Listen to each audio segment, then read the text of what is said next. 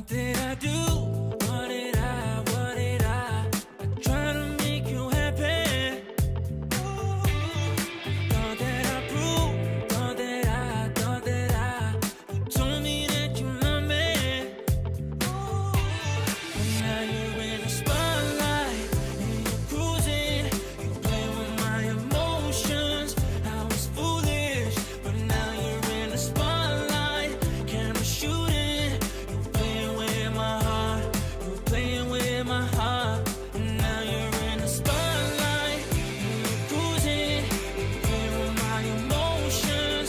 I was foolish, playing with my. Now we know you fake. I just wanna say you've got tunnel vision. Enjoy with your mates, cause I'm on my way. You've made my decision. What did I do? What did I try to make you happy? Thought that I proved, thought that I you told me that you love me. But now you're in the spotlight and you're cruising. You play with my emotions. I was foolish, but now you're in the spotlight. Camera shooting. You playing with my heart. You playing with my heart. But now you're in the spotlight and you're cruising. You play with my emotions. I was foolish, but now you're in the spotlight. Camera shooting. You playing with my heart. You playing with my heart.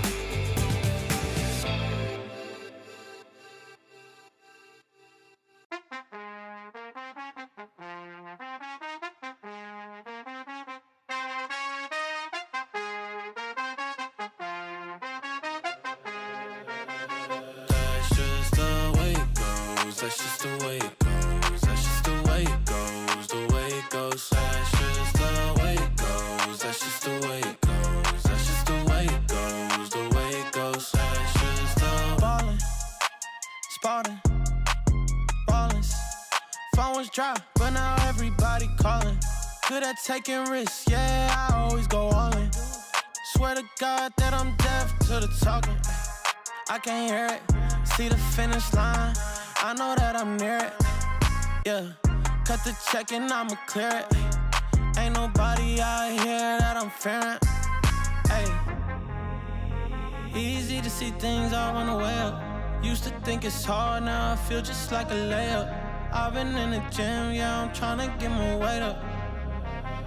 That's just the way it goes. That's just the way it goes. That's just the way it goes. The way it goes. That's just the way it goes. That's just the way it goes. That's just the way it goes. The way it goes. That's just the way it goes. That's just the way it goes. That's just the way it goes. The way it goes. That's just the way it goes. That's just the way it goes. That's just the way it goes. The way it goes. That's just the. Hey, you ain't real. It's like you got a few disguises. Walk in the room, I know I'ma be the flyest. She like me, yeah, it's hard for her to hide it. One-on-one, ain't nobody like this. Got this far by doing me, I'm everything I knew I'd be. I don't care what we used to be, no, yeah. They try and get close to me, you can't get what you want from me. I got this vision you can't see, no. Easy to see things all on the way up. Used to think it's hard, now I feel just like a layup. I've been in the gym, yeah, I'm tryna get my weight up. That's just the way it goes. That's just the way it goes. That's just the way it goes. The way it goes. That's just the way it goes. That's just the way it goes. That's just the way it goes. The way it goes. That's just the way it goes. That's just the way it goes. That's just the way it goes. The way it goes. That's just the way it goes. That's just the way it goes. That's just the way it goes. The way it goes. That's just the.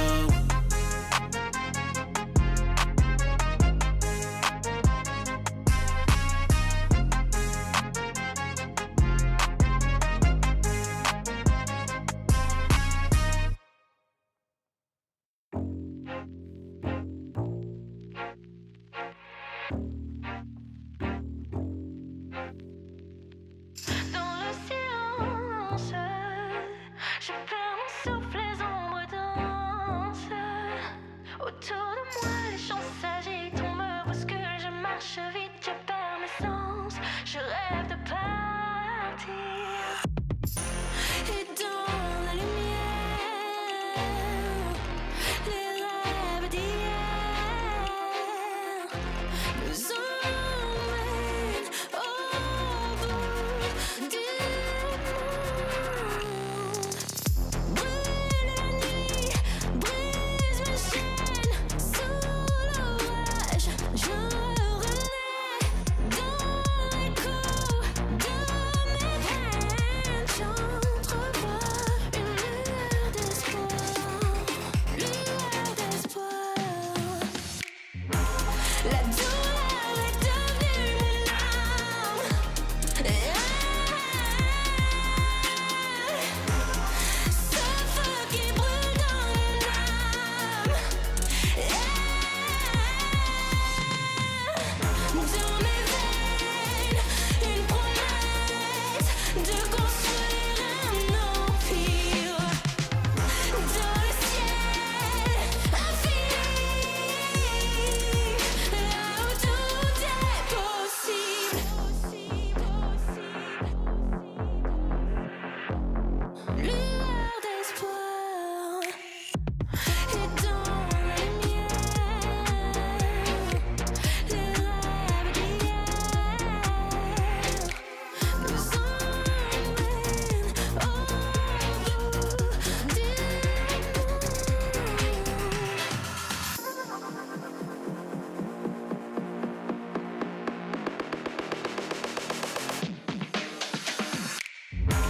La douleur est devenue mes larmes.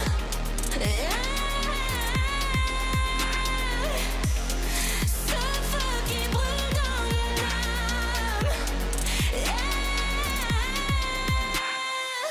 Dans mes veines, une promesse de construire un empire. Dans le ciel infini, là où tout est possible. Dans le silence, je perds mon souffle, les ombres dansent. Autour de moi, les gens s'agitent, on me bouscule, je marche vite, je perds mes sens, je rêve de partir.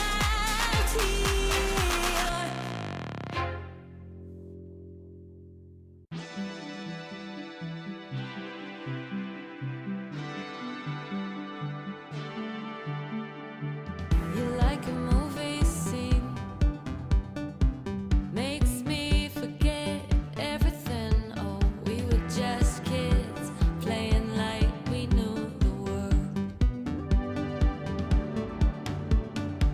You got your name in lights, you give me a reason to stay up all night. Yeah, we were just kids, pretending that we knew the words.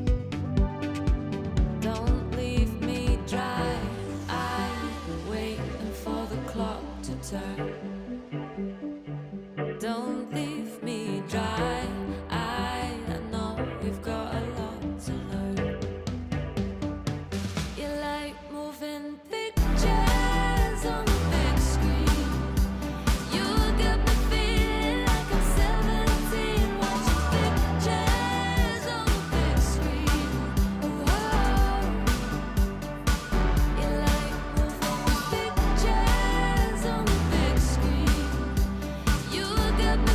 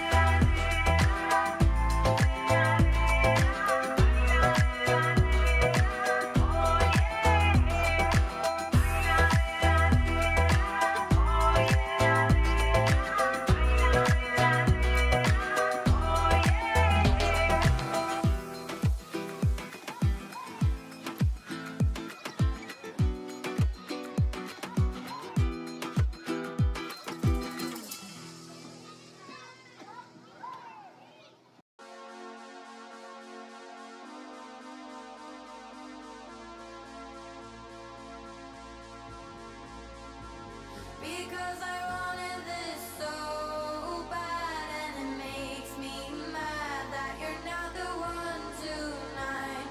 Like bubbles in the skies above, somewhere in the clouds is my shining light.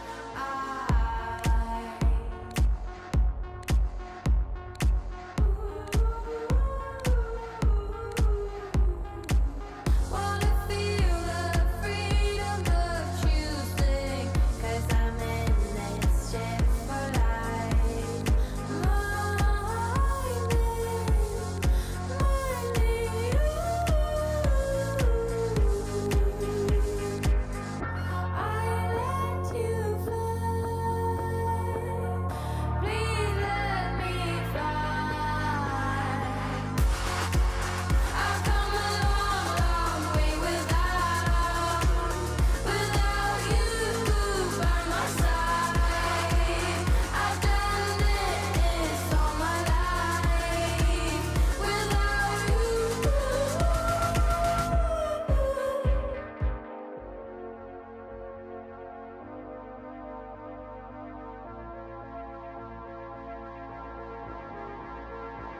Because I wanted this so bad, and it makes me mad that you're not the one tonight. Like bubbles in the skies above, somewhere in the clouds is my shining light.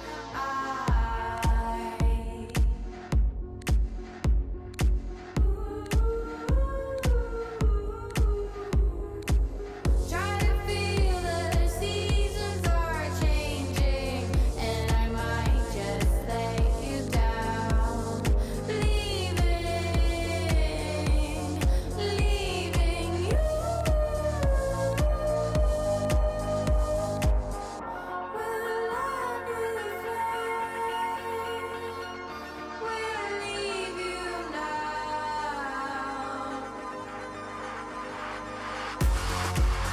I've come a long, long way without you by my side. I've done this all my life without you. I've come a long, long way without you by my side. I've done this all my life. Wait for your sign.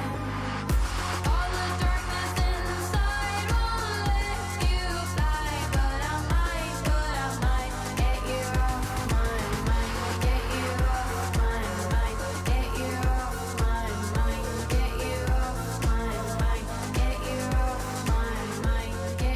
off my mind, get you off my mind, get you off my mind.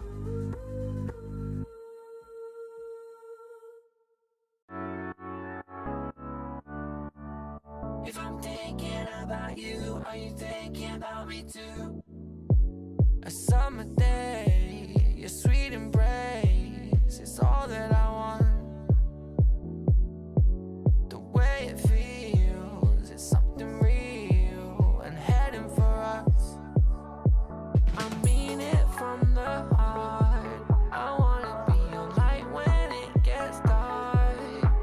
Right from the moonlight until the sunrise. Can't get you out my mind. Can't get you out my mind. I don't know what you done to me. If I'm thinking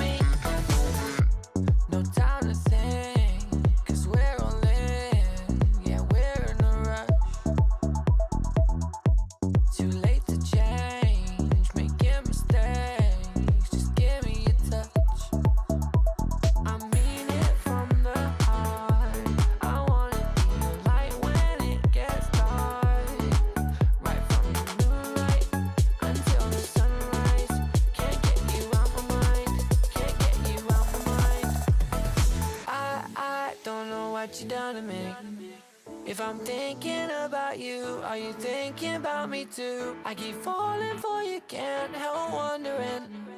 If I'm thinking about you, are you thinking about me? I don't know what you done to me. If I'm thinking about you, are you thinking about me too? I keep falling for you, can't help wondering. If I'm thinking about you, are you thinking about me?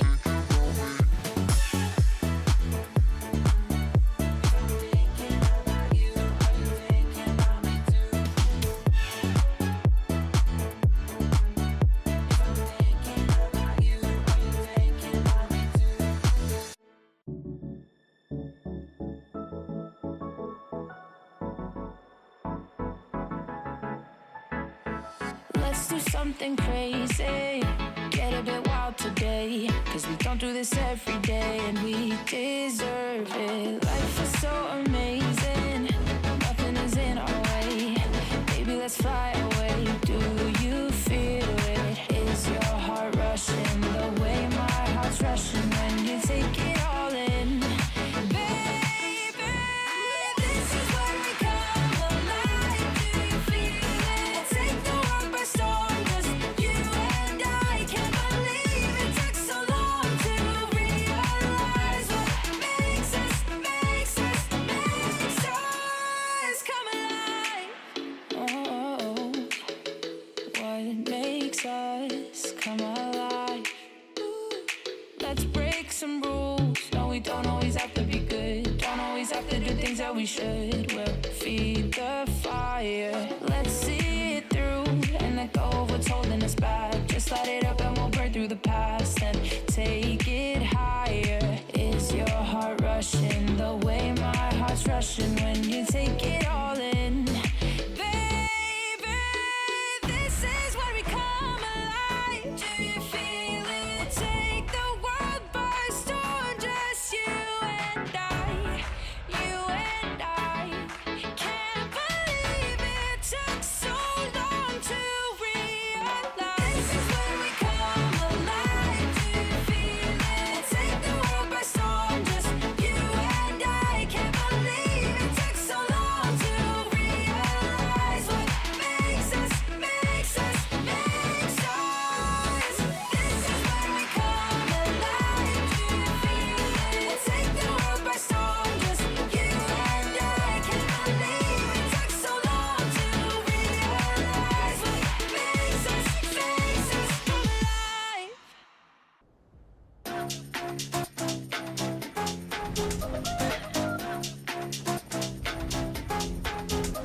나의 속도가 눈이라면 벤소미 더 세게 괴롭혀봐 나를 rain on me 다가서면 뱅뱅 전부 걸어 게임처럼 너의 고개를 떨굴 때는 댄서니 모두 몸에 걸어 눈이 빛나는 걸로 전부 걸치고 난이 노리는 것들일 거야 발밑에 쫓아와도 너는 절대 못 껴 넘어질 배포도 없는 애들은 no 따라오지 못하는 건 얄바가 아니지 그래서 the boys not my type 아니 거리동이 틈에 판이 바뀌지 이기는 건 당연하니 cause my type 시시하게 겉으로만 판단하겠지 웃는 얼굴로서 저렇게 잘 봐 날 멍청한 애들이 여기 차고 넘치니 바가게 선이 목소리 내못 다 짜증나면 질러 I don't like being cool Ladies night to night girl들만 불러 money on the fool I'm a boss to be or hero 뭐든지 다 내게 cruise 말했잖아 내가 뱉는대로 내가 다시 look nice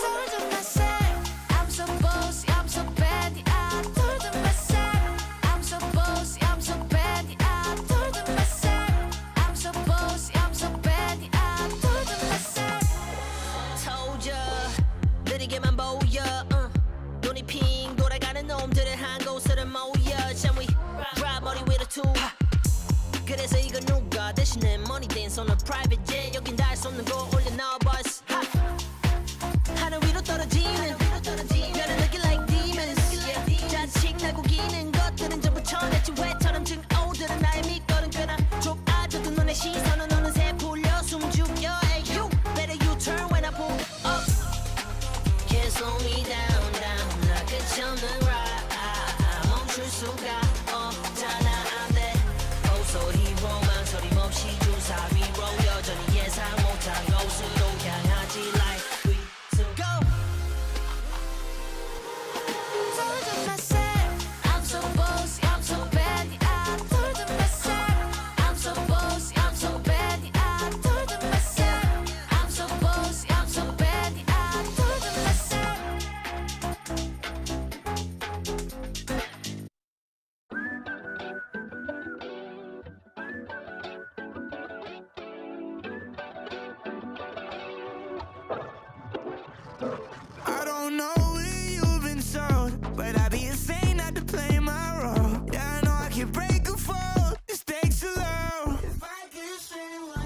Just know that I got a hand that I can lend you. And it don't matter when, no, I'll protect you. Call on me, I'm here whenever. Those who greater than one move father's bed. Just know that I got a hand that I can lend you. And it don't matter when, no, I'll protect you. Call on me, I'm here whenever. Those who greater than one move father's bed. Oh, you think you suck? I think that's unlikely. You can keep on looking, but can't find nobody like me. Eldorado pushing, boy, I'm pressing in a white tee. You know I love you, I need someone who can guide me. I can't...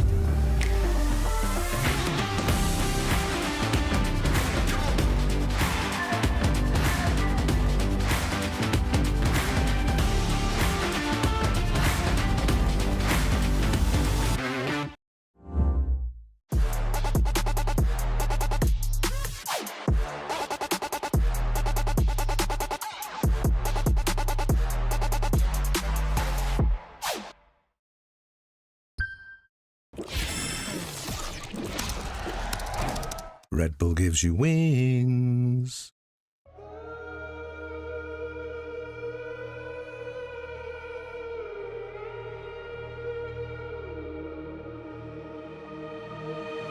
I'm out here in the cold night, running till I barely feel my feet. Wanna see it through my own eyes. There's no going back, and I'm not afraid anymore. Cause I know I'm gonna be the last one standing. Yeah, I'm not afraid anymore. Yeah, I don't wanna wait anymore. I'm ready to fall, I'm ready to rise up.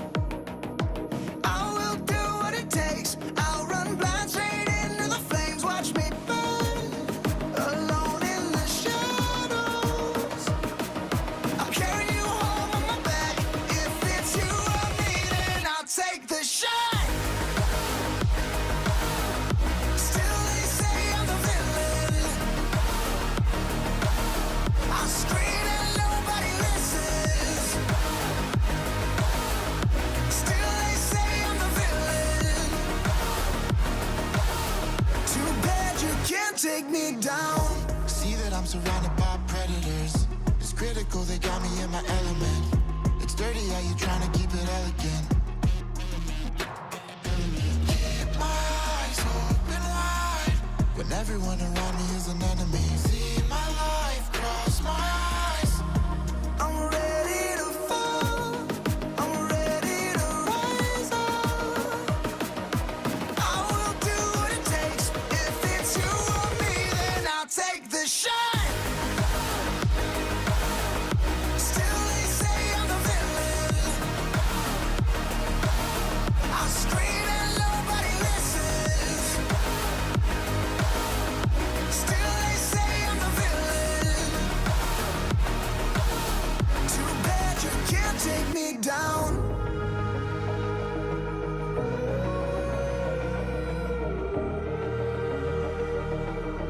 Too bad you can't take me down. You can't take me down. I'm ready to fall, I'm ready to rise up. I will do what it takes, I'll run blind straight into the flames. Watch me burn, alone in the shadows. I'll carry you home on my back. If it's you or me, then I'll take the shot. Still they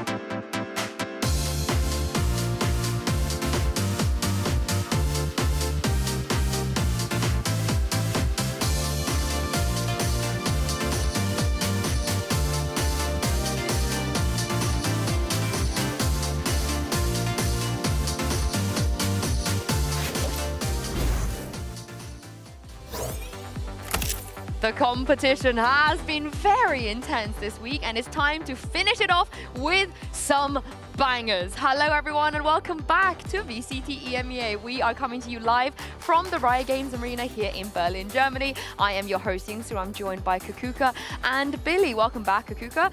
Billy, I know you're going to be doing some check-ins later with the artist alley we have over there. Have you seen any cool art so far? I went and had a nosy earlier. There's some really good things. We have a very creative community here in EMEA, so yeah, I can't wait to stick into that later.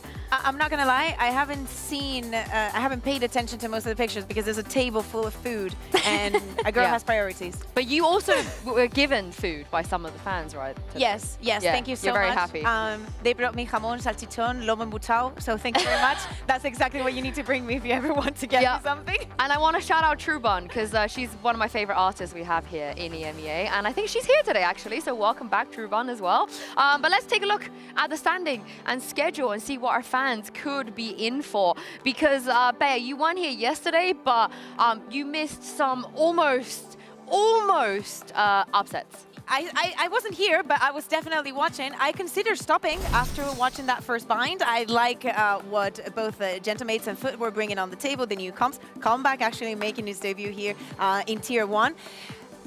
Surprises at the end of it, and I like it. I like the fact that at the end of the day, this is week 1. This is where most of their surprises can happen.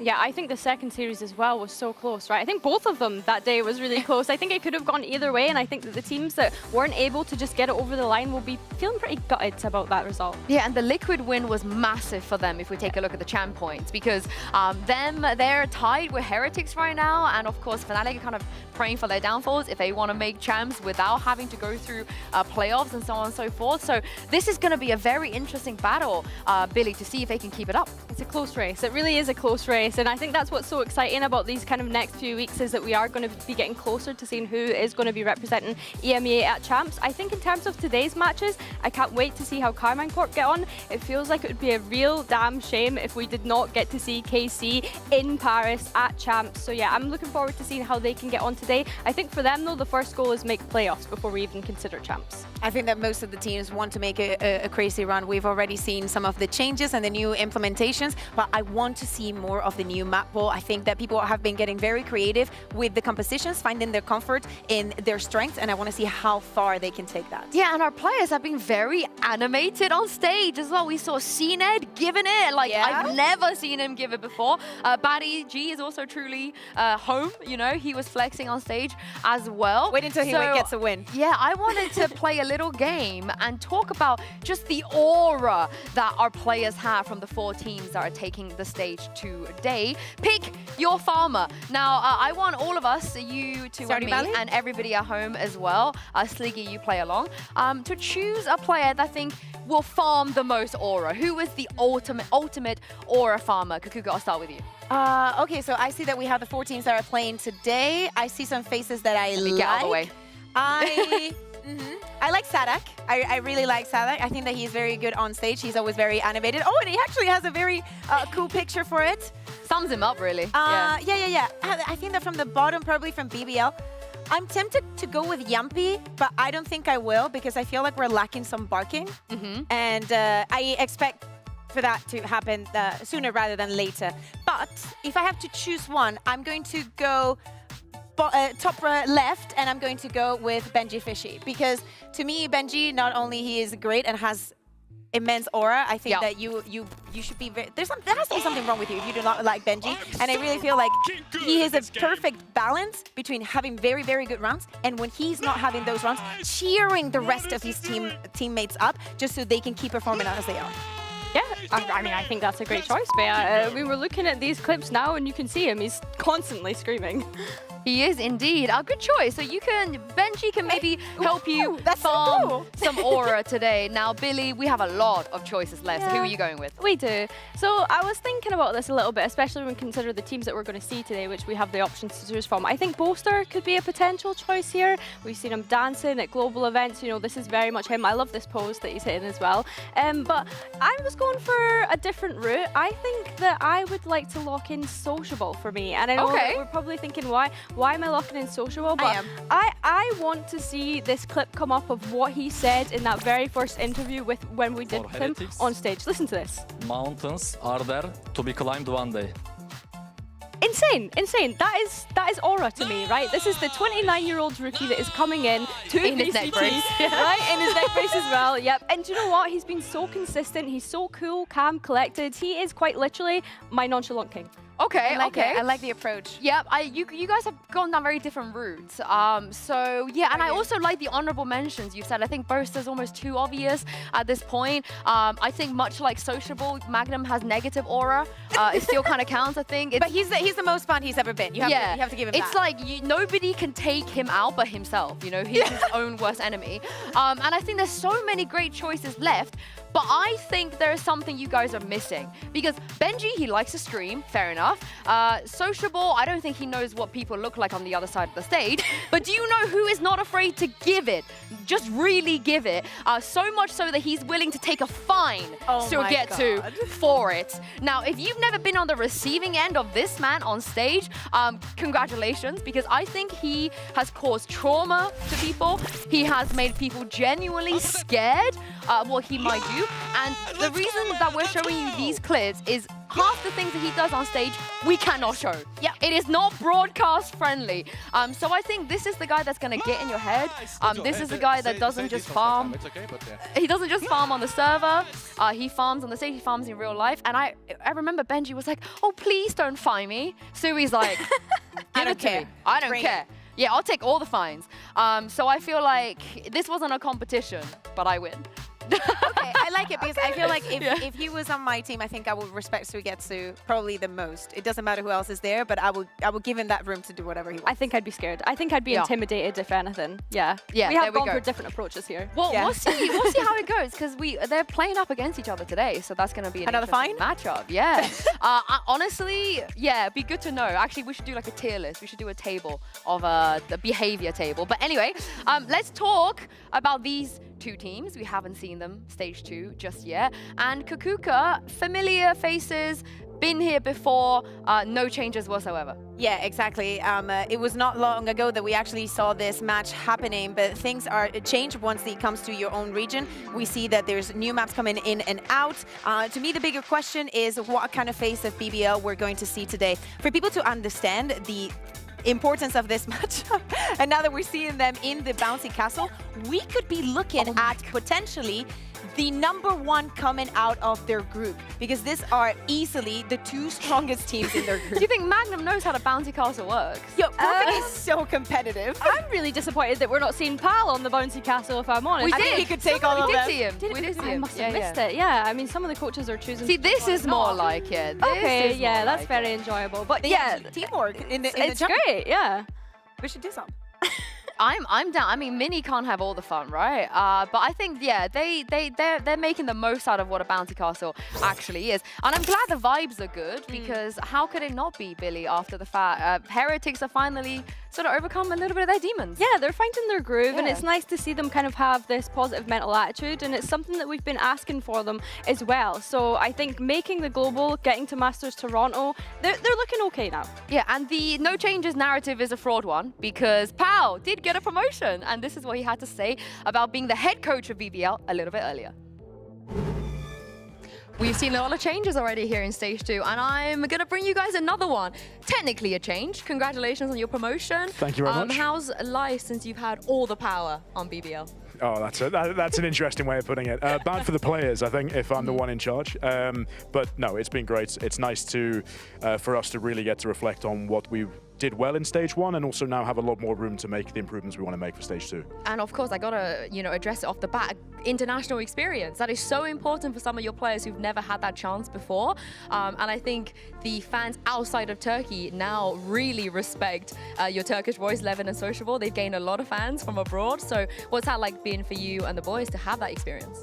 Not surprising when for me at least, when I know the quality of the players, and we went into the event expecting a lot of fun, expecting some new stuff to have to deal with, different styles, different personalities, but I'm so happy about how the guys stepped up and really wanted to prove themselves against players at that level. Has it changed them? Do they have an ego now coming back?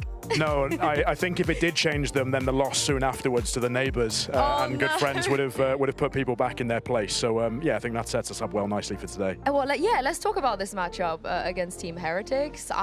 What's been going on? There's a lot. We have good relationships with them, and I think that damaged things somewhat in terms of how we approach the game. We know them well, so I wouldn't say there's an element of complacency in there. We felt very well prepared. But yeah, we're going to change our approach mentally a little bit for today, for sure. Gotta disrespect them a little bit. Of course, yeah. They've come off the back of a win. They need a bit of a disrespecting. Yeah, they're very, very confident, you know. And what's it been like for you to maybe rein in some overconfidence? Because I think we've seen a very, very disciplined version of BBL. Yeah, we're very clear on the fact that for us, our A games, our best games, are more than enough to beat anybody in this region, and by the looks of it, quite a few teams out there in the international stage as well. Our sort of average level games, we also know are more than good enough. For us now, it's about making sure that we are consistent. We remove those lowest quality performances to make sure that we become a very difficult team to beat. And last question, you don't have to give me a serious answer, you know? You could leave some room for curiosity and guesses, but with Pearl gone, with Split gone, what can we expect as BBL's new home ground? I think there's both potentially us embracing the new stuff. Of course, that's always something that we're more than up for, and teams should be aware of. But also, I think there's no fear in going back to what's been comfortable for us before sometimes as well. So 2-site maps or 3-site maps? Oh, I love a bit of both. Yeah, he's too good at this. You're too good at this. Okay, we'll see on the server then. Absolutely, let's hope so. All right, thank you for joining me and good luck. Thank you very much. You heard it there from Pal. They don't have the crutches of the past anymore. What do you guys think? What should be their new home ground?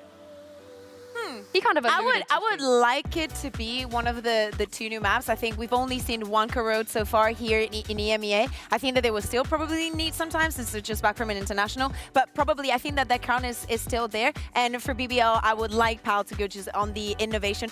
Really like to hear that they're not scared to you know, in different maps, bring out something different, even though some things have already been working. Give me Corrode. I'm intrigued to see what their kind of read on the meta is. I know that we've seen a couple of things in EMEA that some of us have kind of sort of disagreed with compared to what we've seen in other regions. So yeah, I want to see what creativity they're bringing on Corrode. Yeah, but for Heretics, Sunset is back for them. You know, you pray for days like these if you're a Heretics fan. And also for Wood as well.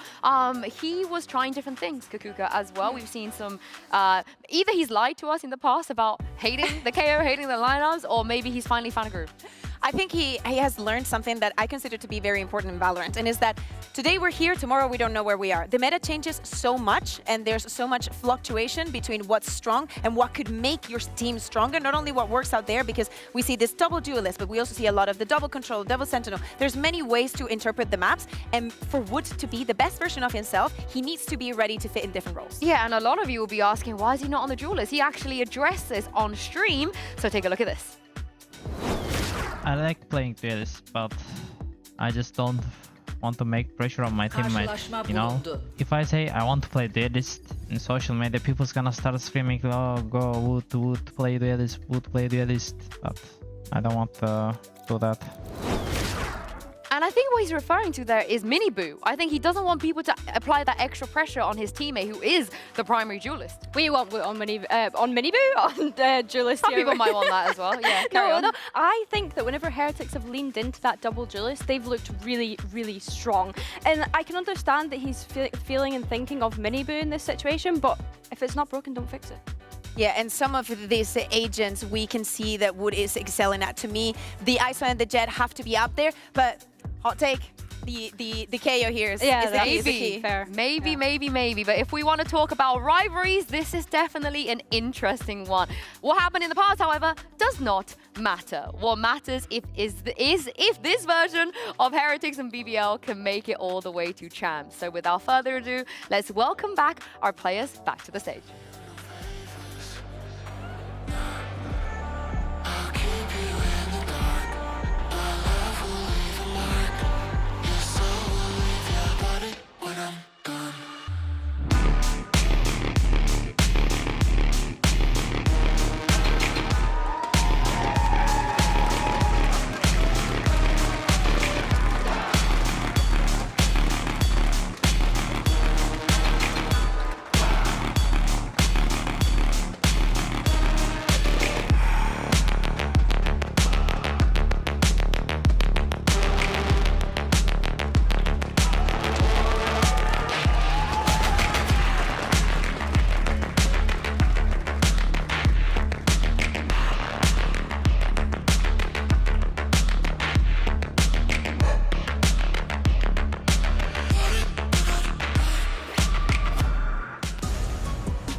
These two teams have faced each other very recently, but this is a very, very different stage with much, much higher stakes. They are both wanting to make champions, and let's take a look at the map pool here. I like the gentleman's agreement. They haven't had enough time, let's be honest. I would have liked it more if it would have been the second wave of bans, being like, I'm going to make sure we get the best thing out there, but Bind and Corrode are out.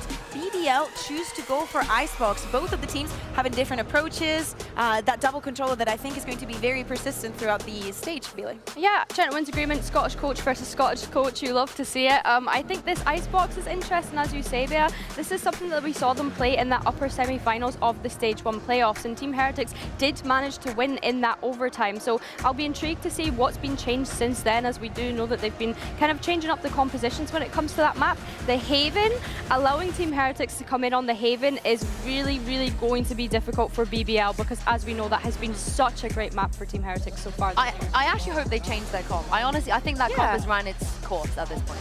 You mean for Heretics or for BBL? Heretics. Yeah. On Haven? Yeah. Oh, I just maybe. don't think it's strong as strong as it used to be. I think that probably, and thinking about it, I expect to see changes on both of the sides, because we know that BBL have not found their footing into what exactly is that they want to do with the map. We've seen teams out there thinking very outside of the box and bringing things that we haven't seen before. So I really like how that possibility is out there. If you know that you're both most likely going to ban the two new maps, you kind of know that you have to go here. Yeah, and I want to throw back to some of the things Pao said in that interview, you know, and we saw the interactions just now on stage. They're smiling. I think Rians was giving them a little cheeky little look. They're very friendly, but they got to remember, you're not mates on the server. You can't respect them that much, because every time they go up against them and respect them so much, they just get 2-0'd. Not only that, one of the reasons why we've been praising everything that BBL has done is that because so far this year here in the region, they've only lost against two teams,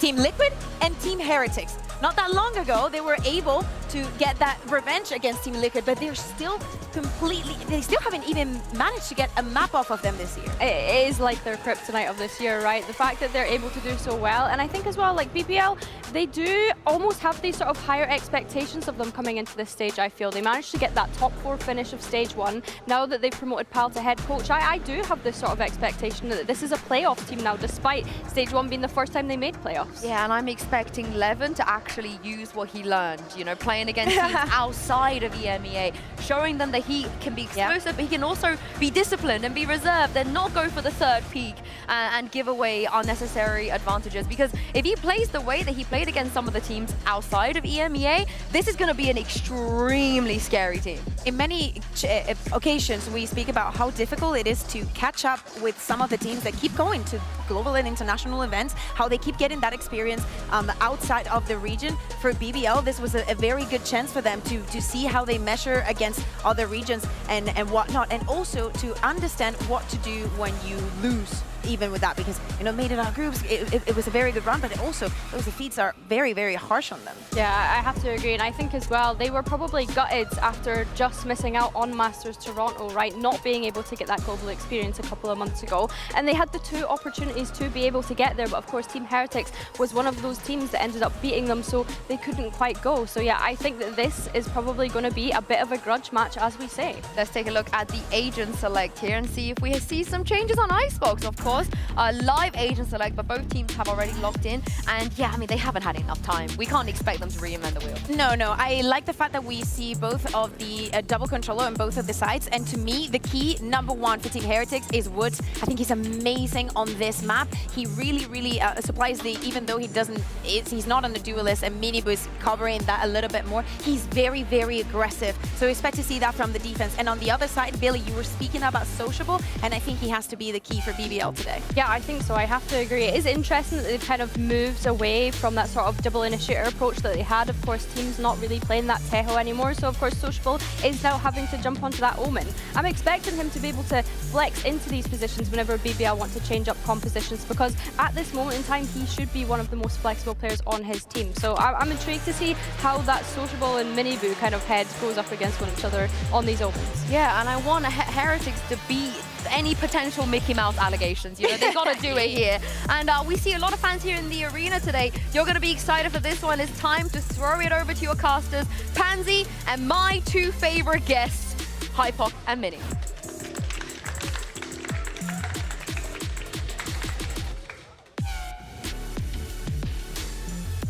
Hi. See you there. Welcome. The most rehearsed intro we've ever done. Ever. Honestly, that's I was slow on the spin. I was a bit slow. Well, they fixed your chair, actually. No. Oh, Don't okay. push What, me. height-wise? Or Wait. what? Wait, there's no start. It's a pretty good game today. Well, you're right. The VALORANT Council, which is us, have decided that this is a good game. BBL up against Heretics. Look, these two have met recently. We saw the way it went, but there's a chance here, a solid chance for a fight back. But is BBL up to the task? Big questions obviously coming into this. Obviously, Heretics are going to be feeling themselves. Yeah, Heretics. Would you say rejuvenated after the win? Rejuvenated, I think so. I really like what they're bringing so far. Toronto lost out to some very good teams there, despite early, but recently looking good. If they can continue with this confidence in the server, they should be winning this group. Yeah, I think that's the key, the energy. Yeah. To be honest with you. We'll see. We're all up for it. Heretics going to be on the attacking side here. BBL on the defense. So just kind of setting the standards and a little bit of adjustment of the map veto from the last time they met. No big surprises, obviously, for BBL. You'd want to change a couple things up. And already Profek with a great start. Sheriff in hand, going to find Benji. An attempt made on the other side. Good tag towards Boo, but no prize at the end of it. It's probably going to keep Levin interested, though. And a beautiful reclear here from Yampy on the A site. All the rotations coming across on BBL towards B. Levin with a huge pick. Yeah, that's nice. Mini Boo. Oh!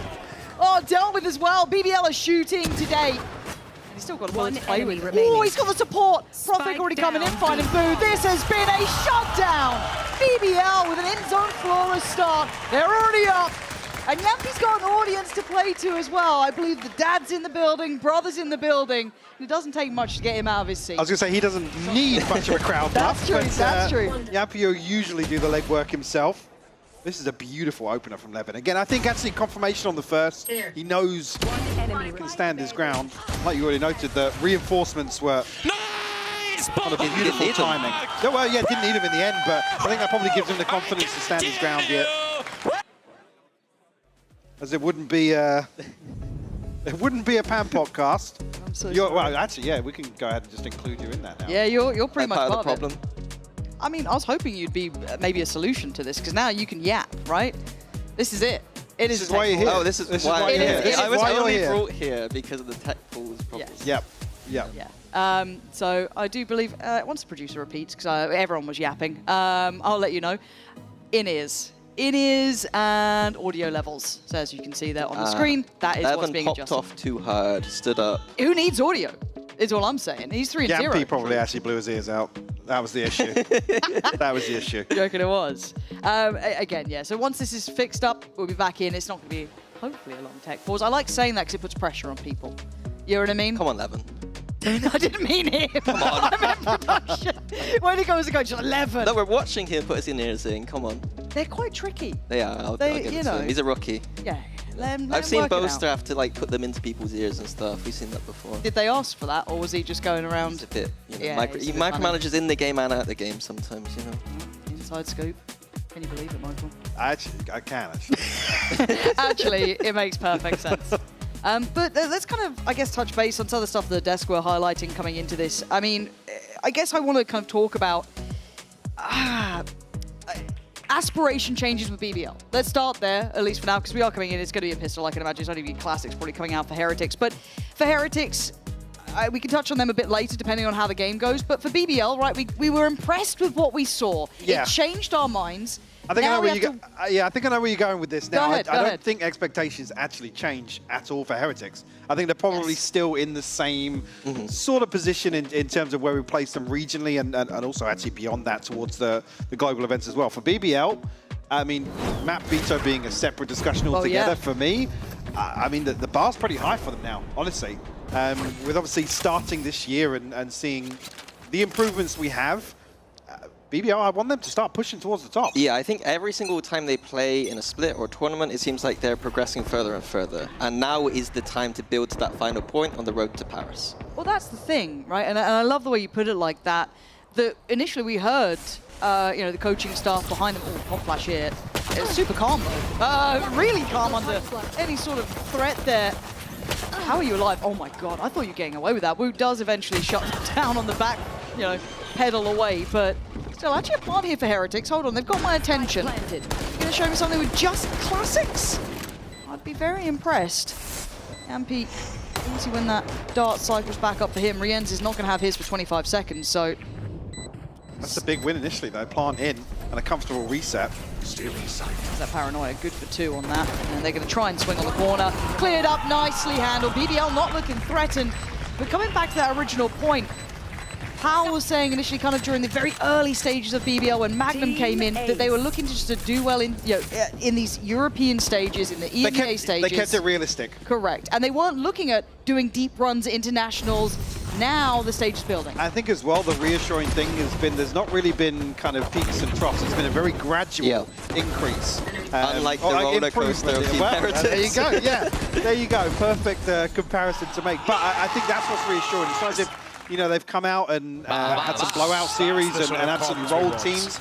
And then we've seen them the week following really struggle. It's been a gradual improvement, which is probably what's most reassuring, I guess, now with Pal at the helm. Yeah, and something else I do want to talk about is the Vibe Merchants on BBL. We're hearing them behind us, and Heretics are one of the teams that haven't really had that vocal player these days. You could argue Benji at one point was that. We've had a couple on occasion, you know, trying to get a little bit loud, but I mean, nothing into the realms that we've seen from the likes of some of these BBL players. Now, into this one, it is a bonus for BBL, so still a fairly decent buy here. You want to see it kept clean for Heretics if they want to continue the narrative that they've recovered from their woes. We'll see, though. Fake information on that recon for Yampy. That's stalemate. Right here. Still posted up, though. Somebody's on the other side of this. Now finally seeing Boo rejoin. It'll be all 5 Heretics charging down the site. Still not looking pressured. This is good damage here. Obviously, with those heavier shields coming into play, you're not going to get as much value out of that Outlaw. But Heretics, slow and steady towards the site here. Knife is going to do well enough to connect. Swing backside, but a great trade. Oh, the follow-up! Rienz getting punished. This is problems. That's an isolated player! Another! They don't stop fighting! And it is just torn asunder. Heretics left in pieces. Benji on 10 HP. It's perfect from BBL. Big conversion here on the bonus. Levin going absolutely huge on site.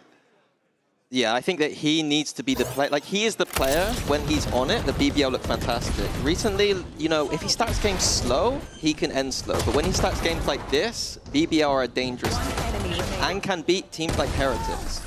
I also like to point out that map beats ways. Picking this map puts him on the jet, his comfort. I think there's a big win condition for BBL. Yeah, it gets the ball rolling early on in this series. Potentially, I mean, if it does go to the third. But then to follow up on Haven as well. Another map you could argue can carry that momentum across. Again, no need to really swap out here. Just the Sheriff's here. I mean, one scope for Benji.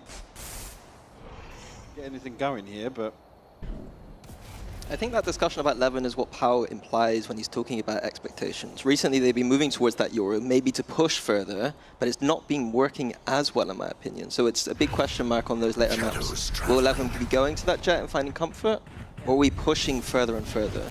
No, it will be interesting, isn't it? 'Cause we're learning at the same time. Obviously, the maps were discussed on the desk a little bit, how BBL lost some of their cornerstones to their map veto. See how they adapt here. Nice deep flash, but the spray just committed to. Sociable unaffected by this, unfazed by Minibu trying to close the gap here, but still willing to stick towards yellow. This paranoia looks absolutely filthy. It is. Oh, what is going on?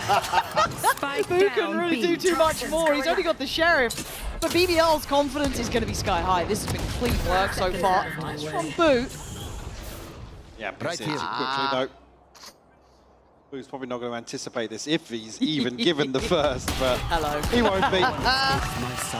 Yampy to clean up a 4-0 lead here for BBL to kick Icebox off.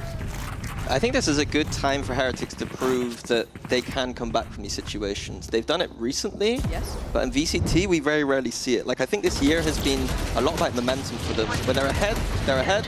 When they're behind, they usually stay behind. And I want that to change. Well, that's the thing when it kind of, in my mind, circles back to having your Yampis or someone like that who's really good at being the vibes merchant, right? Bringing people back up, keeping that confidence up. Special. You've seen it. Magnum Special. Magnum Special. You've seen it a lot when you go to those international events where Heretics have kind of hit a couple of hurdles on their route where they don't have that player, they don't have that Zellsis pumping them up, they don't have these vocal players, even in the losses, to bring them back up to these stages. No, they look really flat. They do. When they're behind as well, and that's something that's really important. Even with those, one round to kind of break the economy of the enemy team when you're trailing, it's certainly been apparent. It's really hard to fake it. Like, you do need those personalities, but it would be nice for them to identify that and start building up a player, even if it's a bit awkward at the start, that someone's faking it a little bit. Over time, it becomes more natural. And it feels weird, though, to kind of chalk it up to, like, have that confidence, have that player that's going to keep your head up in this. But I think recently, with the amount of documentaries or conversations with players or these surprise results or underdog runs, confidence is so key in this game and what it can do to a team, and having faith that you can turn around a game. Now, early timeout here into round 5. That was coming out from Heretics, so we got to have a little glance through that. As it stands, no big ults to bank on into this. One away for Woot, that could be there, but cold start for Miniboo and Rien, so got to see them stand a little bit taller. Double operator coming out for BBL, though. They've got a bank account going, so a big round here. Can they keep this economy up? Could really catch Heretics off guard as well. Initially noting maybe Levin going a little more aggressive here. That is the strength of playing this Jet and Omen, both of them capable on the operator. Levin might find the cross here in mid. At least we'll find the turret. Benji's still aware of the possibility. But yellow has been such a consistent problem, and BBL have made it really their own. That's a player spotted! I thought he almost got 2 for that one, but at the same time, Levin has found that kill over towards middle. Now the rotations come in, and Heretics once again held back, denied the space. Yampy claims it, pushing towards yellow. Now Miniboo and Boo trying to navigate a way forward, but this is treacherous pathing, and that back line is now being closed to. Levin's repositioned here. Give Heretics some space, but how deep do you really dig on this? Cover going out. Desperately trying to dig Profek out from Snowman. So a good job with that spit. Keeping them on the site. And look at this, it just feels like that eventual close of the gap. Magnum's position and timing perfect. Miniboo's options, you've got to pick your fight, right? 20 seconds, we're going CT, and it's not worked out. BBL, unblemished in record thus far. Icebox looking solid for them. And I gotta give credit to whoever called that on the timeout. You're gonna presume it's power with a double operator there. Knowing you have momentum 4 rounds, and you know that Heretics are gonna be digging deep, finding a solution. Yeah. Surprise, there's 2 oops on the server. Again, we'll force out a couple of early peaks, but like I said here, I mean, initially not spotting the, well, actually, didn't catch that kill off screen, but really rough again. The kind of adjustment of these early round protocols is going to apply further pressure onto Heretics. Towards mid here, so we're going to get a little creative potentially. No follow through just yet. Yeah, they do have the Viper ult to work with. If they're able to get onto a site, get into a 4v4 or something, they can close out this type of round. Good. BBL taking space again. Proactivity down middle. 2 of them walking it. Levin there with the operator. Beyond that line. Magnum over towards that A side. Heretics trying to maybe change it. Lucky boy re-ends. Slow stuff now. Definitely a gear change. But it looks like BBL is starting to get that feel for this. Already 3 players somewhat leaning this side. They still have the setup, and look what Profek's holding. It's primed here for a pit on contact, I imagine. Some utility to slow entry down as well. 30 seconds left. Actually, the Dark going to remove a lot of that, so really it's just the pit to slow things down on the way in here. But yeah, a little curious on that 20. one. They do need to get this plant down. They're on 17 seconds. Yeah, they're on site, but it doesn't feel safe. Knife going to connect towards 2. And no, they're at 10 seconds, and the spike is all over the shop. What is going on? 7 seconds, the plant's finally going down. Levin still patrolling the site. He's gone through every single weapon possible. Knives, shorties, operators, and Yampy still behind them. Finey's brought through, but he's 11 ain't missing today. This is looking messy from Heretics. I don't like what I'm seeing. Extremely bizarre approach here. Again, the KO comes out. There's no real tangible... There's no reason for it. It doesn't beat a Viper ult. It doesn't help you. It's a desperate... The pick comes out early enough that actually doesn't impact anything. I mean, if anything, prevents a util spam in, but they have such a firm hold on the site. I wonder if that's the stress coming in here. What do you think? Panic button? Just do something. Yeah.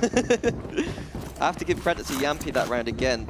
He re-cleared B long by himself, pushed up, gave information once again.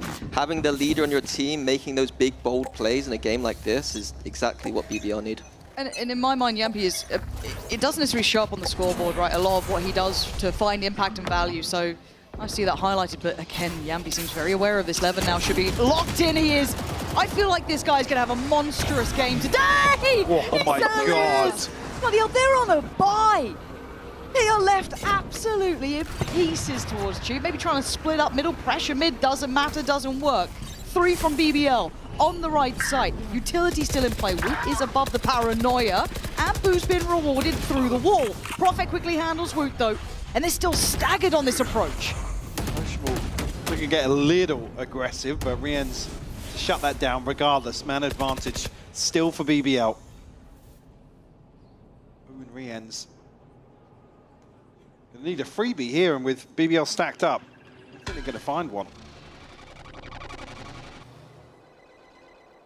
Once more, just noting how active Yampy is around the map. Keeping space, keeping control. Yeah, Yampy has called for the stack towards B now. Another big gamble. Heretics are actually going to go towards that A site. We still have the Hunter's Fury, so... Yeah, and having the Viper ult here for Boo, if they get onto this A site, get it down, it's going to be a difficult retake for BBL. Be way out of earshot of even hearing the spike potentially, but now making their way back through spawn. I like that they can just leave Levin kind of posted on that deeper line on B. Those two can drift a little bit further back here. Maybe starting to feel like, hey, the penny's dropped. There's no one really on this side. Let's start expecting what's coming. And a preemptive pop of this doesn't get the tag on Boo, but in the meantime, Prophet gap closing. Gonna catch him, he knows exactly where he is, but the spray doesn't quite find him as much as he would have hoped. Boo now is gonna have to clutch the hell up. This is not an easy scenario. Takes the walk around the world. Trying to play the pit. That will drop soon enough. Get back in, yeah.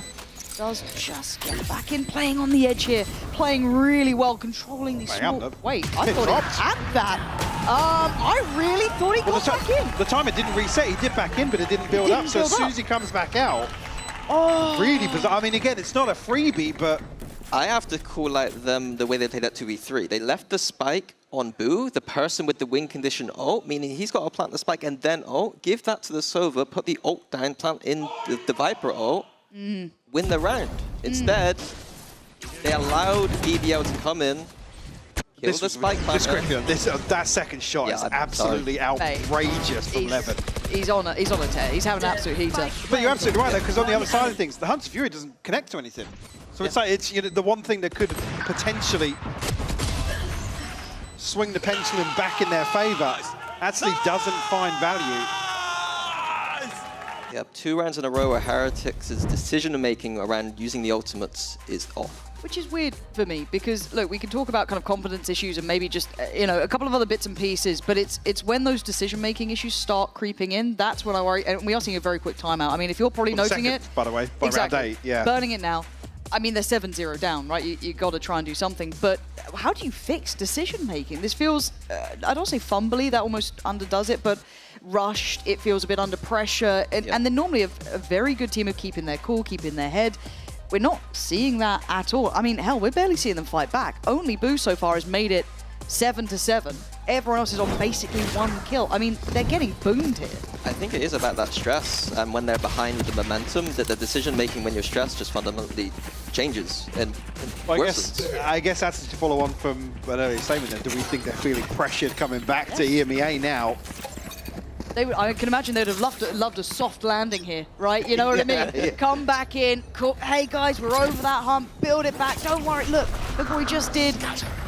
This is not how they dreamed it would happen, and Levin is like just a ball to a red flag. This man is away, looking confident, but does have to respect it eventually. BBL trying to be forced away, and Heretics getting a bit of blood drawn. Finally a fight back as Miniboo walks away sociable. Have a scrap and they win out.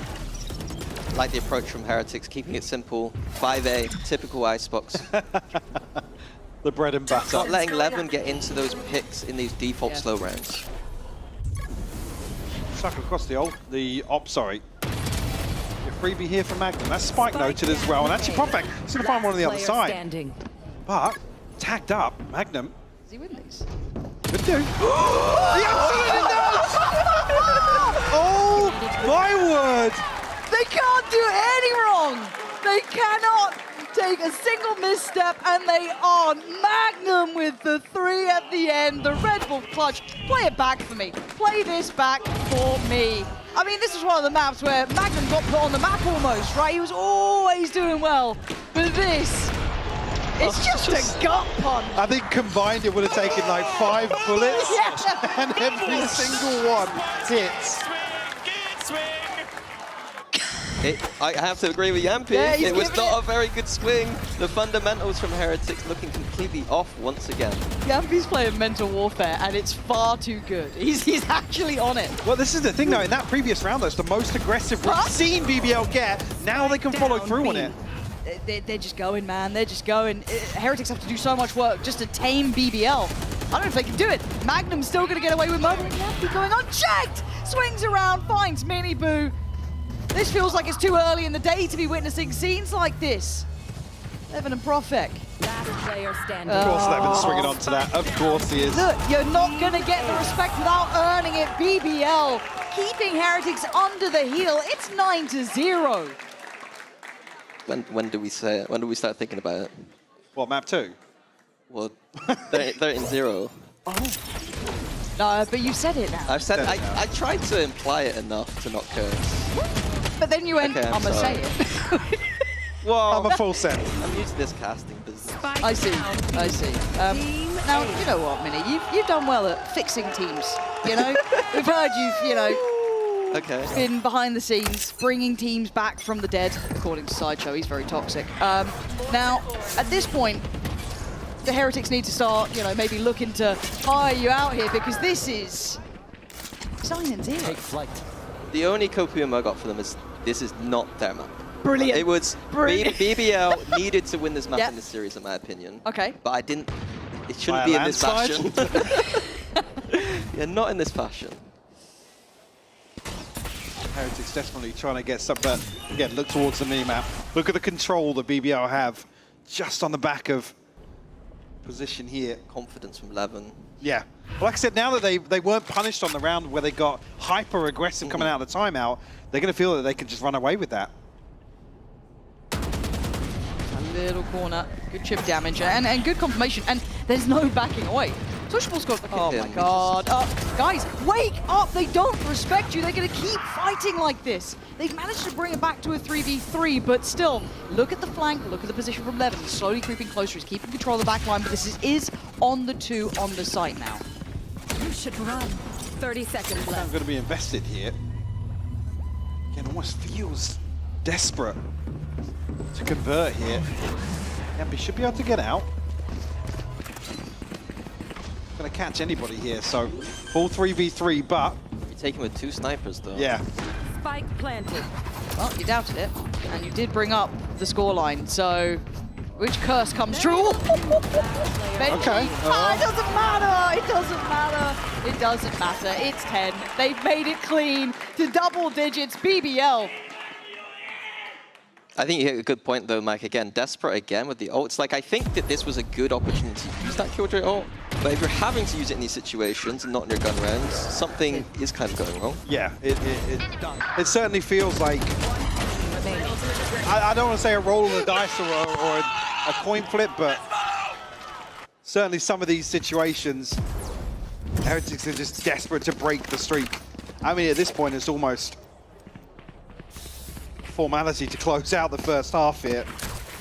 Back on a by Rien's with Hunter's Fury. Again, one from Miniboo and Woot get their ultimate, but BBL firmly in control of the tempo here.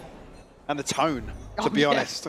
It's going to take a lot of work to take that away from BBL right now. Come on, Miniboo! I don't know what the plan is half these rounds. And again, Sociable doubling down. He's still standing for the fight. He still wants to have a go. They finally break back in, bringing out the brawl from both sides. We're into a 3v3. That doesn't necessarily give them free access to site, though. Yeah, Magnum's taken all the space Yeah, once again. everything It's a behind new them. player doing it. They've got to know about this. The flanks have been coming in most rounds. Very aware here. Magnum still standing. Does get taken down. This opens up rotation possibility. Now, whether or not they take that, we'll see. Actually connected a shot on Debut there, surprisingly enough, but 65 HP means he's left clinging to life. Heretics just heard Yampi's rotation, but it was a Double fake. it back, so yeah. he's doubling back here. Big brawl to get this spike down on the B site. No dart yet for Rien's. Knife there for Woot. Couple flashes. They're just freezing for a little bit, just to make BBL question themselves.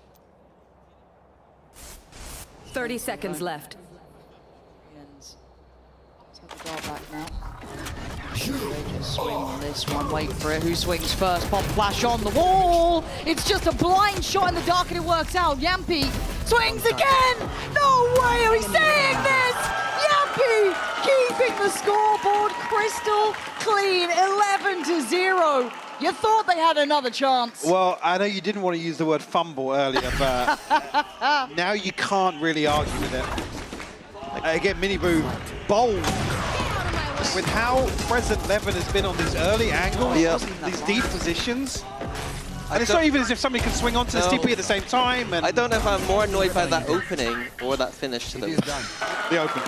The open? The open. Yeah. Both of it's going in pocket.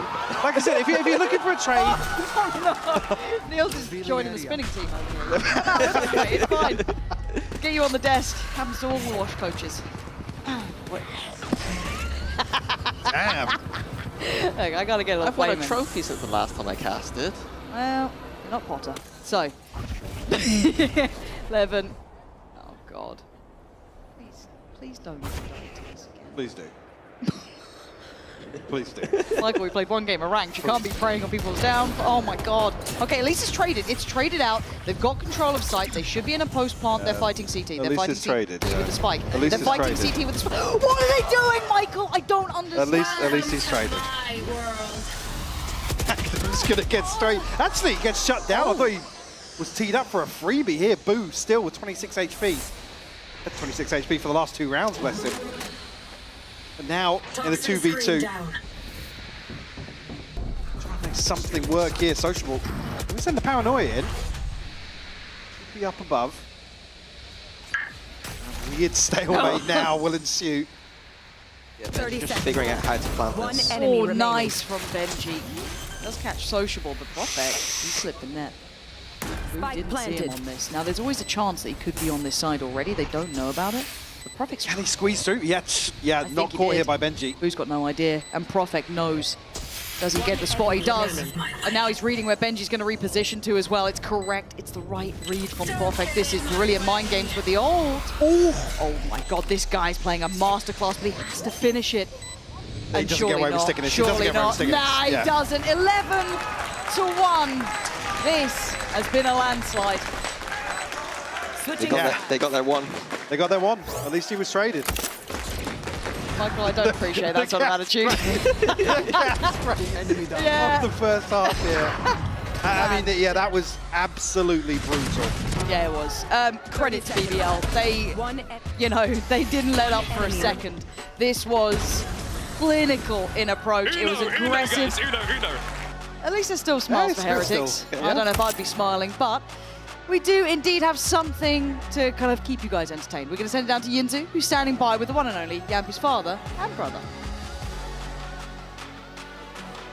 That is right. I'm joined by two very special guests, traveled all the way here from Helsinki. I could see in the corner of my eye, Yumpy is smiling over there, of course, is his father and brother. Welcome to the Riot Games Arena in Berlin. I know that you've been before to watch Yumpy compete in the old arena. So welcome to this one. How are you feeling and what does it mean to see him on stage thriving here? Thank you. It's very nice to be here and see at least my son play and all the other young guys play here. And from my point of view, this map was very nice to watch. Thank you for that insight. I love that. And you used to play a little bit of Valorant, you know? What do you made of BBL's performance so far? Well, at least for this map, it's been incredible. But for the last 6 months, the guys have been really good. I think the question on everyone's mind is, where does Yumpy get his energy from? I think everyone here can hear his screams and feel his energy. So is it from you? Actually, I think that energy comes more from his mother's side. I'm a little bit cold compared to him. And what about his, captain characteristics? I think that comes from me. Oh. I've been a captain in ice hockey before, and he watched me quite a lot, but I think that comes from there. Okay, we got the perfect combination here. Thank you so much, you two, for joining me. Let's see if BBL can close this out in the second half. Thank you. Bye-bye. I the love most that political husband response ever. Yeah. From his mother. If I speak, I'm in big trouble. Big trouble. Love them. Absolutely brilliant. 11-1 though, and what a first map. I mean, it's not over yet, but it's pretty close to. Yeah, for Heretics here, it's just about getting a pistol, getting some warm-ups in. Just get out of the map. It's easier to just rip off the band-aid, get this one over with. It's not often you get to say it, but it's almost a GG go next. At least, like I said, the energy's still there. They're fine. I mean, maybe internally they're not fine. Internally screaming. Presenting. Yeah. As okay. Benji's put on his brave face. He's heard all this, so go unchecked. This is nice. This is sloppy from BBL. They shouldn't have let this happen, as Benji is going to punish. A little bit of a drop there from BBL. Do not keep that in mind, and a mistake will be made. So, a small chance to start building the game back. Spike in a weird spot for Sociable 2. Never smoked just yet. 5 seconds off. Again, you can see on the X-ray though, 2 players. The Heretics posted up and off from screens here. Going out. We saw a Magnum 1v3. You reckon? Mini? No, Right. No? Yep, Fun Police turns up again. Yeah. Sorry guys, don't even look at the round. It's 11-2. It is! As Heretics will make the most of a little bit of a fumble. Really, just not checking on it. Being caught off, and Benji, you give him an inch, he will take, well, a couple of kills, I guess, at this point. I'm not gonna say a mile. Yeah, that was quite nice, though. Gotta say, that was lovely. Did you get 3 or 2? I thought it was 2. Oh, it was only 2, yeah. Only The second 2. shot was nice, though. Mike, look how many kills he's had. 2's a lot. 100%. Jesus. Wow. Okay. It's numerical, I'm not even being mean. Everyone knows I like Heretics. Oh, I'm gonna get tweets now, aren't I? So biased. Jesus. Oh, I'm so glad. Stop talking about FNATIC again. He's asking me on Mini. It's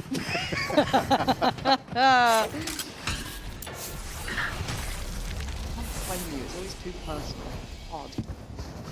Right, Mini boot. Ooh, good chance. This is nice, look. Slow and steady. It's going to be a very long game if they turn this around, but they'll take confidence where they can get it if you're Heretics. Yeah, I think that's what that is all about. They shouldn't be thinking about this map anymore. Just thinking about, warming up a little bit, have a death match. If it starts getting close, that's when you switch a tiny bit. But until then... What round marker do you see and you're like, oh, we can actually do something with this? So I'm normally like a 7. I'm pretty early. Yeah, like 11-7? Yeah. Yeah, I think that's reasonable. Mike? Yeah, I guess depending on where the buy sits, yeah, it'd be around... Once you're within 3. Within yeah. 3, okay, that's fair. And so we just go mute until... Until that moment? Yeah, until that moment. Yeah. We could turn back around. Look at the crowd. Yeah. Watch the game. It was actually quite fun doing that. Weird having fun. You did just kind of have to endure 10 minutes of eye contact though, which was uncomfortable. What do you mean? The crowd With each other? didn't Or? understand what was happening. No. They are still behind you guys, I hope you know, and they haven't left. Yep, slow build over towards yellow, so let's see where they're deciding to head towards. And in reality for Heretics, as I said, we're ready to see it if it gets to 7. Until that point, this is the first fight, and BBL can start maybe having a challenge. And you can see how it's going. Prophet already going to take down Woot. Sadly for Boot, still just build his way back in here, caught off guard, and the numbers are already so favourable. Down to 30 HP though, Rien's tagged up also. Paranoia available for the retake. Well, the spam's connecting onto 11. Take a bit of that, Mini Boot. Needs to go have a fight here though, and Magnum, there's not enough. Rien's, yeah, I mean, it's not looking all snappy there. Look, it is deathmatch time. I mean, big win being it's only Yampy to maintain a rifle here, but Heretics made no attempt at trying to deny that spike going down, No, despite having 4 people there. yeah, initially the paranoia was towards not the utility, but they were so worried about somebody splitting through mid here that. Oh, I see. 2 eyes trained. Well, Miniboo had a nice push out of A, could have gone for the flank, didn't, opted to not. Like, it just seems like basics on this map that Heretics are not so comfortable with. It looks like they're a bit mentally checked out here, just wanting to maybe get to that second. As said, I'm giving excuses at 12-3, don't think I need to, but... You're in the timeout. What's that, Michael? Operator in hand. Mini boot. Oh, you're so brave until I ask you again. Miniboo is posted up on this. Our drone will give away the game, but Boo going to try and play in offense. Connect actually, 11 will fall here. Shadows traveling. Jumped up a little bit here. It's clearing the orb. Reconsider their approach. A gap over towards A potentially. Felt like BBL knew that B site was weak previous round, wanted to just test it again. Unfortunately, operator on yellow, pretty hard to dig out there. Yeah, and Sociable didn't TP up onto the box, so they're really to force their way in. That's good. I like that. So passive aggressive. Welcome to Michael. Most people wouldn't even catch it. That's the worrying part. Whoosh. 30 seconds left. Yeah, a bit of a different look now over towards the A site. But time is passing, 20 seconds. Y'all do need to try and get this one going now. Heretics once again. Staying for this full retake. 5v4 and A, fine, but double snipers again to retake with. Yeah, this could be an issue for them, especially with a couple of members of BBL actually staying posted up pretty deep. Riens will connect on the first though. Very nice. This is good. Yampy. Magnum does have lockdown, but using it now. He's only able to get 1 Yampy. Looked like he could have had a second there, but not to be. Magnum now going to get cleared as Prophet, last man alive. Ain't gonna have it. Heretics. Another round, 4 standing. Couple of ults now coming into play. BBL going to be sorry, go on. Just love to curse. I've just been cursing all of yesterday on the desk, cursing again. Double snipers retakes. What's that about? Never mind. They just hit with the shots as well. I'm an idiot. I'm a fraud. Didn't even see the first kill there from Riens, but just a pixel out of place. Nice! Let's go! Still off kilter with the purchase here for BBL. That felt like belief there from bench. Yeah, I feel like belief. That's We good. said that was genuine. I think that was genuine. You did say you got to fake it till you make it. He's faking it pretty well. Oh, well, you're sold. But you're not sold. I didn't believe it. Really? Quite hard to believe it as Hot well air. for. I'm just not as emotionally mature as you, clearly. That's a I'll buy conversation that. for another time. Really Boo on the corner. Going to be cleared off. Tagged up, actually, nearly caught. He's able to retreat. They've been looking to close the gap immediately, though. EU Stingers now. See how they're looking. Pretty tough round, but weird fight for Riens, but he's looking calm. That's nice enough. It's actually Yampy's shock dart to eventually remove him from that corner, but Benji now wants in. That was horrible. Poor old Benji's getting all excited, and that's what he does. Profect, Yampi, Sociable, can you close it out now? I mean, it's a weird buy, but Sociable's got himself a Vandal. Yampi just on the classic, but an unconventional position. You know, at least try and tease in Profect there. Help him out on that swing, but Sociable left in the 1v2. Round the world we go. Cut through by Maze. Boring. But it might work. As the defuse is coming in. Miniboo's got it back. Oh, Boo on the defuse. And we're up to 5. It could have been awkward there, actually, taking some casualties then with Miniboo on the op, but able to make use of it. Wait, hang on, did he throw it away? It looks like they didn't get it back, yeah. Because he swapped out to the rifle. Was it up on rafters? Interesting, okay. Especially here, obviously Yampi getting the better of Benji. Fortunately on the swing out. One enemy remaining. Yeah, the operator is a win condition on this map, so if that was an actual decision, very strange one. No command online here for Wu. Hunter's Fury invested, actually. 3 ends early on to try and, I guess, garner some control. Nobody to really close the gap here, though. Opens up Magnum's ult now. Yeah. Certainly does. Especially with Boo kind of out on an island, now finally getting some reinforcements his way. Initiated. Down in. Heretics playing in front of them. Yeah, they're playing ahead of it, yeah. 5 seconds, keep your eye on the timer on the middle of the screen. Yeah, that's the little slither they were looking for, but Yampi, oh, that could be a follow-up. He's got both. Big impact from Yampi here. You're looking at Benji, you're looking at Wu, you're looking at Miniboo to try and stem the bleed. Woot does. Down to a 3v3, but time is ticking. Paranoia still in play. Viper is too strong here. Yeah. It's so hard to break. Still got the snake bite as well. Still got a shock dart. And they seem aware. They seem so aware. Benji, last man alive. He's done wonders before. But this one, I think, might be beyond his grasp. Has to go for it, and Yampi will sign it, seal it, and deliver it personally. 13-5. An outstanding performance throughout from BBL. Yeah, I think just early on, get the wind knocked out of them almost, and BBL able to build a snowball that just kept on growing, to be honest with you. Yeah, momentum fully on their side on this map, and they're going to need it for the next, because Haven coming up, that's Heretics' home ground. It certainly is, and that's where we're heading to after this break. Do not go anywhere.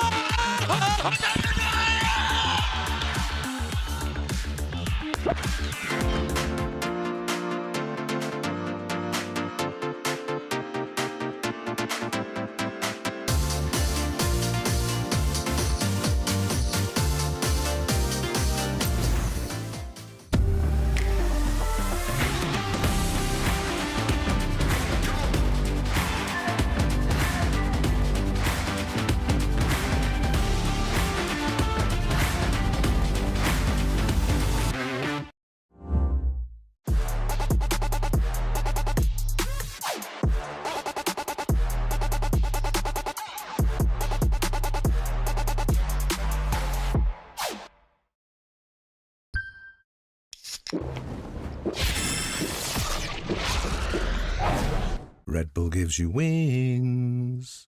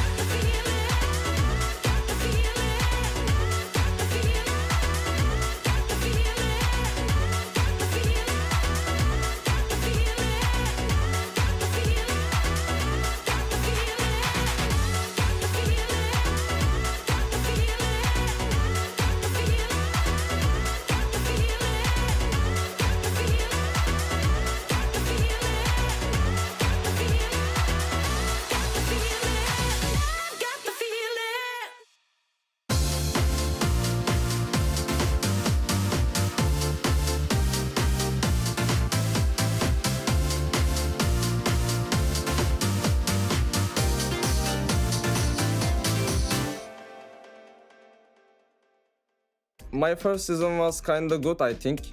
I got very good experience from my first year, and I'm thinking like I improved too much things, and I'm keep grinding. I mean, I'm just feeling good day by day. I'm just going well. I don't know how can I explain, but I knew it will get time a little bit. It will be messy, but I'm getting used to, and I'm feeling better right now, and it will be day by day good. An ace needed, steps heard, and the stun subsiding. Kamek standing in his way, and he's I think our chances is going to Paris 100% because I trust my teammates. I believe everything what we did. BBL, what a dominant start on map 1. I am your hosting, so I'm back here with Billy, joined by Gorilla. Now, we were setting up a lot of expectations going into this matchup, and we heard it from Pau as well. You cannot respect Heretics on the server, and I think they did more than just that, right? They absolutely ran them over. Yeah, I think it took them to the next extreme. Like, honestly, given that BBL have played Heretics like several times have they played them on this map before, right? Yeah. Like, and it was completely the other story. So for one, I was not expecting it to be this dominant in BBL's favor. I think the thing that I was taking away from that graphic as well was the amount of first kills that BBL were able to get. We know that they've been good at being able to get these first kills, but actually converting them into a round win hasn't always been something that they're great at. They were sitting at 68%, which is below average in our league during stage 1. So I think the fact that they were able to do it so dominantly today, it's looking like a very nice disciplined BBL, but not one that's lacking firepower. Yeah, it was almost too easy for Levin. Almost, right? Yeah. Did he miss a single op shot? Maybe like 1 or 2. Maybe. Yeah, out of like 25. Push. Yeah.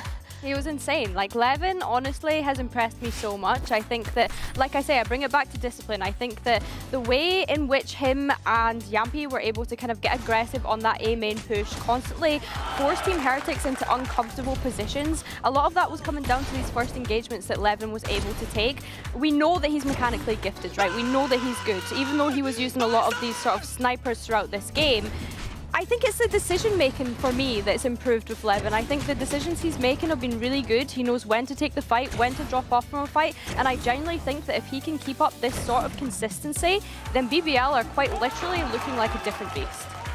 Yeah, I mean, like yesterday we talked about like comeback versus CNED, you know, like which is CNED here to defend his throne as like the Turkish, the best player in Turkey. At what point are we going to start, you know, raising Levin in the conversation? Like, I think honestly going forward, it could even be a Levin versus comeback of which Turkish duelist is the best now. He's definitely looking like he's been here for years and years right now, right?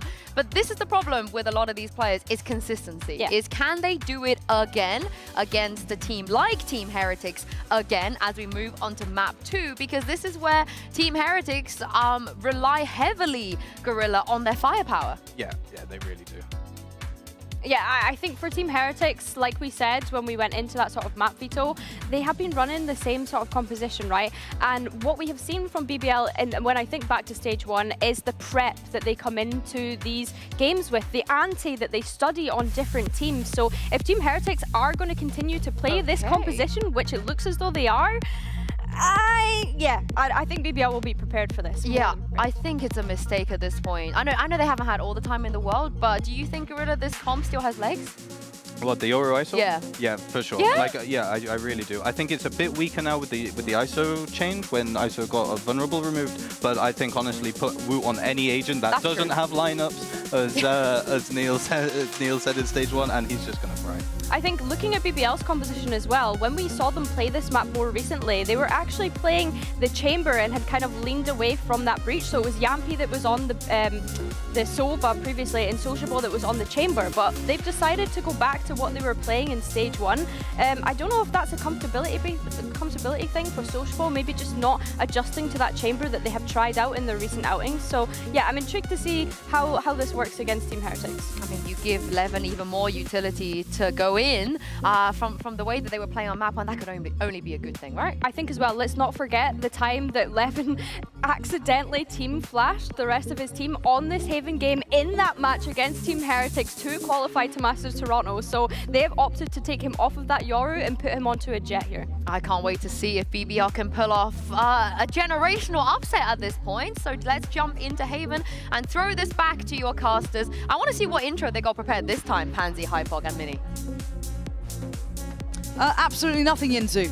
We're professionals here to cast a game. And not on camera, so. Not on camera. No. We got rid of that long ago. But thank you for taking us through into this one. Right. Yeah, NT's in chat for Yinzu there. However, game time. And I do want to start with the compositions. How do we feel about this? Heretics kind of sticking to, I guess, what they know. Is that enough, though, in your both minds? You know, the brain trust next to me. Where do we sit on this composition? For Heretics specifically, they are one of the best teams in the world on this map. And I've only lost to Gen G, who I consider also one of the best teams in the world on the map. So I don't think you need to change it up. Like, you are one of the best. They recently did beat BBL, and BBL have switched composition back to a more comfortable approach. Their newer comp was getting countered by this double duelist, and going back to this means it's a bit more even. But I would favor Heretics over here, both compositionally and... I tend to agree. I think as well from a stylistic standpoint, the front-heavy kind of approach has suited Heretics very well. The amount of raw firepower available, Woot's going to open this one up. Ooh, actually double down as well. Yampi will fall. Very nice. And I do want to see how well prepared BBL are for this. As you said, this was played recently. That was a 13-5 result. And Heretics looking like they want to cross the T's and dot the I's after map 1. A little bit of warm-up in the end for them, but it wasn't a pretty affair. Now, as it stands, looking near on flawless, only Woot really copping much damage. So, as it stands, Sociable can be cleared very quickly. Yeah, something to note here is Woot loves getting aggressive on that C long on attack side. He'll be doing that sometimes by himself, sometimes with a partner, and sometimes with a 5-man stack. And so it's always really hard to know if it's just a crazy Woot coming at me, or is it Well, yeah, more? it's the ability to kind of deny information on what's following up. Flawless! It was, yeah. Almost like map 1. All right, keep this up, Heretics. Show us that pedigree here. That's what we're waiting on. And I guess then the real kind of swing conversation to that is how well prepared can BBL be for this? Is this something they've worked on? Are they cognizant of it? I was going to say, yeah, the caveat being that this is tried and tested from Heretics, but BBL, obviously being a prep-oriented team. Great to see sight for Heretics. Yep. Don't like what's over on A. Didn't like that one bit. Too many of them. I mean, BBL know Heretics are picking this map. Like, so they do have the prep time for it. They played them recently. With all that being said, I would be very worried for Heretics if they don't come with a win on this map specifically. I think I'm with you. This is one where there really shouldn't be too much worry. This has been kind of their bread and butter. It's been within their map pool, as said, highly tested, and really only ever been outdone by someone else of that same sort of caliber here. So again, this is where you would start to worry if you were a Heretics fan and they did really suffer here. So far, so good. It's ticking the box. For BBL, if they can do more damage, they'll probably be over the moon. The actual changing of the outcome of this round, highly unlikely at this point. But a nice try as Woot's looking clean with it though. Good start for him.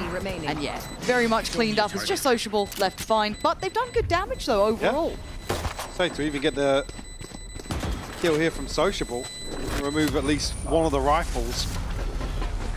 Force a couple of these repurchases. I mean, Benji still comfortable, but Minions and Miniboo are going to have to ride this one out. So actually the situation on pistols from the first one that they can cycle through, but the initial idea was quite cute, the 5 tower. Don't really see that much in Valorant. Just do it in CS. I don't think it was like the Polish team or if it was the Swedes. I can't remember which one. It was either like FNATIC or VP. FNATIC did it for some time. Really old school FNATIC. Yeah. Rolling back the years. Yeah. But works well enough. And now we get the fun part, right? Now we get the fight back here. Early progress being made from Rienzo, very close by towards his ult. Woot not too far away either. Okay. And Profek is under pressure. Does he get to keep his life here? Woot just trying to dodge his own teammate's ult there. Rien's posting that very early. Yeah, they've done damage on Profek, but he is still standing. Something I love from Heretics when they're playing the double through this is they have openers. They don't have like strats and defaults. They have these like opening rounds, and when they got silver ults like that, they pair it with the duelist going in. They didn't quite get the kill, but enough damage there to maybe get something done later. I thought Benji might have had that one. Yeah. Kind of played in with that drone being broken. Chance to find it potentially, but slow down for a moment. Smoke outside B, maybe actually halting the progress Heretics were considering. It's being slowed down, what, 45 seconds now. Still looking to exploit at least towards Garage a little, maybe look to pressure towards that C site. Already a rotation coming out from Profek, though. He's no longer behind Platt. Already adjusted away towards his 3-man play on A, and as it seems, is the right read. Perfectly. 30 They've seconds not bit left. on Woot's fake there at Yeah. all. About these Preparation coming into effect here, maybe. Understanding. And now this is confirmation. 11. In the right place for this. Time. We are running really low on time here. Heretics, you've got to make a go of this one.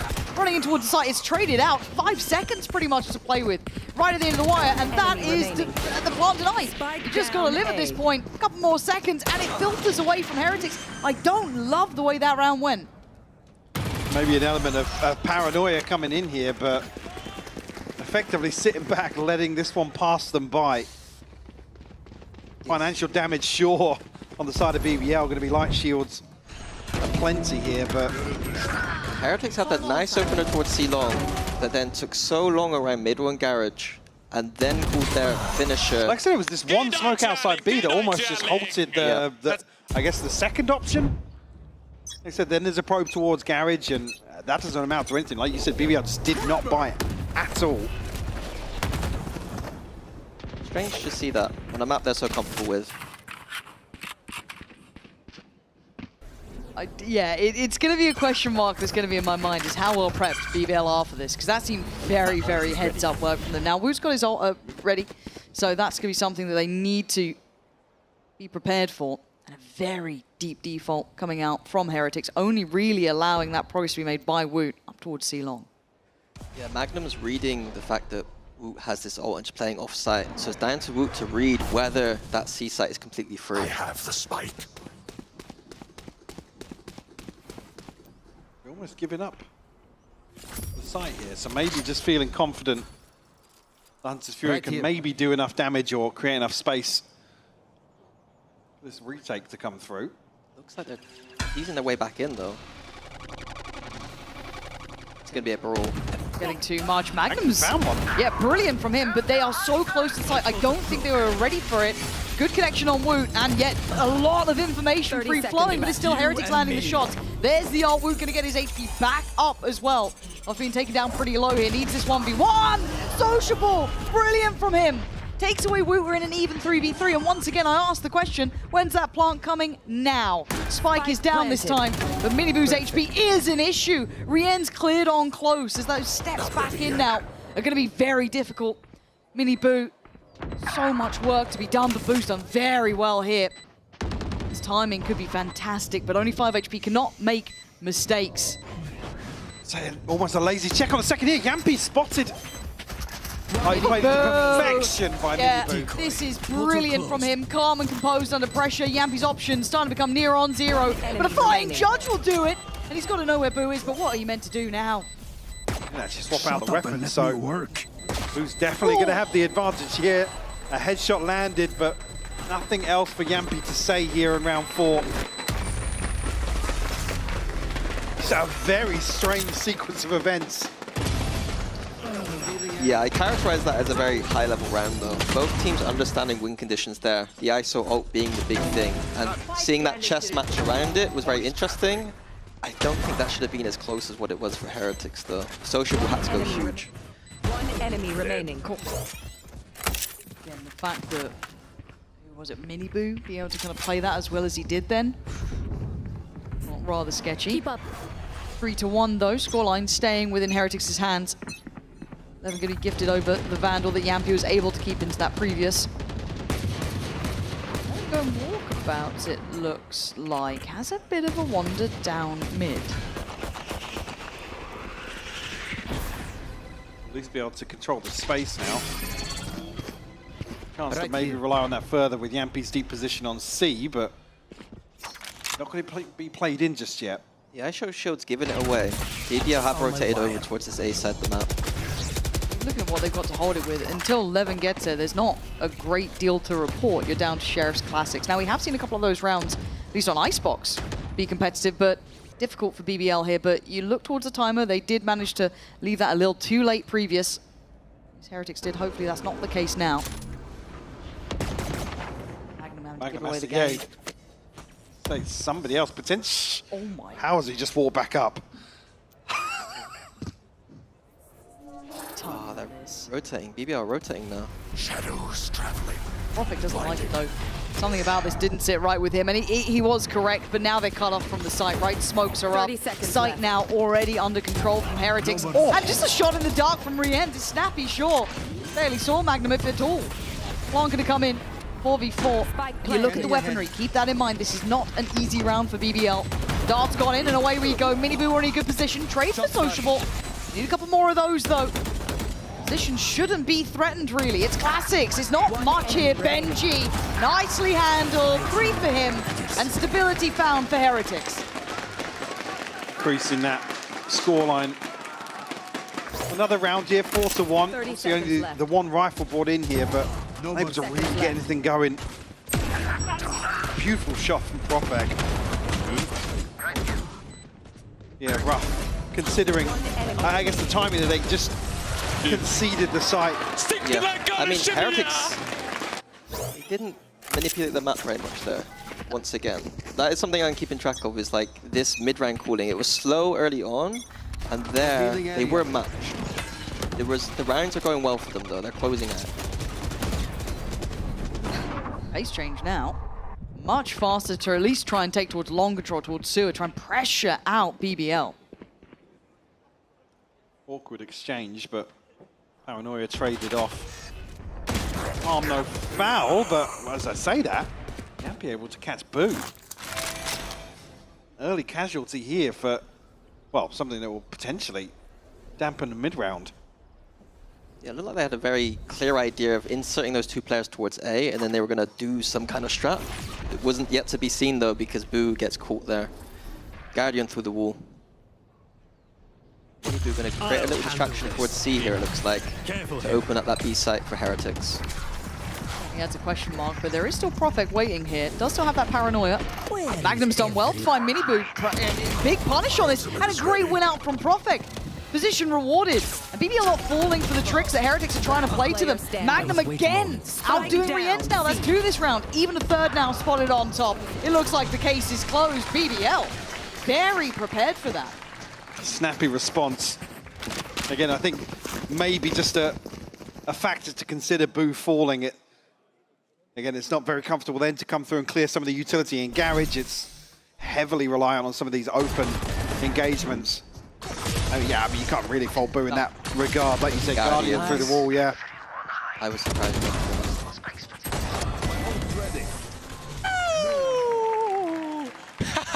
They are so bad.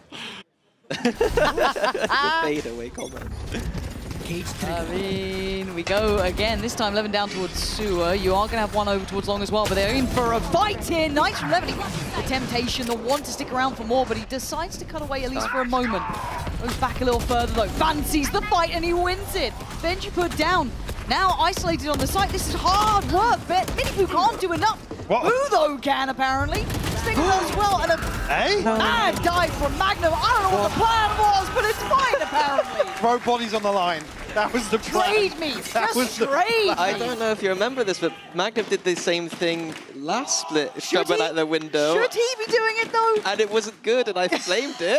I thought he'd get PTSD, but apparently not. Have to give credit to both Levin and Yampy there. Levin fighting his way out of sewers there, and Yampy breach ult flooding in. Both beautiful. Okay, let's see. Heretics money now is going to be shaky. Prophet, man. Woof. Feels like it was such a different outcome if Magnum just died needlessly and the training's not there. We go, what the hell's going on? But it's similar scenes, right? They really want this space fought for, and Boo completely unconsidered. Don't make a move. How long? It's enough. You can shoot now. Can he? Boo, please don't do mess of this. Should have shot already. Yeah, just do it. Just please do it. Please do it. Please do it. Please just don't make... No. What are we waiting on? What are we waiting on? Okay, fine. It's all good. Oh, I'm nervous. Didn't even smirk, by the way. Oh, Yampi, swift with it, and so is Miniboo. So quick cleanup on A-Long. Now the Paranoia, good to isolate two of them. They can't really disrespect it. Woot's going to isolate Magnum, however, in the meantime, and this is just systematic. Heretics scaling up very well. 11 options really diminish under this. Plant's now in. No Magnum to sacrifice himself for the greater good. And yeah, that ain't happening twice. Very, very important round here for Heretics to flip in terms of regaining control, I guess, of the A side of the map. And all off the back of Boo's little cheesy TP, where BBL can't hear that at all. He's TP'd across, TP'd back towards the bricks. And it's unexpected there. But to be fair, the Sheriffs were hitting there. Didn't even need to gun. Yeah. Beautifully done by Heretics. We'll force a BBL timeout. Take stock of things early on here. Economy low though for BBL going into the next.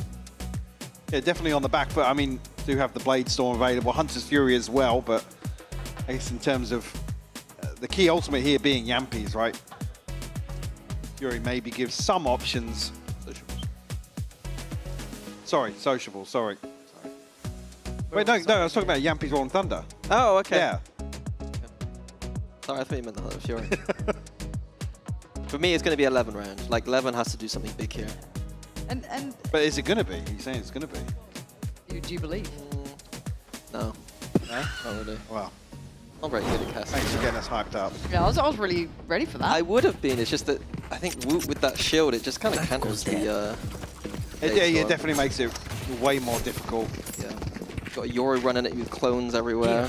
You got no idea who you're supposed to be shooting. It's actually a nightmare for us to pop up. I wasn't just negative for the sake of being negative. There was some analysis behind it. Some. Just a little bit. Where over the rainbow. At this point, let's see though. There it is. Knives are in a interesting position to start with. No early chance to draw blood. Outside of that, we've got Sheriff's Ghost and a Classic. So BBL hopefully looking to try and facilitate something for Levin. As on the other side for Heretics, they will be cautious in approach. And as said though, very difficult to pin down. Getting ahead here, looking like they want to at least pressure Garage early, and that's a problem for Yampi. Already tagged up. Not much, but enough to send them scarpering. And, ooh, okay, there's the Classic. Hold on, they're fighting for the space now. No swing coming out from those knives. Levin's still too far away to make much of this. Can't get involved in the scrap, but a 4v4. Not bad. But I guess remove the problematic opponent in the form of Woot, so... Decoy. Where Miniboo moves towards A, at least plant the seed of doubt. Portal closed. This from Social, right? They're biting. Yeah, nice and ratty. But is it no plant, no sound on sight like this does make you question mark it. There is still a player not fully falling for it, and that being Magnum. Vandal here, and that's 11 removed. Miniboo's done over and above, but Magnum with an opportunity. A couple of isolated fights, and this could still be his. Paranoia ain't landing. Magnum on 3, needs almost an ace here. TP gonna get taken. His teammate was on the other side of the site with him. Profek was there. An upgrade of the weaponry down to the wire plant, but very long road back towards his A site. No retake here. No retake utility available for BBL already here. So Magnum on this flank is going to have to do some damage. Whether they read actually the reposition. I mean, they've got to be aware of every possible scenario here with the amount of space and time. TP up in heaven. Big duel. Last player Nah, not going to get it. Boo does well there. Safe pair of hands, and now the absence of presence might allow for that penny to drop. Magnum, yeah, now just, I think he knows this one's just gone away. Yeah. Unlucky here. I mean, the contingency just really robust in terms of what happens over on C. Obviously with Miniboo's early success, teeing this one up. Yeah, something that commonly Heretics do on their anti-ecos is send, usually Benji Fishy is the person they'll send in just to scout out of space. This time it's Miniboo, was the huge win condition this round. Scattered this area out and able to finish there later on. Unlucky by Magnum here not to be able to close this one out. If it was anyone else, maybe not an Omen with ult, you could have seen a different outcome, but as it stands, Gives Heretics another step here. Taking that scoreline further away at 3-6 now. Ult aplenty. Got Woots coming through. Rien's, mini boot. A lot to be played with. And it looks pacey, quick, at least towards the early attempt on B. Two players committing to it, but the spike not behind. Mini boot fast, trying to set up Rien's from afar. Woots the one to deliver the shot, but it's job done. That's Yampy gone. And Mini boot not going to stop now. You can see Eleven trying to get away from this. He doesn't like what he's seeing. He's being crunched on. Pressure behind, pressure in front, and he is looking dead and buried. Woot does well, and I love this pinch. Incredibly pacey. A well-constructed round here from Heretics, as Magnum once again in a very, very tough spot. Spike planted. Paranoia connects as well. No swing going to come onto it, but One enemy remaining. Nibu just finds 2 freebies. Woot as well. Will bring Profek down inside the old 7-3, and you're absolutely right. Beautiful pinch onto a site here. Unfortunately, I think Levin just, the panic sets in, the chaos. Doesn't know where to retreat to, then gambles on the clone. Can't even really trade out or get his kill here. Euro into server ult, always a powerful combination, but very interesting to go for a pinch on A. Like, that's a bit old school 2021. People kind of realize it didn't work that often, but with this combination of agents, I think that's an interesting strategy by the Heretics there. Yeah, I quite like it. Again, that's just that additional body behind it too, having Woot to follow it up. Adds that little bit of a layup. And a different gear to begin with. BBL broken by. Love to scrap out a couple more rounds for a buffer, but... Yampy desperately trying to make Heretics feel like it's a stack towards A here. Just a puff of the chest. But he falls regardless.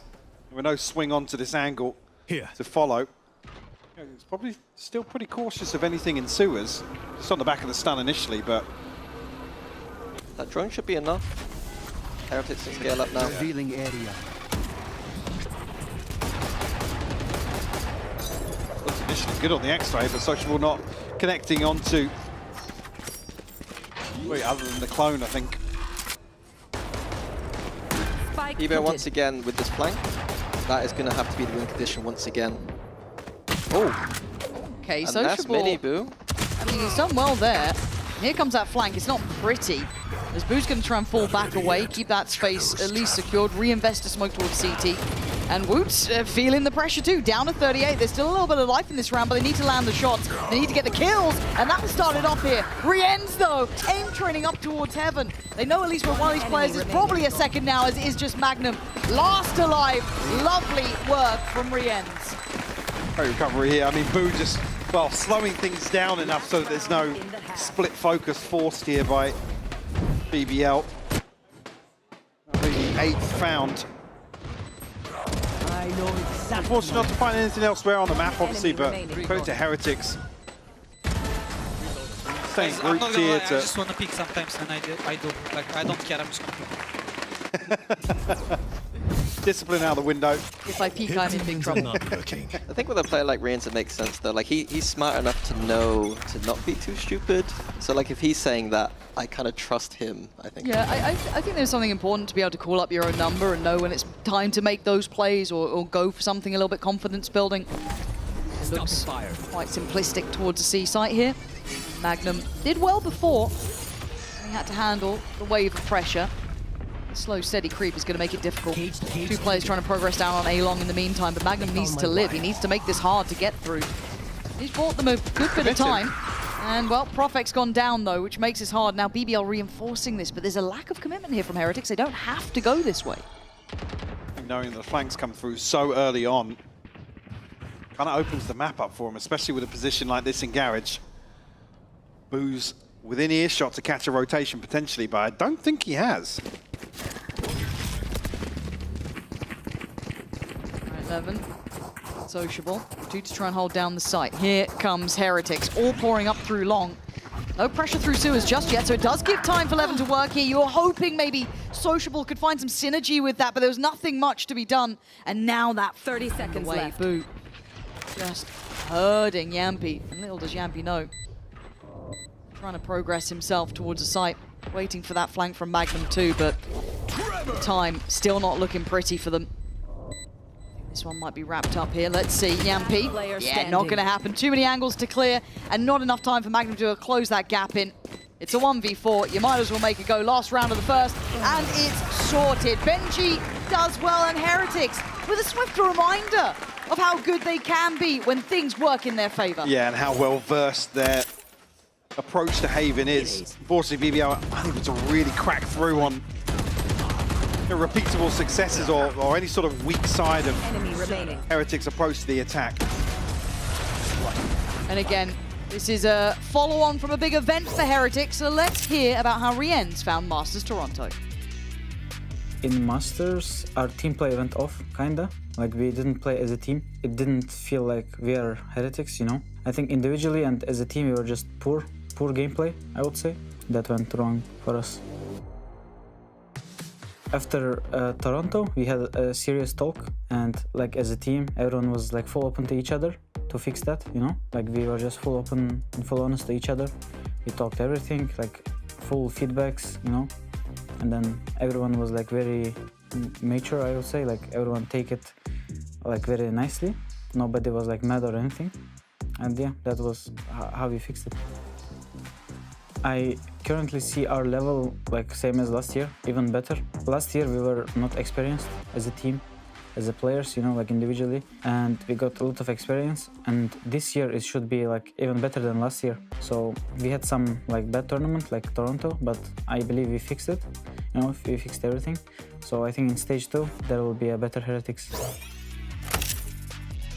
Now, how on board with you are you with that sentiment, I guess, really? Do you believe that they look in a better shape than before? It's very hard. I mean, we've had one tournament in between, and now this is the first time we see them. Do you think this is just Yap in, you know, a feature, or do you think there's something to it?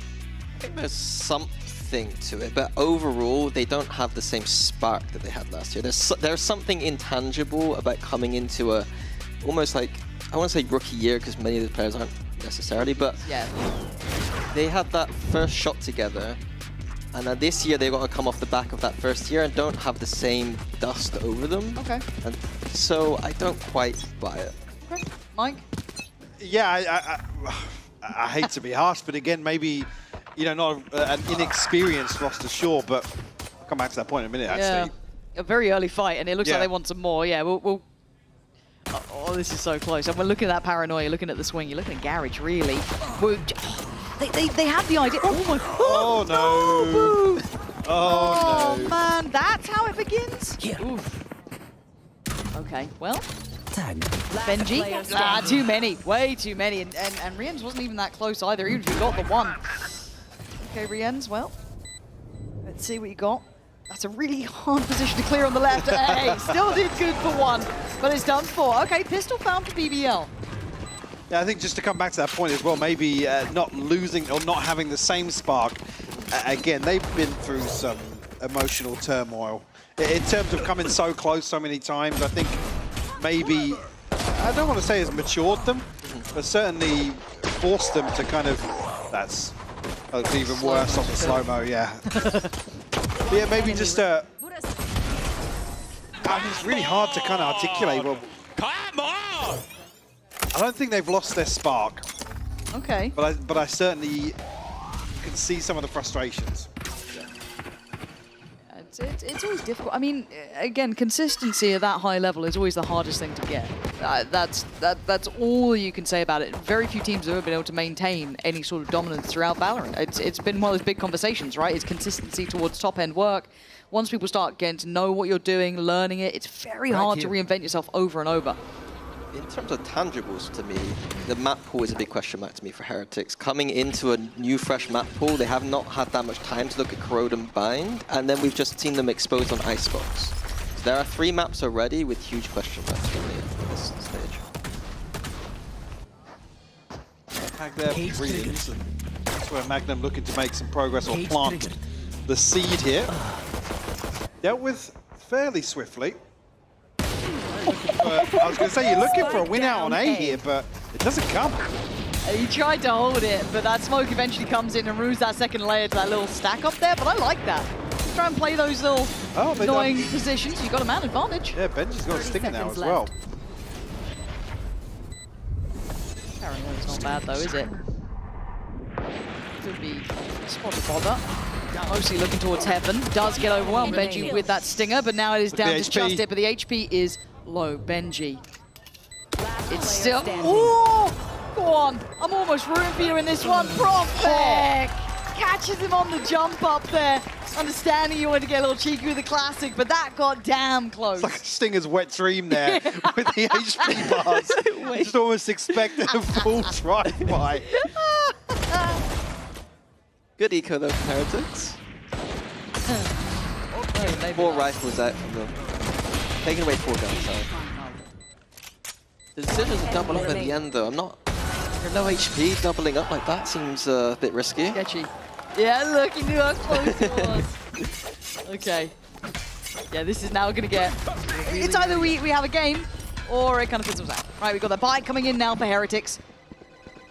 And there's still a look on the end of this corner, still got Blue up above, but he's preoccupied, looking down towards sewer. Smoke going to go through, alleviate some of that pressure initially. And the Aldro noting close contact. Still just huddled outside A-Long here. Third player committed now for Heretics as well. Maybe even looking to set something up. Or set something in motion, yeah. Or not. Gone against it. But they got an interesting little triangle setup here. There's so much to clear out here for BBL. Okay, but Util now starting to cycle up for BBL. Can they keep this clean? It's going to be difficult. Already in goes the Jet. And oh, look at this reveal. It's outrageously good. Information aplenty in BBL. The plans are known. And Miniboo teed up for success. Gets to live in that corner and thrive from it. Heretics shutting this down so easily. That's rough because the stun actually connects. So if Miniboo doesn't get that kill on the tag, I'm not sure actually when the tag landed ahead of the smoke. But he's just sat inside then. Free pickings for Miniboo.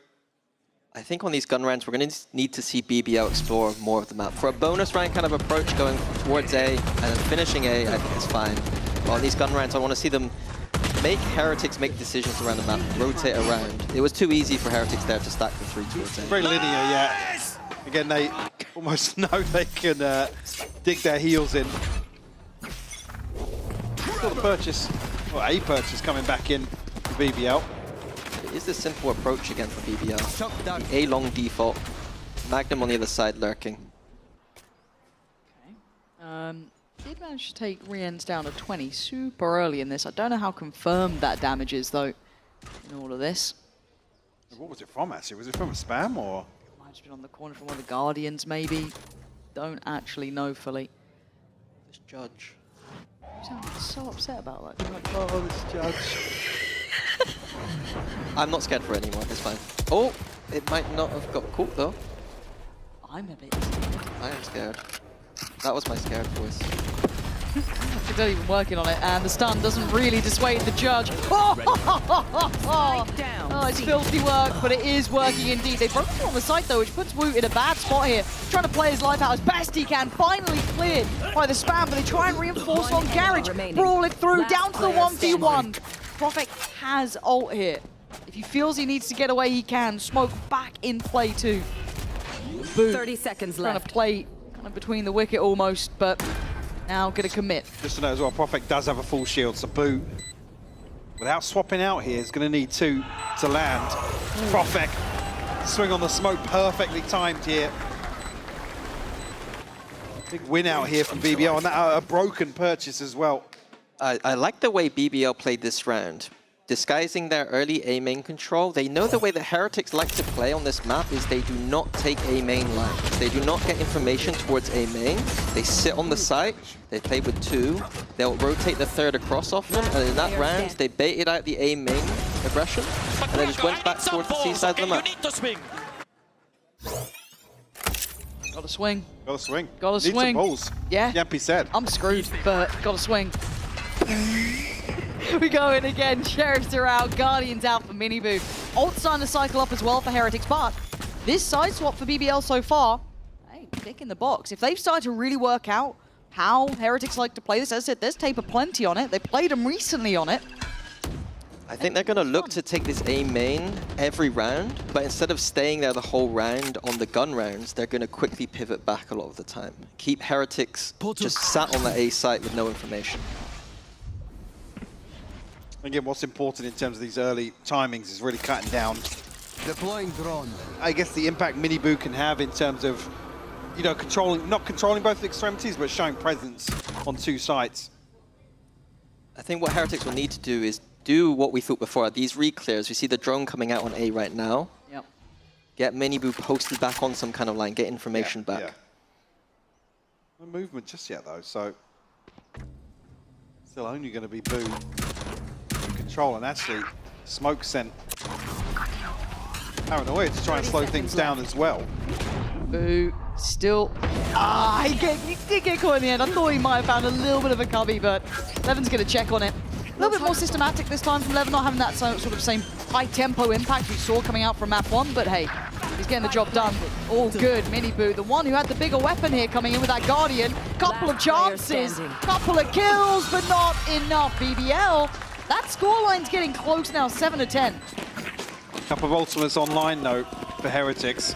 Potential to slow things down now, as BBL almost have a round in hand in terms of the finances. Bladestorm available as well. Hunter's Fury's here, and yeah, Heretics, they call a timeout, rightfully so. Consider their approach here. Fairly pivotal point of the half. Yeah, and Heretics not building economy up enough to buy the operator on this defense either. Come on, boys, come on! What about the belief there? I believe that. Oh, I'm on board. Yeah. Whatever Yampi's selling, I'll take 4. I'll just take 2. For now, though, we are seeing the Heretics. You can't be happy with this, right? This is getting a bit scary because, look, you felt like maybe map 1 was pretty far away by this point, right? You had a good first half, everyone's kind of hitting, you know, you're back on your comfortable map, but suddenly we're at 7-10. And we've got a couple of pivotal rounds where pressure comes in, and we're discussing what happens in stress and pressure with Heretics. Yeah, for me, maybe it's not so much. There is going to be stress and all those things there, but to me, Heretics started this year out on this map with a very strong defense. And it is very similar to what we're seeing right now. And in the past 2 games, they have not had huge defense sides. And I'm wondering if they're starting to be sussed out a little bit here. They've not changed anything from the last times I've watched them play, really. Look, the schedule has been brutal, at least if you're talking about the last tournament and, you know, leading through this. A lot of these teams, even BBL, having a chat with Pal earlier, saying that, you know, they don't have much time from these back-to-back. But if BBL have cooked up something, they've learned more and more and more every time they've played this, there's no real excuses for Heretics. So now we go back in. Was this all just a good early start in the second half, or have we got something here? Minibu, oh, it's just gorgeous for Heretics. This is what you want to be seeing. Masterclass sort of work, high level, high pressure, and they answer it instantly. I guess removing that early threat, which was the slow progress into A main, towards A long, I should say. Now, Yampy and Sociable left in a 2v5. Camera will give away the game. Still actually 2 members of Heretics over this side as well, so. Yeah, BBL want to get a pick before this plant, but it's going to be extremely difficult with the way Heretics are just containing especially this now, space. yeah. 5 of us here. Yep. And ults being invested. They don't want to take any sort of risks in this. Again, it is a key swing round, and Sociable might be screwed. I think he is. Yeah, there's no way out of that one. It's such a brutal combination between the Yoro and the ISO. Nice. Clean stuff. In zone flawless. It's what Heretics needed to stop any of that sort of threat building, but it took a couple of ults to get there. But in these sort of rounds, when there was momentum starting to swing, you'll allow it. The important thing being, it doesn't break the bank of BBL. I mean, Yampy's going to be down on the Guardian. The other thing to consider as well, they're 1 orb away from a full house. Plenty of ultimates of their own to invest here. That play was a beautiful call to disrupt BBL's game plan of A main, but now they don't have them. What is the plan now for Heretics is my question. I think we'll find the answer soon enough, won't we? BBL going to stake their claim and early intent towards that C site. They're trying to find a target, any pixel out of position, but no, it's a late play back in towards the back of the site. Actually, Levin looking a little bit under pressure here. Kept alive so far by those Cypher cages in place, but it's going to be Magnum to draw blood first. traded into, but Profek still in the fight. Wu trying to play up towards Plat, but you got to look at the slip through. They've actually cut through the site, and then look at where that spike's going. They are playing this map very differently. Also, the Hunter's Fury and the Neural Theft not able to actually amount to a follow-up, but still, man advantage here for BBL. TP to get the hell out of dodge here. Wu was real close by to that. Yeah. Sniffing that one out quick, but it is being planted now. Yeah, he will get his ult from this. But Woot does have no shield though this time. Probably won't use it. Making cover. Try and play back in. Cleared backside. Magnum goes down. Great from Benji. Finding Profek too. But it's the position I'm looking at. These deeper holds. Yampi. Timing is key in this. Okay. On the spike. No commitment. They know that ult's in play for Yampi. It's committed to. Dart back for Sociable as well. Can invest it into that smoke to ensure no one's in there. But now it's crunch time. Now it's the guns in hand. Benji on 13. Unlucky for both. Sociable going to find two of them, and BBL finding a bit of their form here. Lovely call there, keeping it simple. Heretics reacts to this A main control that's been happening over the game by fighting A. BBL say we want none of that, we're just going to go C. And then they find these deeper positions in such an interesting way. That was rough to invest absolutely everything that they had here. I guess a flip of the script really, because it doesn't break the bank of Heretics. Still got guns. Yes, this should do. They've got guns, one. By hook or by crook. Bringing down the again. hammer. Heretics going for that aiming control on the defense. BBL just going straight for C. It's rinse and repeat. It looks so easy. Levin so clean with it. Miniboo executed. Did you spot the trip though? There's a weird trip behind Plat here. Oh, that's the what? Oh, no way! Profek just caught. Oh, it's picture perfect. Hold on. This is a brilliant round. Gonna keep it this clean though. Still chances. Boo trying to fight for it, taking away Profek, but Benji again on 13 HP. I think we've been here before. And this time around, it ain't looking so good. Benji desperate to do work. But the numbers, very hard to break in this deeper post plant. And I think he knows it. He's backing away. Now financially in a much worse position than they would be in the previous round. See what they can muster together. The timing is just heartbreaking for Woot here. It's crazy. I feel so bad about that interaction. His ult now not online because of that. Yep. Yep. What was it? It was the drone ahead of it as well though, right? Yep. BBL making moves in this second half. I know it looks simple, but like there is a chess match going on. As much as it looks like they're just going C, there is interactions between them expecting what Heretics are putting out on the A side of the map. They've identified where the weak side of the map is. I love Yampi so much. It's hard to not enjoy Yampi it. calling a masterclass was just giving it. Yep. You love to see it. We've seen this round before, but this time obviously going to be up against those Sheriffs and just that Vandal still in the hands of Wood. So they know what they're in for. The early round kind of paranoia is still there about A-Long though, because you can see the deep smoke here, and it leaves so much space across the map for BBL. Well. Oh, Benji. Benji turns a flash. Hold on. Oh, go on, have a scrap. Yeah, this is still game on. Benji and Wu denying any security on the back of the site, and that's a devastating round for BBL. An individual moment defining all the difference. This time around, not there quick enough. Bear in mind, the Heretics, there was a probe towards A-Long. Now it's just Magnum. 1v3 on Icebox, but now we'll need a 1v4 here.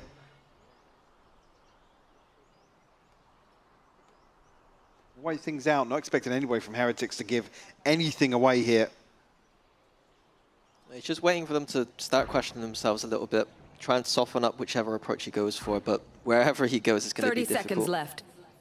Yeah, unless he hits like the maddest shot on Rien, spins back towards site, takes away Benji, without Boo being involved. It would be very impressive. I'm stupid and just save it. It might be. It's 15 seconds. It's...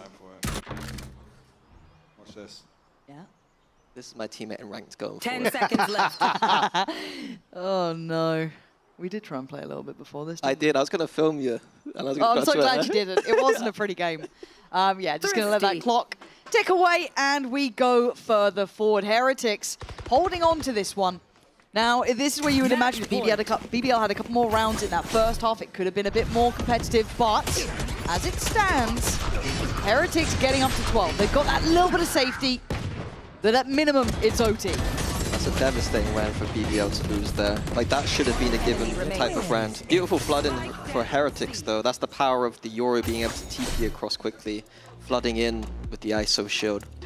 I think the TP was over towards spawn elbow, right? Not actually onto the back of site. So required somebody from Heretics getting ahead of the curve, and that's even with Miniboot falling. It might not feel like it, but it's still 6-3, I guess, in the second half here. So BBL definitely doing the legwork. Let's see what BBL now call. It was early game was about this A main game plan, playing off of that idea, straight into some CXX. Now what is it for BBL? Yeah, it's certainly going to add a bit of paranoia around how to approach this for Heretics, because it does feel like you have to be the reactive one to what BBL are trying to do. But the timeout coming in, giving it a go. Both sides able to check in on this one, but obviously BBL the one to call it. But as it stands by on both sides, a couple of light shields, yeah. That's going to be Rienz and Boo. Well, actually, no, just Boo now. So able to complement that one up. And a couple of, regen shields and what have you on the other side. So that's actually a crazy stat, by the way, here. BBL had the highest 4v5 win rate in EMEA Stage 1 at 31%.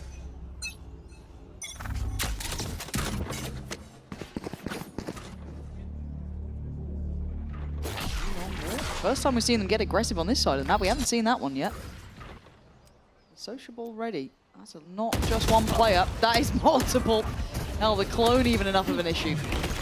Good to even really commit to that early angle with the trip there. Ophex open space. Oh, Magnum just got caught drifting. They were hoping for this, but Heretics fully switched on now. It is a 3v5. You're going to need mistakes from Heretics here. One could come from this. Profek needs to deliver here. Ah, He's he's been cleared. Very diligent Heretics, not wanting to fumble this.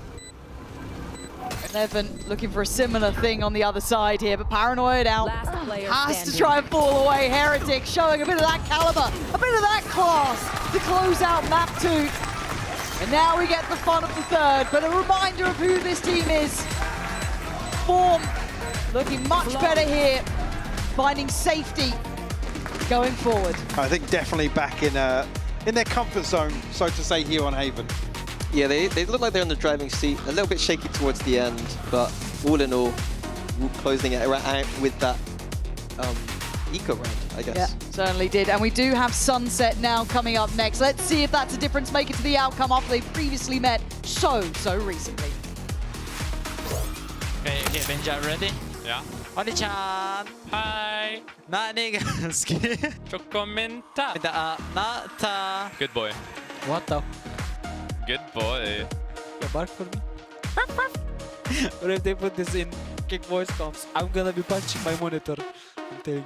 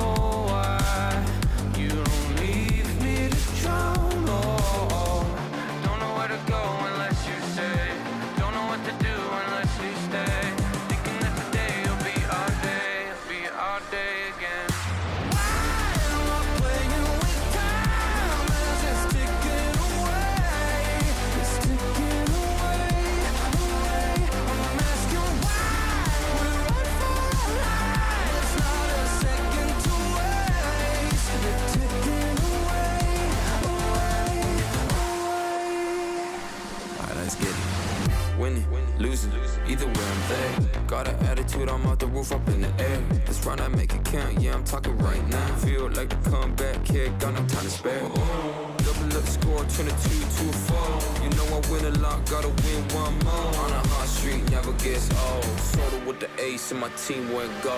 Why am I playing with time as it's ticking away? It's ticking away, away. I'm asking why.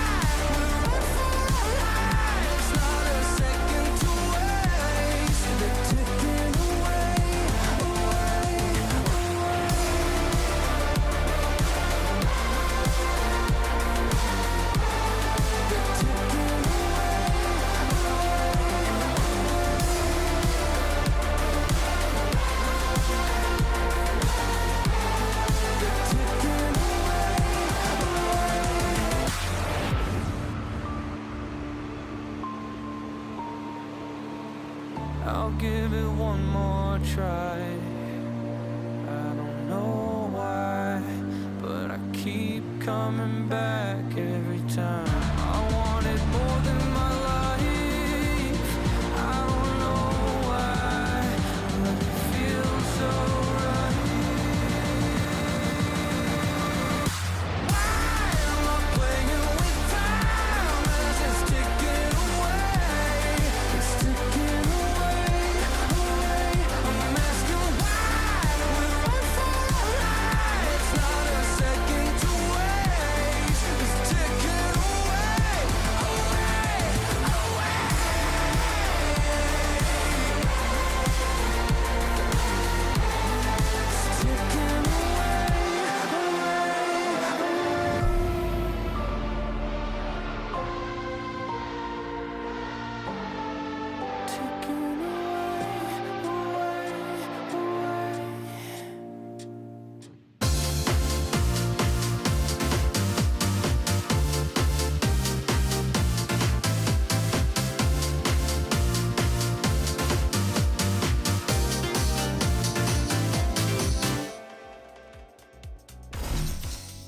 You should never count out Heretics, no matter how badly they lose map 1. I am your host, Jinx, and I'm back here with Kukuka and Gorilla.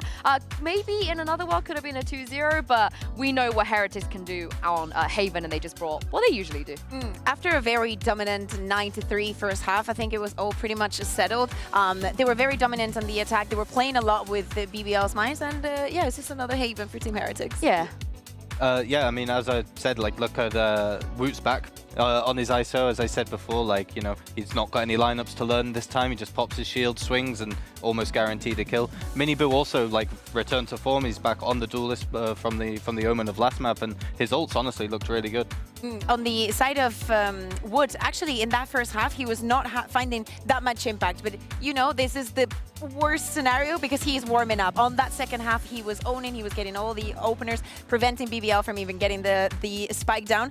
And moving on to the next map, I think that we could get literally the best map that we could have in this scenario. If you're Heretics, you're in a really, really nice spot. And also, we got to shout out the Boo brothers, because I think when things go right, they don't normally get a lot of credit. And when things go wrong, people do scapegoat them a lot. I love some of the things that we saw, both of them, and understanding the strengths of the compositions. They were finding themselves in these positions. Is not only that they have a lot of TPs to work with, is the effect that they were finding with everything. As you were saying, Harry, the ultimates from Miniboo are so effective. In many occasions, we actually saw BBL trying to plan against them, and we saw Magnum also like taking him down outside of it. But I think that the planning going into Haven, they know exactly what to do with their ultimates in this game. And yeah, as I said, it was pretty sold after the first half.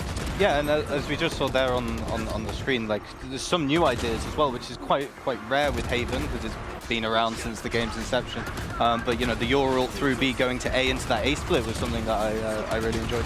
Usually it's Mini that's wrong and Mini that has to apologize, and I will put my hand up and say I was wrong. I really thought that this comp had run its course. I didn't think that we were going to see anything new, you know. It's probably not one. I mean, we would have seen it by now, it feels like, if we're going to see something new. So good for them. It's week one, you know. Maybe it runs its course, and after like week 4 into playoffs, they're like, But also, Weber's bold now, so he's got the bold buff. Yeah, I think that maybe it's because Thinky is now in BBL and he wanted to match his energy Yampi, so they both have bold assistant coaches, and that's it. That's my take. Okay, so that's the buff. That's the buff. So Yeah. when are you? No. When are you going bold? No, no, no. To be fair, you don't need to, because if we take a look at Sunset, I am going somewhere with this. Allow it, allow it. If we look at Heretics Sunset, they are the best EMEA Sunset team, I think. Like, there is no one else you would put up there, you know, that challenges Team Heretics, maybe except for your team. Yeah, I mean, I have a pretty good track record against them.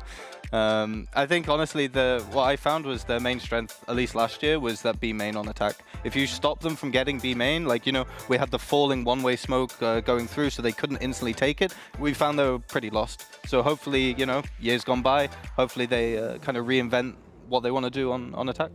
Thinking also about the last time the BBL played this map, the new composition, them running the deadlock, do you think that that could be something that helps them encounter Team Heretics when they go on to B? Yeah, I think Deadlock works really well against Neon. Like, you know, obviously with the sonic sensors, you can put it down at the choke points or maybe at some place where they can capitalize on Neon running through. I love the sociable dialogue, but I also really love the Yampi Sova. I felt like the synergy was so good when he was calling on the Sova. So let's take a look at the agent select and see if it does seem like they're running it back. They're running it back with the same comp. Yeah, it makes a lot of sense. I want to see how Levin prefers, right? Because I feel like this first two maps has been a lot of comfort for him and just playing on something that, as I say, he's very comfortable in. But now going into the Neon, at the same time, we have to speak about Benji Fisher and what he can do as a counterpart. Yeah, I think Vise also works really well against Neon. We kind of have like Deadlock and Vise, two, in my opinion, of the best agents for dealing with it. Because obviously the vines slow you down and the wall can isolate the Neon from the rest of the team. So I'm interested to see. I think it might even be a battle of the sentinels. On paper, this should favor Heretics just historically, but as of late, though, Kakuka, I think the narrative is not as easy. It's not as, you know, straightforward. Yeah, it was a 13-1. It was difficult to watch if you're a Team Heretics fan, and especially given the context that we have about, if you think of Sunset in EMEA, you have to think about Team Heretics. That is something that is not easy to do, especially with how young Team Heretics was last year. Yes, this is changes in the composition, but the fundamentals are still there. To me, is there a ball to drop? Really interested to see that this is where both of the teams wanted to end things there. I think that this could look, it's like a poisoned apple for Team Heretics, looks like. Luckily, it's not map 1, so, you know, when they played it last time, maybe it was a little bit not warmed up into it. It was a bit of a GG go next. They can't afford to do it here because with the champs point, with the fact that they want to make playoffs and the context of how difficult Gorilla, their group is, whoever wins this map is going to have an abundance of confidence for the rest of this stage. I'm even going to go out on a whim and say whoever wins this map is probably going to top the group. Yeah, literally. And that's going to do wonders, especially for BBL, who are a bit further down in the champs points. Like, them topping the group makes it a lot easier for them to get the chance. Seed 1 for playoffs, yeah, that would be. And yeah, we're going to go from the coach that's always bested Heretics on Sunset to Mini, joined by Pansy and Hypok, of course. Take it away. It's all you, mate. Played it once against them and lost, so... Boast tried to play Deadlock, so what do you want me to do? Did you not have a say in the matter?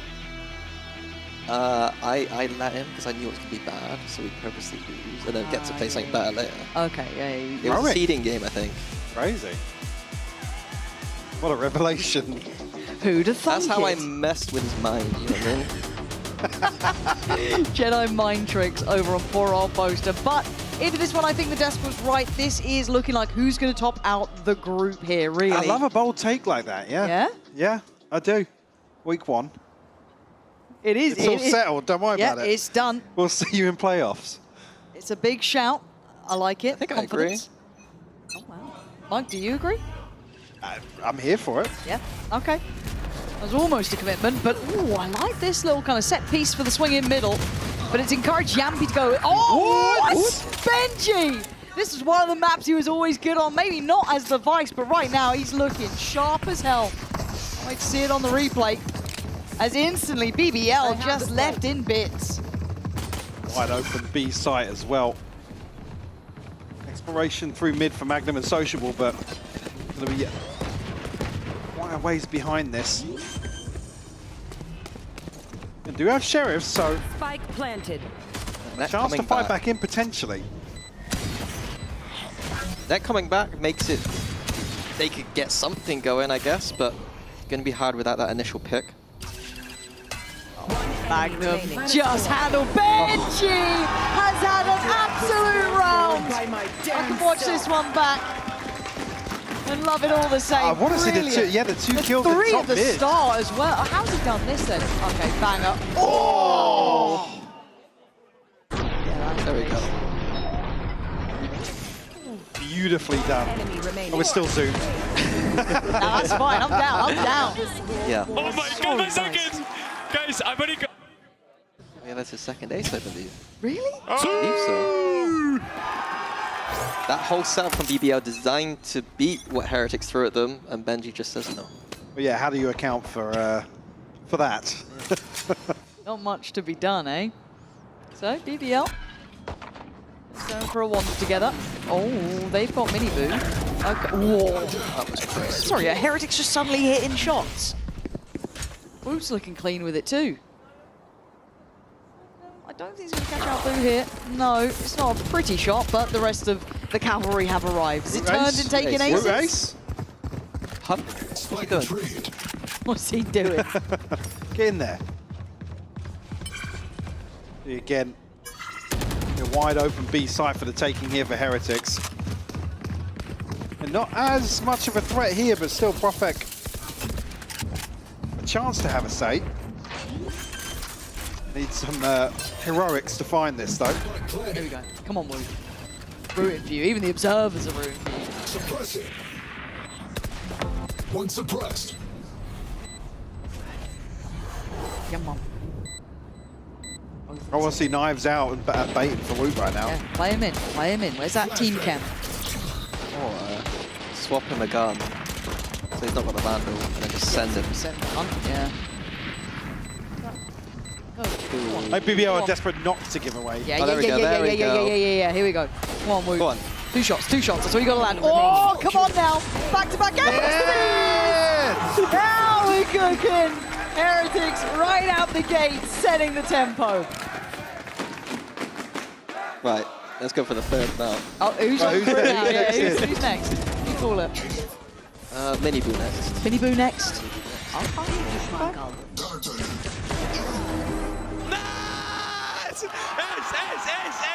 Tommy, it's your turn, baby. Let's go. There we go. Yeah. All right. Good for Mini Boo too.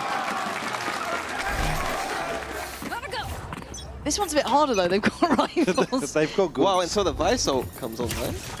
Hey, There we go. Now you're... BBL are going to be just be terrified of whoever gets the first kill in this round. Don't let them do it. So many ults nearby too as well. I was thinking, yeah, now Woot just one away from the null command. It's brutal for this start for BBL. 2-0 down, economy for Heretics looking decent, and the ult economy for Heretics looking decent. Yeah.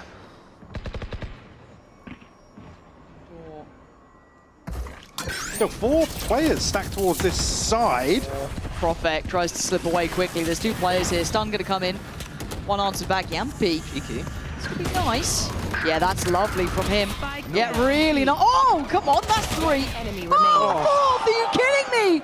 3 ends now. Are we having 3 aces back to back? Go on, Yampy. Do it to him. Yeah! Have we ever seen Never. 3 aces?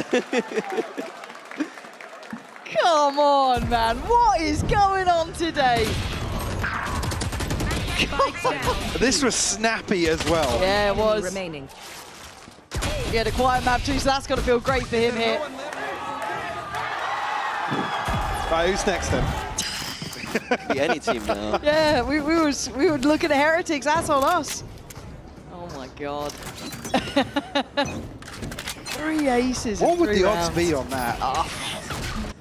Captain Cow could work it out for us. Go, go, go! I'm literally just sat here waiting now. I'm like, right, who's I want that next? toast to be coming up. Yep. Okay, all the time. This build towards A, however. Benji can be chipped away at early with a little bit of damage through the smoke, I believe. So she's got to be Careful here. Could be caught in no man's land quite quickly.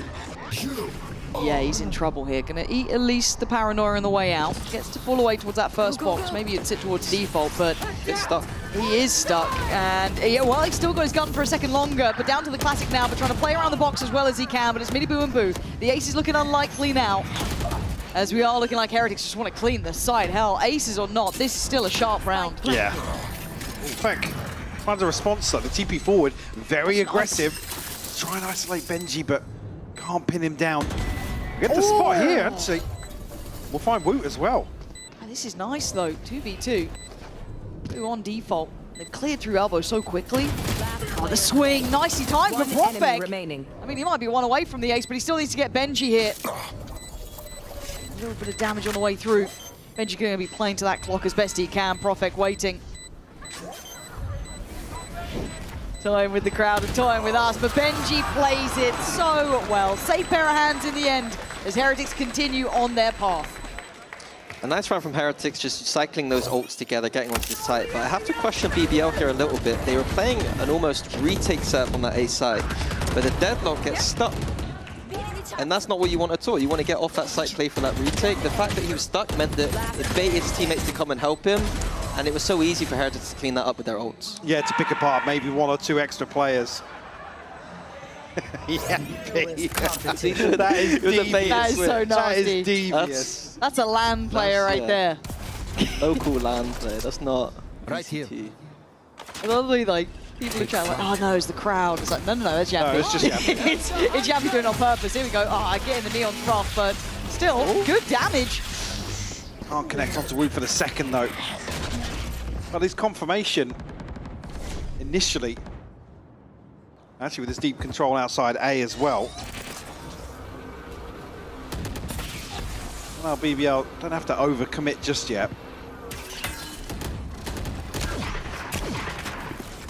Info here, but hard to do much with. Again, it is only that Sheriff with the Yampy, so he's going to be struggling to find bigger impact.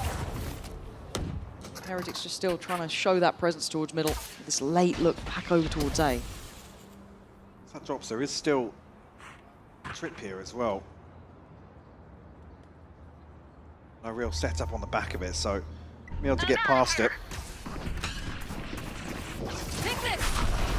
See how they do it this time, because it was kind of that. They were playing for retake again.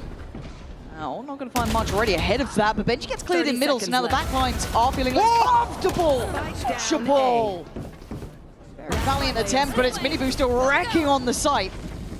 The 1v2 now required. Go. They might be worried about the flank, but you can see the reposition from Magnum. He was the one.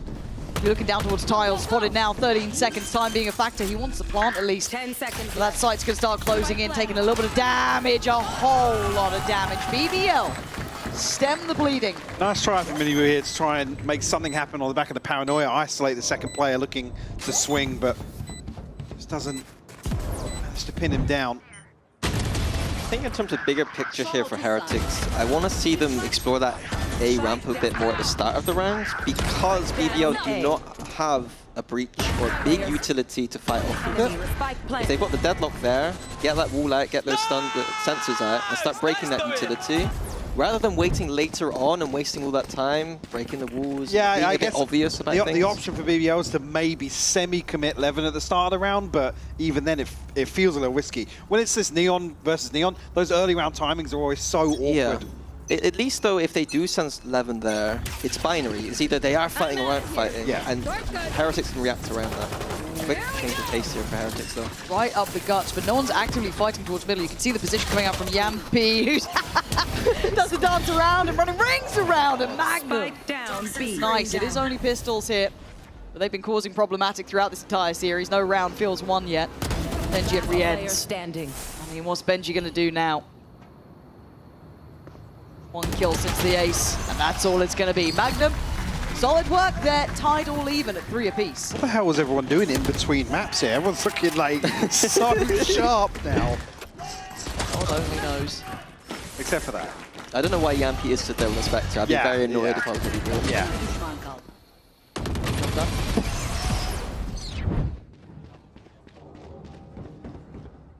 3-3 now. Again, ults-wise, BBL with a slight advantage in that regard, but still missing a couple of orbs. Shift of momentum here. I'm surprised that Heretics don't take that time to take the timeout.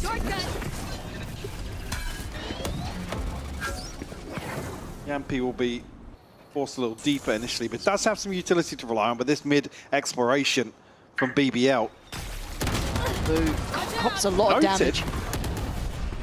How do they read into this? Do they just speed up? Maybe off the contact? I'm kind of curious how they want to approach this one. Yampi is still on default.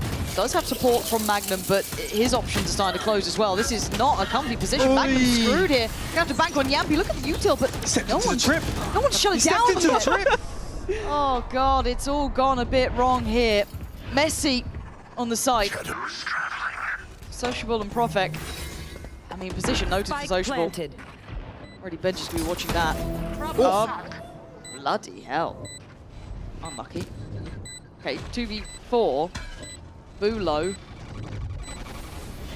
Sociable still very much aware, you know, of positioning. This shouldn't go any further. This would need an ace.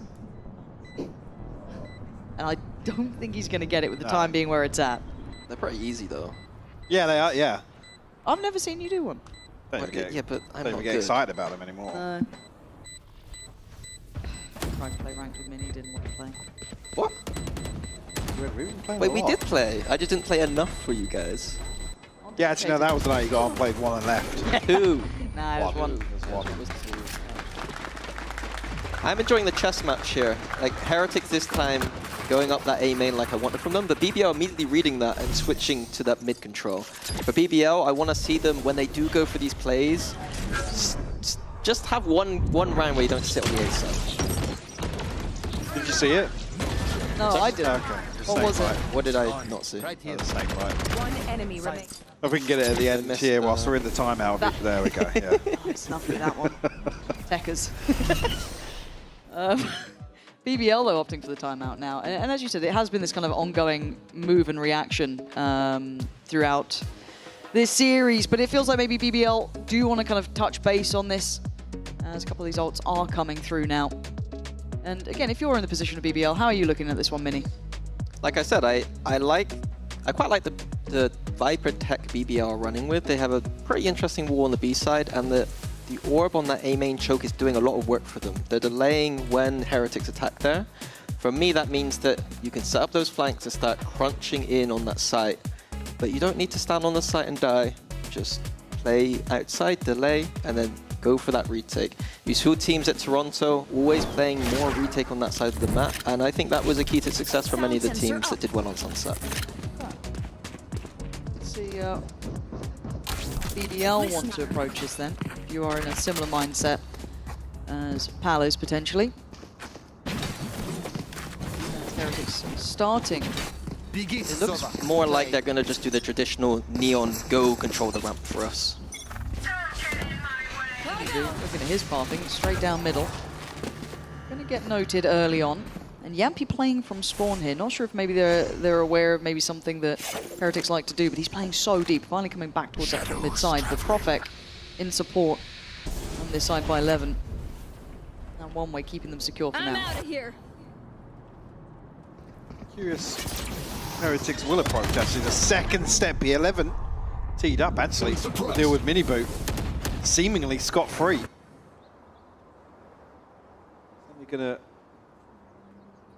dampen Heretics' approach to the rest of this half now. Retrieving flash.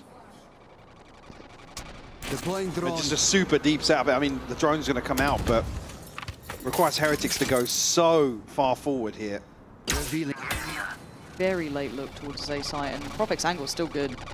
Could just do damage or even hit that headshot if he gets the chance. Yeah, as well. The BBL feel comfortable late, whilst though. the door on B is still closed. Life Not can shot. be main. I mean, what's the game plan? 25 seconds. You kind of got to go towards A here.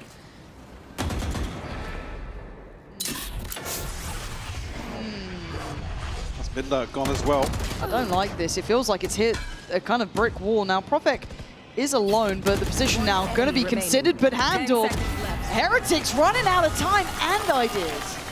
Yeah, no question marks put down at all by Heretics there. They had a little bit of mid-control, did nothing with it. So I was saying, yeah, Slowly it walked would on have A. taken so much from Benji to actually push forward and pressure anything on the side of BBL. So we're just so comfortable to receive this late round hit on A. They had to break the door at middle, in my opinion. Yeah. That door being closed. Needs to be something. Yeah. I think Benji's focus being towards top mid here is probably actually the... Nice, David! Not the issue, but Yeah, I wouldn't they say could it have was, done a little differently. I don't think Benji alone could do much there. They had to do something as a team to figure out that round. Oh, okay. It's 2 for 2 though. Yeah, it's still not necessarily too bad, but do you expect this? Sociable just disrespecting the Aldrome, but gets punished by Benji. They don't love that. Hunter's Fury and the null command available here for Heretics, potentially in the post. Benji using that wall for post, not for the flank control, but to control the site. Very interesting. Swing on CT, but Yampi's still not there yet. A lot of that util still with Benji. He's got dart back up now, still has shock dart and Aldrone, but again, chance to use. Already going to be noted on the wall. For a double, not to be. Profect seen on the TP, but still solid shot. Smoke on towards sight, but a quick swing from Wu will keep it in check. Yeah, initially what feels like almost, yeah, I mean, you could take the first 2 for 2, but maybe not anticipating a second member of Heretics here being so close. I mean, at the point where Sociable hears the drone, I think he's already committed real way back from that scenario. Surprised Yampi didn't use any of his util there, opted for the contact approach. Didn't use his drone or recon. Last player standing. Get ahead of the flash though. I mean, a chance to line up both kills potentially, with Benji being so low, but... Another fight for B main. God, it's Once brutal again, here. Yeah, there's Heretics' way. It feels a little too headstrong, a little too simple. Yeah, but Wu can just shut that down immediately.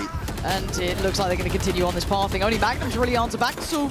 Oh, that was so close. Command's going to be in, and Heretics' time now taken in their favor. So Miniboo and Wu tagged up. Up to 20 HP apiece. Magnum has to respect this drone. 3v5, yeah, this is going to be everything and more for BBL, and slowed down now by the naders. Cause a lot of problems for them. A nice reveal though from Yampi, at least gets him one, but the trade so quick to it. Heretics, they are sharp now. It feels like they've kicked up a gear. Very, very well considered round. Don't want to see BBL giving away another opener like this, because like I said, Wu can just shut any of that down immediately. Yeah, 2 rounds in a row on that B main, and then losing that B site, like I'm trying to apply with this A site being easier to retake, I think this B site is a bit of a pain for the retake. Heretics looking more than comfortable closing these ones out on that B side of the map. Nice! Some ultimates available for BBL. Hunter's Fury in hand for Yampi Sociable as well. Again, that's been sitting in the back pocket for a while now. Obviously, the Sheriff's a Bucky in hand for Magnum. Very difficult round for BBL to get anything going. Where maybe I wouldn't have minded a little Right bit here. of random aggression almost, you know what I mean? yeah. Go for it, go for a chance on it. Obviously not going to be able to be done now. Lost that chance. You see the diligence though, still spamming out the boxes, still making sure there's nothing in these corners, because that's kind of what you're expecting now. And it's just slow contact play, it looks like, just kind of defaulting out of B main, but that's a bit bold here. There's still opportunities, but Miniboo's hitting.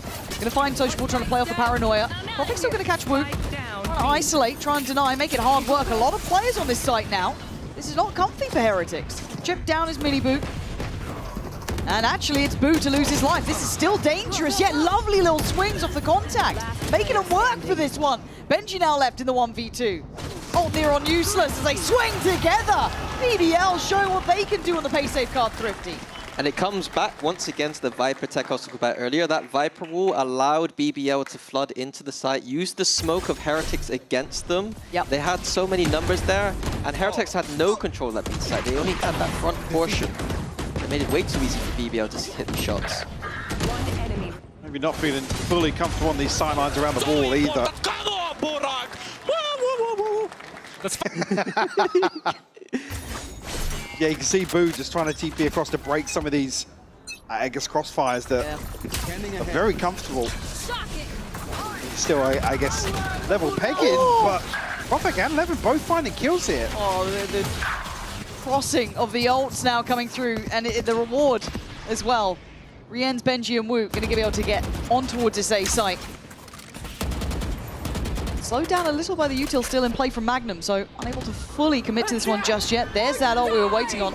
Does Magnum get cleared? He does. He looks dead to rights here, but still going to buy the time. And all eyes drawn towards him, while Yampy the one to strike.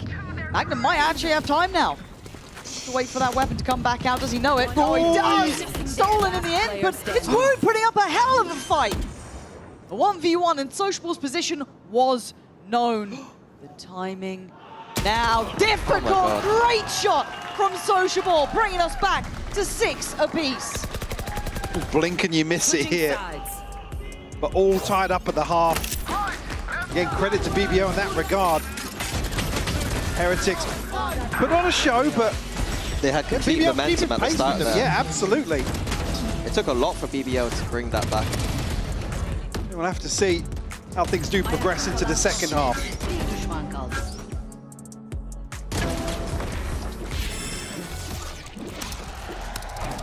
Red Bull gives you wings.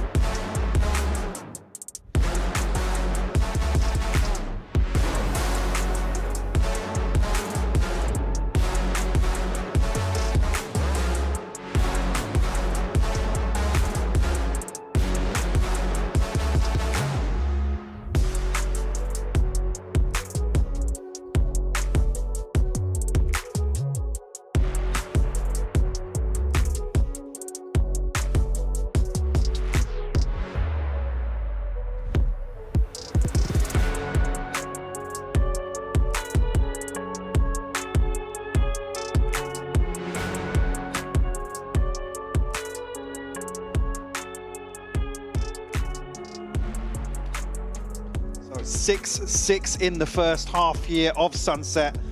The side are closely contested. Well, actually, even considering how things started. The aces, yeah, I mean, aces flying off left, right, and center. Became more of a chess match than a ace off towards the end, though. Nice little back and forth. Disappointing. Yeah, unfortunate. But curious to see than fun things. how BBL going to approach this second half now. A very interesting Viper wall that I immediately hate. Yeah. Okay. Yeah. We can explore that a bit further later on, maybe. Well, we'll see. Yeah, we'll see how it pans out. The execution is behind this. Yampy. Brazen approach here on the back of the Paranoia. Miniboo though lining up too. Levin and Prophet will fall. Yes, right. So difficult to pin him down in that regard. Yeah, still with a chance though to follow through on this hit. But no, it's Wu. Multi-kills to end the first half here and opening up with 2 more. And there'll be 3 for him in the pistol to kick things off. This guy's just been on fire. Like, Wu has just come back to like it's like he had a tiny bit of a dip at one point, I feel like, and he's just back. Well, again, I guess a focal point for a lot of the criticism for Heretics as well, Wu is around the role, right? But if he's fragging, happy regardless. Yeah, it is interesting, kind of that identity crisis almost, maybe, or if he's actually delivering. But right now, you can't deny it. And 17-7, mile away from everyone else. Still buying a weapon for his teammate and sitting on the ghost. Well, I think I know where they are. Miniboo? How many do you have for us here? BBL is those classics. They have been a bit of a nuisance, but I mean, oh my God. Who needs a weapon? Just give him the ghost, he's good to go. Heretics Swift, in zone flawless for round 2 in the second half. Once again, momentum with Heretics, building up that economy, building up the ults already, having a KO that's this close at round, what, the 3rd round of their defense. It's a scary prospect for BBL to go with. I guess here, coming into the buy round for BBL, we're going to see really the potential of the wall that you mentioned and whether or not there's anything. Yeah, so my take is what don't you like? You just don't need a wall to take middle control. You can take it without a wall. It opens up that top mid split a little bit more, but when you have a Neon on your team, you have the wall already with a Neon, so I don't really see the value of this heavy mid approach that it looks like BBL are going to go with for this game, if this is what the wall is for them. Maybe we can see the validity of it throughout the game if it does get explored further. Speaking of walls, another one there. How are they going to re-clear this ramp control later on is a question. I guess it is with that orb. Aldo not going to spot them out, but again, you can see Heretics Still aware. with a pretty good idea of how BBL are set up in this round. And actually, the flash through. Going to get super aggressive here. Yeah, they're trying to play into this. It's a wild attempt, and it's working out because Benji playing out from Market. An absolute steal on this. Magnum and Yampi now left a little bit stunned. Yampi down to just 46 HP as well. Got to be aware, and he is. Yampi down mid. Picked off first here. Magnum left in a 1v2 now.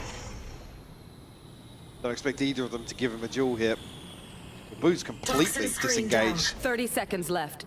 It's a fair 1v1 and 4 seconds though.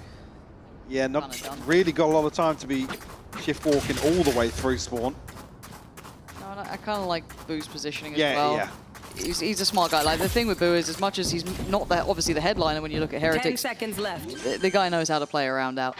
Very, very diligent and played it safe, played off site.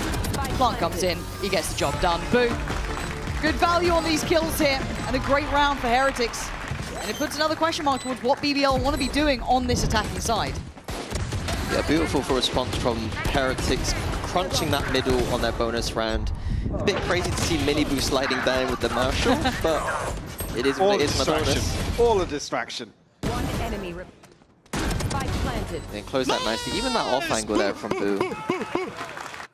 Very smart. Yeah, but yeah, the investment comes back in here. Again, one away from the Hunter's Fury, so a chance to throw something extra on top. If BBL can find some early success here, it's not going to matter too much bigger picture-wise in terms of the funds for Heretics. I mean, if they do find a kill or two along the way. But a round win, sure. As quick as anything. Not surprising considering the weaponry, but already Rien's isolates one. Rien seems completely unaware of the possibility that maybe 11 could even be there, but it's going to start getting a bit of an issue. If Magnum found that, that could have opened up some safety on the sideboard some time. But yeah, Woot's having a map here. I think you get them every now and then. They're becoming more and more frequent. However, Yampi did put in some work on that stinger. We saw it kind of last time around when he started to use it more and more, but this is going to need a lot from the both of them. Already Yampi going to be taken down a little bit lower. We're trying to come back around and yeah, just overwhelmed. Too many bodies. And it looks a little too easy for Heretics so far, making it up to 10. Yeah, something we haven't talked about too much is that this used to be Heretics' home map. Yep. Last year, this is what you'd expect from them winning every time. And there on that B site, it was Rian's and Benji every time last year locking down that B, and it looked like the same again right there. This here, you see in the replay, but yeah, no real threat developing here, and the crucial kill being Woots, like we said.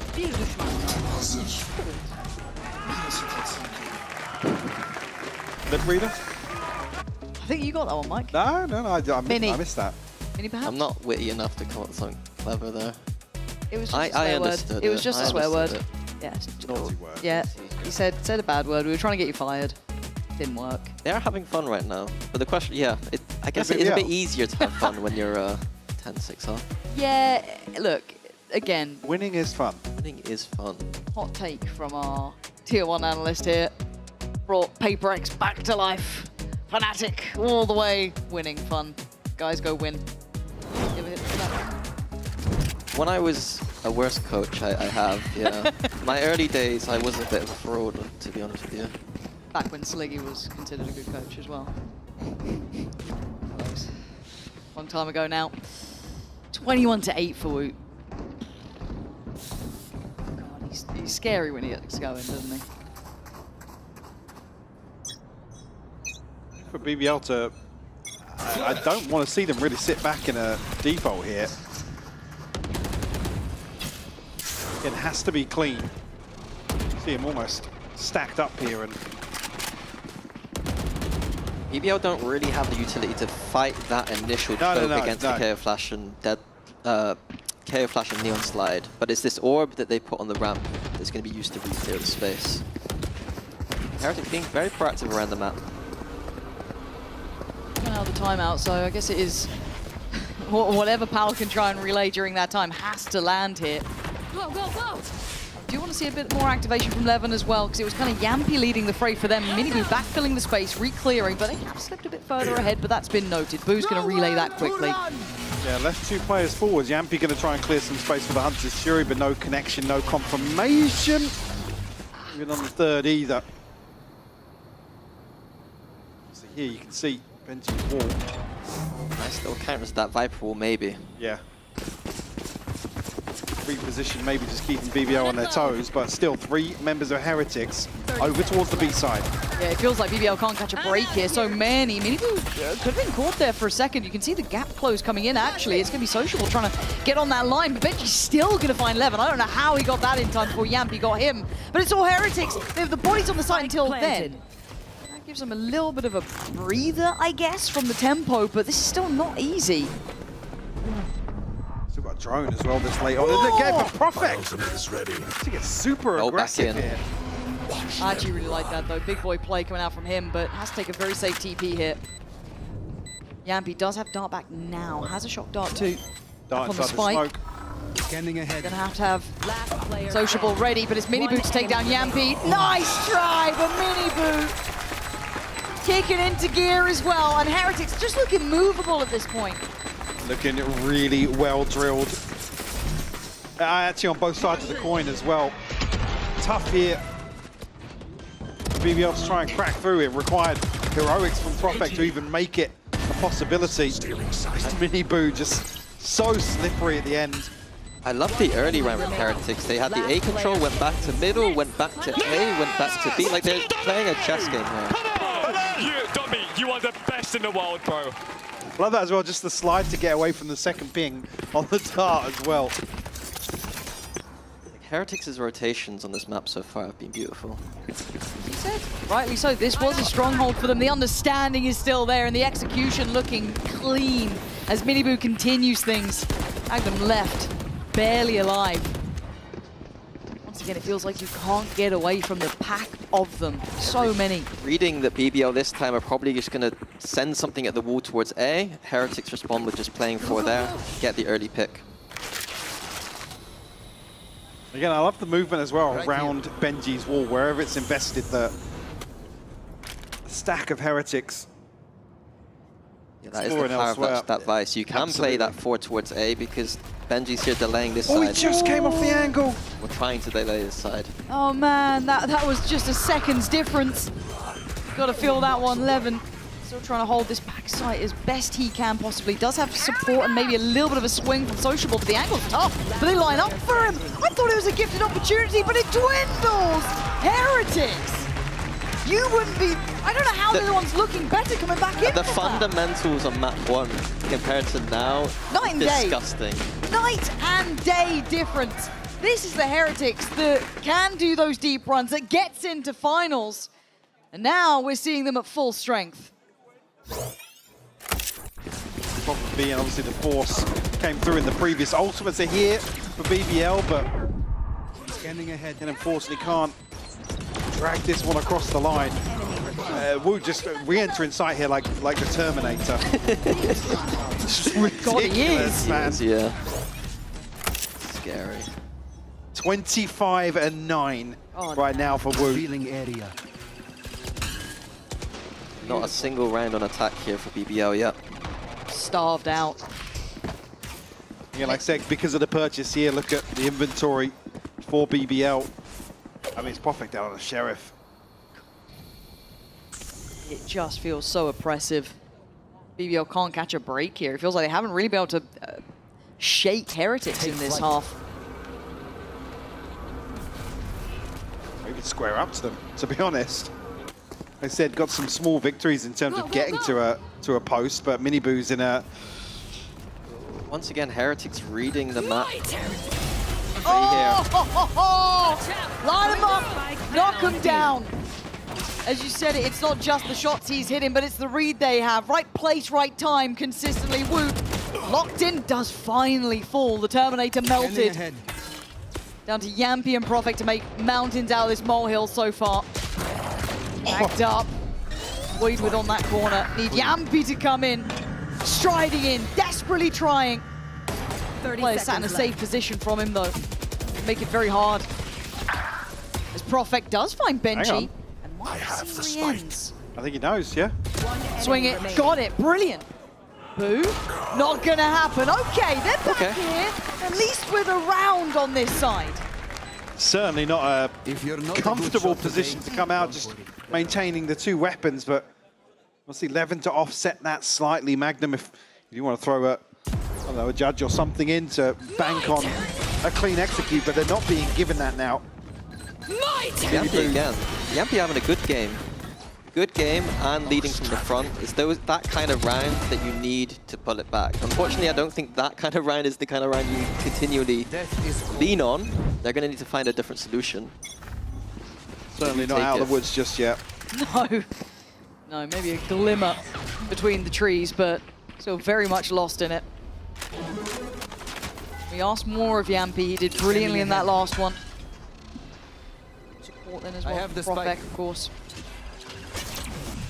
How do they decide to try and create options here? Heretics look anything other than malleable. Been in the right place, right time more often than not. Confirm, actually, it's heavy. Yeah, crunch here from Heretics potentially. But Booster postured up as well, implying otherwise. Oh, and in the meantime, you've got the Hunter's Fury coming in. Miniboo's found sociable on the back lines, and now there's no comfort here for BBL. Fight forward, try and take some space and find some safety. Still waiting. On the other side of that is Boo. He's going to eat the Paranoia and have to rescind away from the site, but Levin wants him dead. Paranoia posted on the other side. Does he get to live? Yampy again! How much can we ask of this one man? He's delivered well, but a 3v2 is not safety yet. Spike planted. NG. He's going to find him. He absolutely is. That's going to be the pit dropping. Rien's going to find Yampy. Profek this time holds on for another. BBL not down and not out yet. I have no idea how that mid-round happened there at all. Just kills came out of nowhere, it seemed like. But Yampy and Profek once again being key difference makers. Love this early idea from Heretics though. Just closing these rounds out. That's been the problem. Last player standing. We'll see a timeout come through from Heretics, maybe just to catch their breath after 2 rounds. To maybe throw them off kilter, but even the money's not stable. Yeah, that's a mad part. You're looking at the finances. It's not as even, yeah, the weight's off their shoulders that they have to claw back in. Heretics on 12. See, Levin's ultimate gone now. Still have the TP and the Hunter's Fury, but in terms of offsetting the finances, I feel great about it. Visol online for Heretics.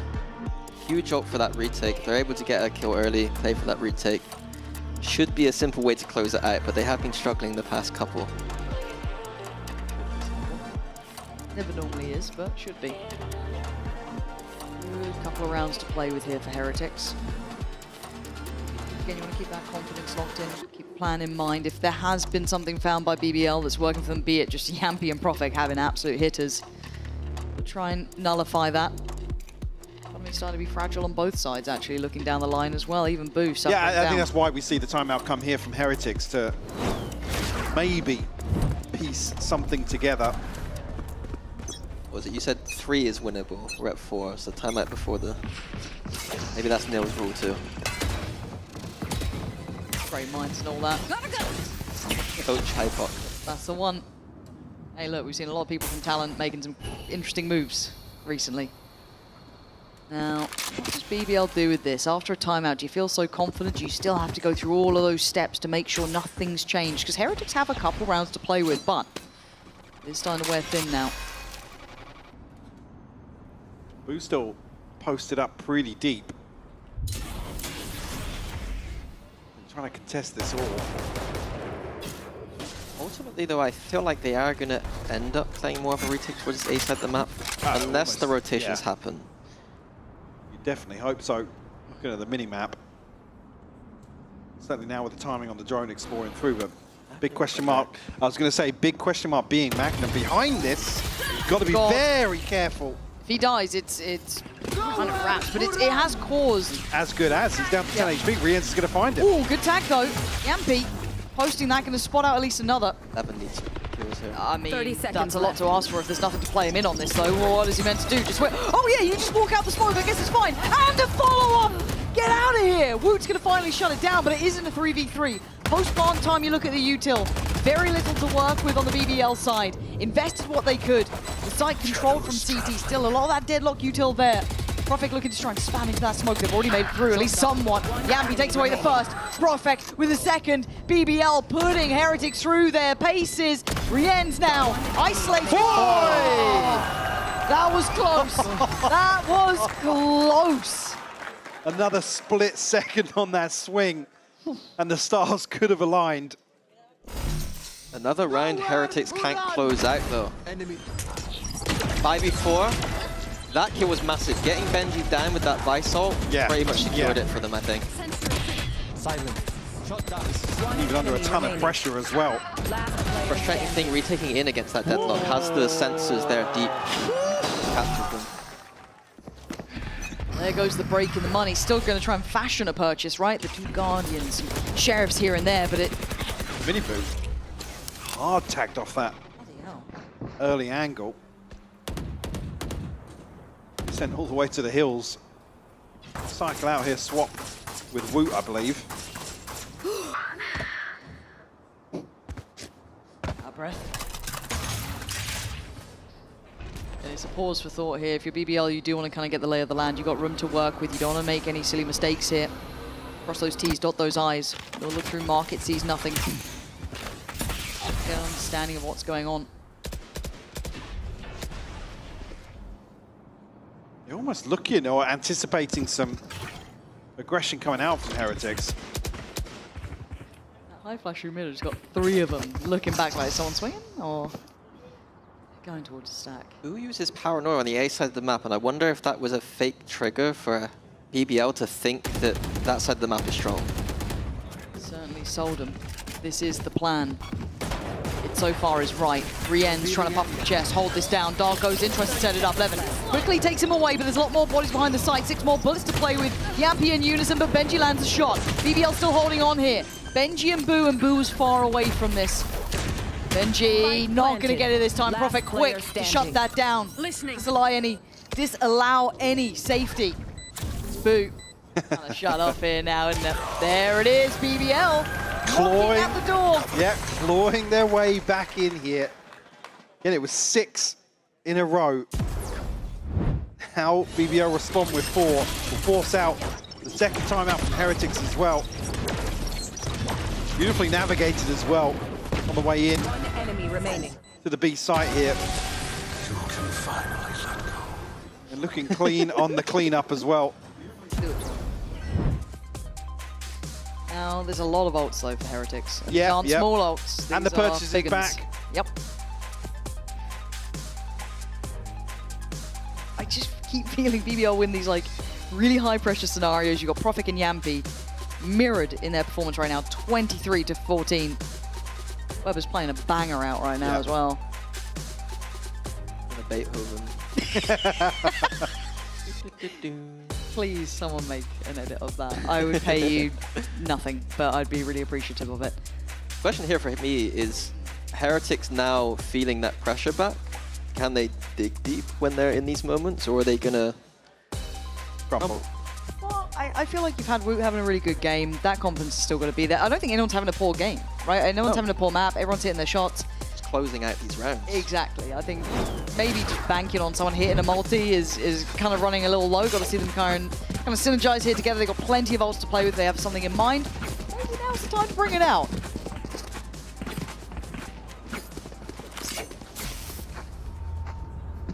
And only the TP here for Profek. Side of BBL, we already noted. 3 ultimates available here for Heretics. A little misdirection. Oh.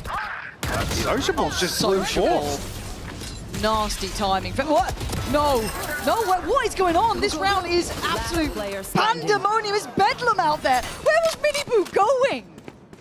To his death, it seems like. And Benji has been found. A fumble, a mess. An absolute nightmare of a round. A travesty to watch as well. That? You pointed out only the Omen ult to work with. Yeah. And the Omen ult is being played beautifully there as like a fake. Heretics running back to try and find it, and meanwhile, Social. But baiting the front line in as well. What? Yeah. I don't know what Miniboo was doing after this. Rian's did his best. I mean, you can't really doubt what Rian's tried. That would have been standing. Let's go! Now, just one away. It's God. a broken bye here for Heretics. Was it all for nothing, right? This could all just be a memory at one point of a close game. It could be 13-11, we move on, and Heretics just continue on that pathing. But this, the round that defines it. No escape. Oh, and they're feeling bold. Oh, top mid. Straight up mid, yeah. God, He's caught the vulnerable here, so... Oh my, he's playing a... Oh! He played it too long! And this might be it all forgotten in a moment's time as Magnum trying to be quick. Oh, it's been denied! A brave play. But it looks like it's fallen short here for BBL. Profek's been monstrous in his work. But the door shuts. What might be the round now? Has to reveal his position here to get the door open once more. Fragment, smoke. An impossibility at this point. Fighting as hard as he can for this. It's not gonna happen. Take it to the final hour in this one, the final round of regulation. But it will be 13 for Heretics, who just make it across the line. Finally closing out here, but certainly taking probably a little more than they were anticipating themselves. But I mean, just to recheck back in with initial expectations, for me, this is almost a positive for BBL, to be honest. 100%. Like I said, this stage, want to see them contesting the top to bring Heretics here to 3 maps and actually make them dig deep. Big tick in the box for me.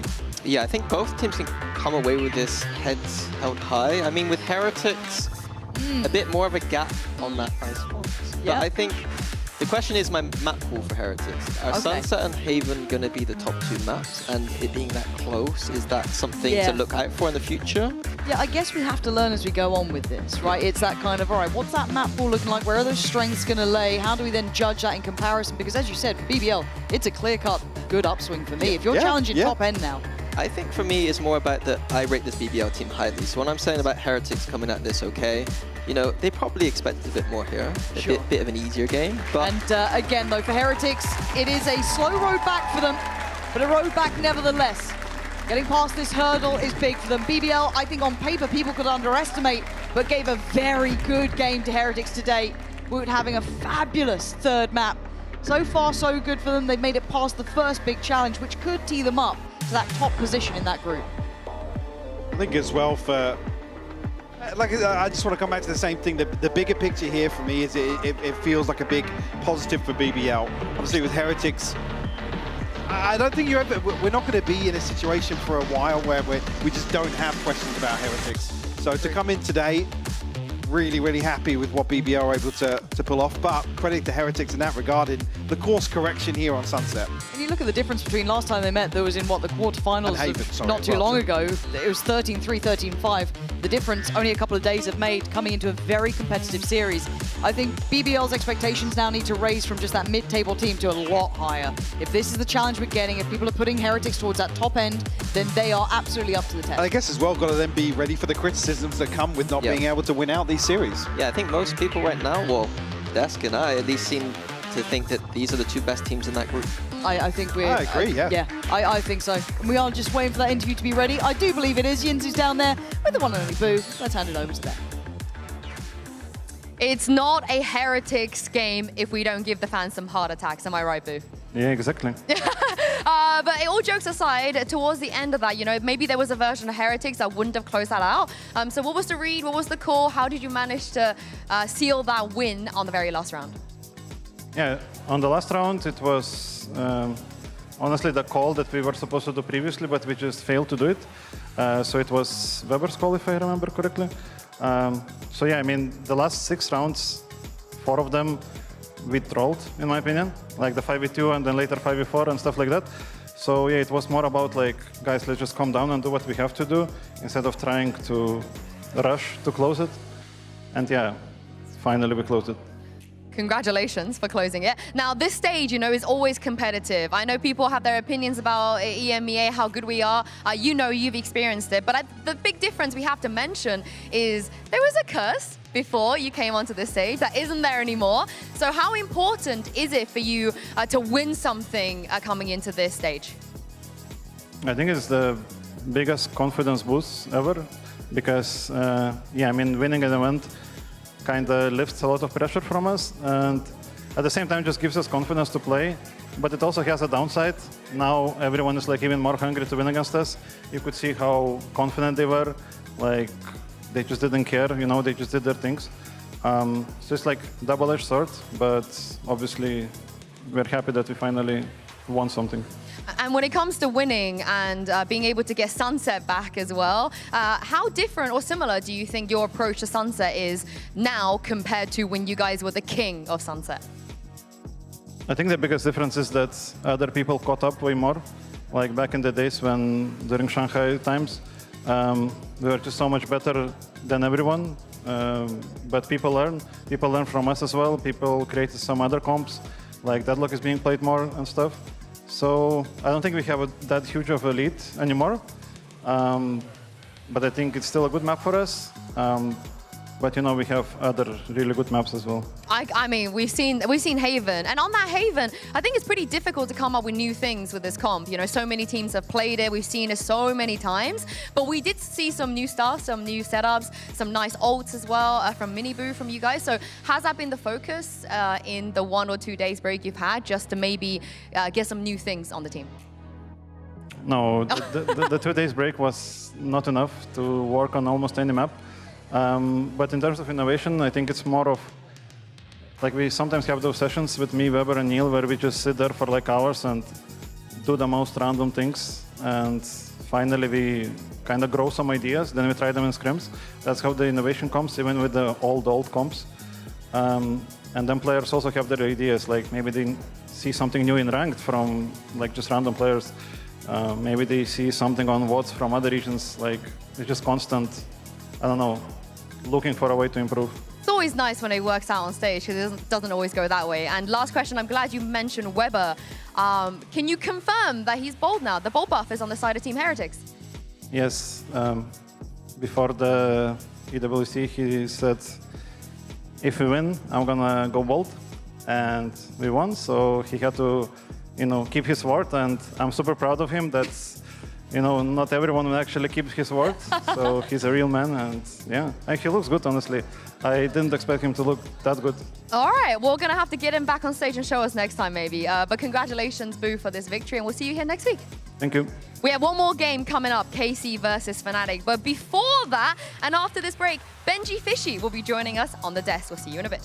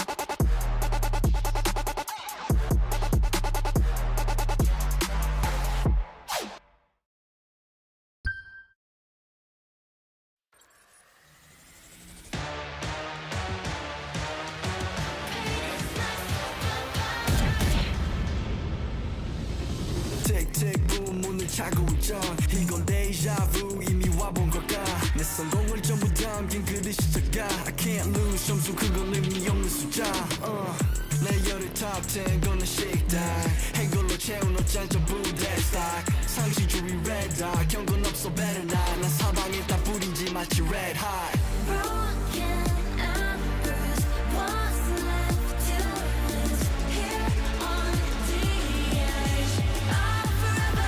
I'll never win, I'll never fight. Win or sacrifice, fight until the final hour. Pain is my superpower. Keep my head up high, run through rain or shine. Cannot sleep without the sour. Pain is my superpower.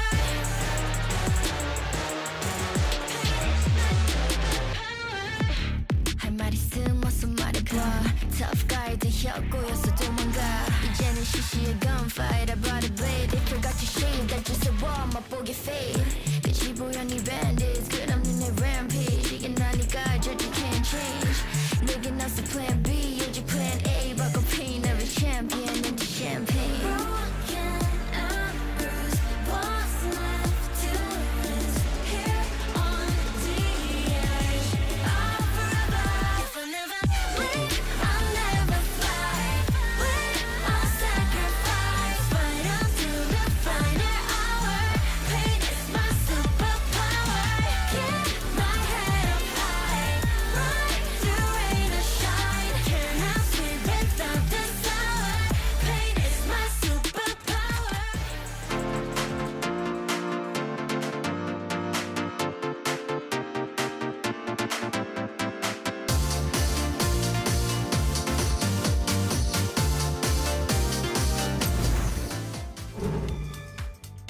Welcome back, everybody. Of course, you know, for giving the fans the heart attack, we gotta bring as many Heretics players as possible here just to grill their brains. But first, though, Gorilla, Benji, what's the law between you guys? I believe your first, or like one of your first like scrims in Valorant was for Vitality. Oh my, no, it was my first ever scrim. Yep. Oh, that's what you're. Oh, Yeah. Yeah, my first ever scrim was with Vitality, and it was because I met Tannis HQ, the old coach of Vitality. I met him at TwitchCon Amsterdam. We're on a boat ride, and he's just like, "Yo, you wanna like our duelist is like sick or something?" I forgot what it was. So I was like, he asked me to step in. I was like, I've never played a scrim in my life. I'd only just hit Radiant, but I tried. I got kind of destroyed. I'm not gonna- I got demolished. But my first ever scrim, I think it was against Optic, Prime it was. Optic, like FNS, Marv, Crisis, because they were all. It was Champs Istanbul time, so everybody was coming in to Istanbul, and yeah, I got destroyed. Wait, but why did you step in? What was the- So Hyber was our duelist at the time, and he went for the media day in, I think it was in Turkey, but it was only Hyber. And we needed to prac for the VCL finals, so we needed a sub. So you were on Jet? I was on duelist, yeah, and you know, back then I was a duelist player. I feel like most Central players actually start from duelist, but yeah, I just got demolished. I'm not gonna lie, I had no experience. So. Yeah, these kids don't know about your Jet. They These don't. kids Oh do my not know god! about Back your in the Jet. day, wow, I was pretty good on the Jet, to be honest. What's the pecking order on Heretics? Like, what would need to happen for you to play Jet? Nowadays, okay, it's probably like Mini Boo, Woo. I mean, Jet specifically. Then it's probably like Woo, Mini Boo. Then maybe it's between like me and Rian's like third or fourth, and then Boo. Oh, I don't think Boo wants to even play Jet, so. Yeah, I can see him be like, I'm good. You know? So you're saying that we have need fun. to see like a triple duelist comp. Oh for you my to play god! duelist? Yes, triple duelist. Then I have a chance. We have a chance. To be honest, I think you have more than a chance because the ace today, Oh my congratulations. God. Thank you very much. I think it went like you, then Vut, then Yumpy. So Vut was So like mine was number one. sandwiched into Yeah, it. no, he was. Yeah. Right? Yeah, wait. let's take a look at this. Wow, talk those us through, shots. Talk us through these incredible shots. You know what? I've had 2 aces in VCT, and both of them have been with Sheriff. So I'm considering I might just play Sheriff for every single round from now on. Wait, they let you ace? They didn't steal it from I mean, yeah, they didn't. No, I mean, the thing is, I already had 5 orbs, so I was like, okay, I'm just gonna go for my orbs, and it just ended up being an ace. So. Okay. And what about when Vut aced? Did you let him ace? You guys I mean, I didn't even realize he had a 3K, to be honest. But after he got the 4th kill, I was like, damn. Like, I was shocked that we got back to back. I was like, damn, that's never happened before. No. And then Yappy. Yeah. Yappy. But actually, this one I think was pretty crazy. This one, I mean, you gave him a lot of 1v1. Yeah, I mean, it was also bonus round. I mean, you took the win, so yes, that's what it yeah. matters. I mean, it was a little bit troll, but I mean, it was nice shots by him. You took the win. You took the win. Yeah. But you very nearly didn't. So do you think that having the pressure off your shoulders of, oh god, we still haven't won an event, we still haven't won a whole tournament yet, because that's off now, that you can chill a little bit more? I think we've still got stuff to prove. I think now that we've won, a lot of people are like kind of looking at us as like we need to beat them. Like they're seeing us as like a big target, and I think it's just kind of staying on top of things, like making new things, not getting complacent. I think that's the way we'll like lose the top spot. Like it's really easy to go down after you're at the top, So it's kind of just making new things. Again, yeah, not getting complacent and still grinding, because that's what got us here in the first place. Yeah, you still got to win in VCT. Yeah, that's the one that exactly, counts. That's the one that counts. And very lastly, before I let you go, your mum was watch partying today. Oh, yeah? Didn't turn the stream off this time, Nice, but you thank God. still gave her a heart attack. So you want to shout out your mum, Oh, thank you, for Mum. sticking with you. I hope you enjoyed the stream. I'm sorry for the heart attack. Yeah, my bad. It's okay, you still won. We gave Exactly. her a happy stream there in the end. But thank you very much, Benji, for joining us. Appreciate your insight, and we'll see you next week. Yes, see you guys next week. Yeah, Benji will be here next week, and after the break, we'll also be chatting a little bit about KC and FNATIC. So don't go anywhere.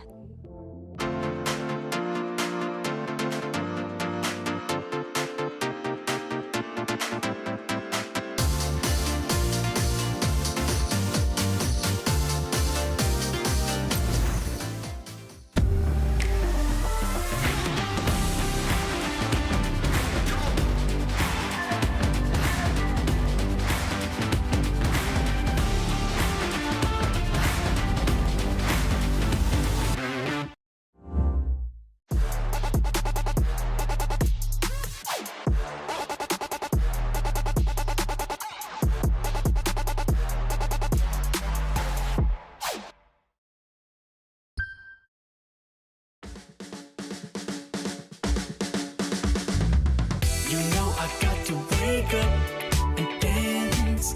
You know I got to get up and dance. When I'm in the backyard, dance, dance. When I'm in the graveyard, we dance. When I go back to sleep, I dance. In the realm of dreams, I dance. When I'm in the boneyard, dance, dance. When I'm caught off guard, I dance. I got a feeling I can't shake, but I'ma try to shake it anyway. I got a move that I can't break, but I'ma break that thing anyway. Not gonna tell you twice, we're gonna dance all night. Not gonna rush the beat, we're gonna move our feet.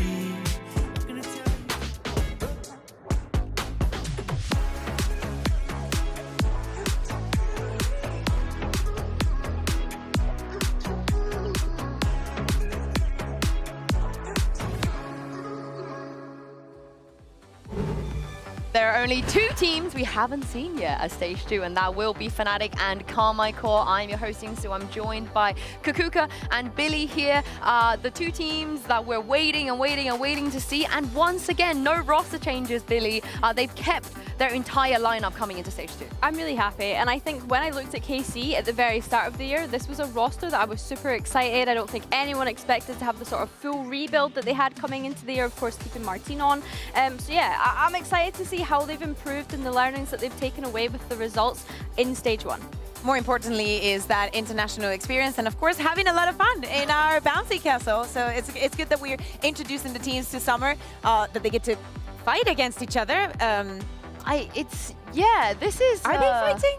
I love that every team has decided to kind of try and fight with each other. Yeah, and why is Kron given the whimsy? Usually, he's not the one in the front doing whimsical things, but he is there, so that's good to see. But we do have to address the fact that we could have had a trophy. We could have, the FNATIC could have brought that trophy home. Kukuga, so catch us up on what happened. How did they not manage to win Toronto? I think that a lot of things went into that final.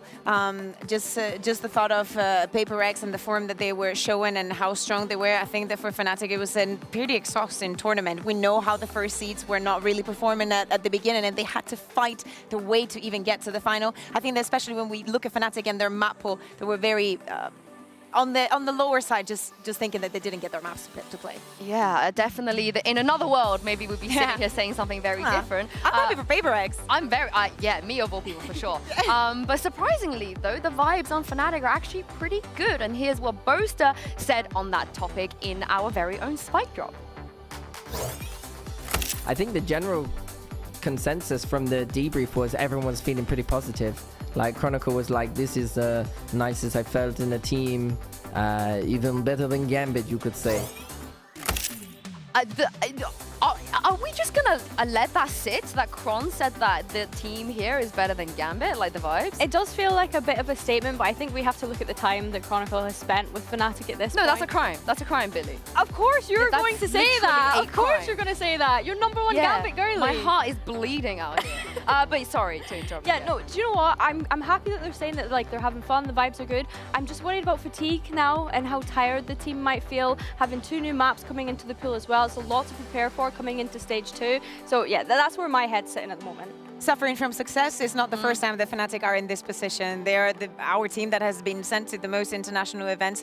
It has its upsides and its downsides. Coming back into the region, they've played against amazing teams from all over the world.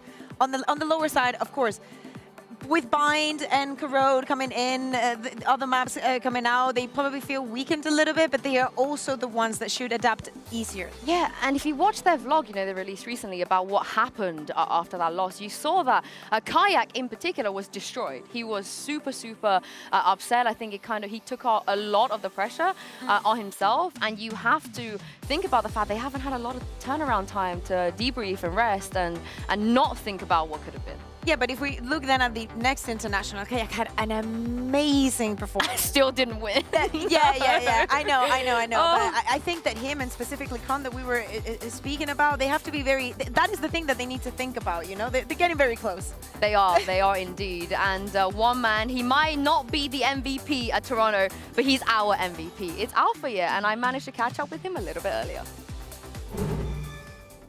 I'm now joined by Alpha Year from FNATIC. Alpha, welcome back to EMEA. Hello. Have you missed this? Yeah. Yeah, you've been traveling quite a lot, you know, since we last saw you, and you've been putting up some incredible performances. How are you feeling right now about your individual performance? I'm quite happy with my individual performance right now. I could do better on Saudi, but it didn't work out that well because I was tired a little bit, but I think I came here and I'm a bit stressed and I'm ready for EMEA. How much have you guys had to prep? How much prep time have you had? Today. Just today, you said? 2 days. Oh, 2 days? 2 days, yeah. Oh, wow. So what could we expect from you out of 2 days of prep? I mean, probably nothing, but they also did the same thing. They were also like in the Saudi tournament, so I don't think they also prepped that well, so they will be fine. But it's a shooting game, right? At the end of the day, if you hit your shots, you guys have a really nice time. Yeah, it's like the Valorant is shooting FPS game. And when it comes to the shooting, we know you're the GO. You've always been shooting, but in Toronto, we saw, you know, your prime. What was the reason behind that? What was the motivation? How come you were looking so good? I have no idea, actually. I just went to stage and I played good, but I didn't do any extra. I think I just went there and played. There was no new aim routine, no new mouse or anything? I actually was playing every day pickleball with my performance coach and with my friends. So that might help, actually. Pickleball buff? Yeah. Are you playing pickleball in Berlin? No, we couldn't find yet. Okay, you're looking for a court. All right, you guys now know the secret to Alpha Year's performance. Just find some pickleball. How are you feeling about the new map pool? Because obviously, it's interesting because you guys don't like Pearl, so it's kind of nice a Pearl left, but Split was your best map. Yeah, I mean, the new map pool is looking rough, to be honest. Because Corrode, I never played. I just played on Ranked, and Bind is quite fine, but I think the new map pool is not for us, but I think we're gonna work out.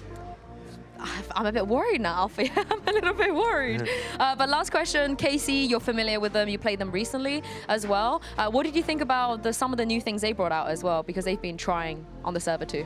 I don't know what they try and what they're cooking, but I don't know. If they just play default, they can be better team than they are right now, I think. Oh, you want them to not to overcook? Yeah, we don't have to overcook. They've been cooking all year and they did nothing, so.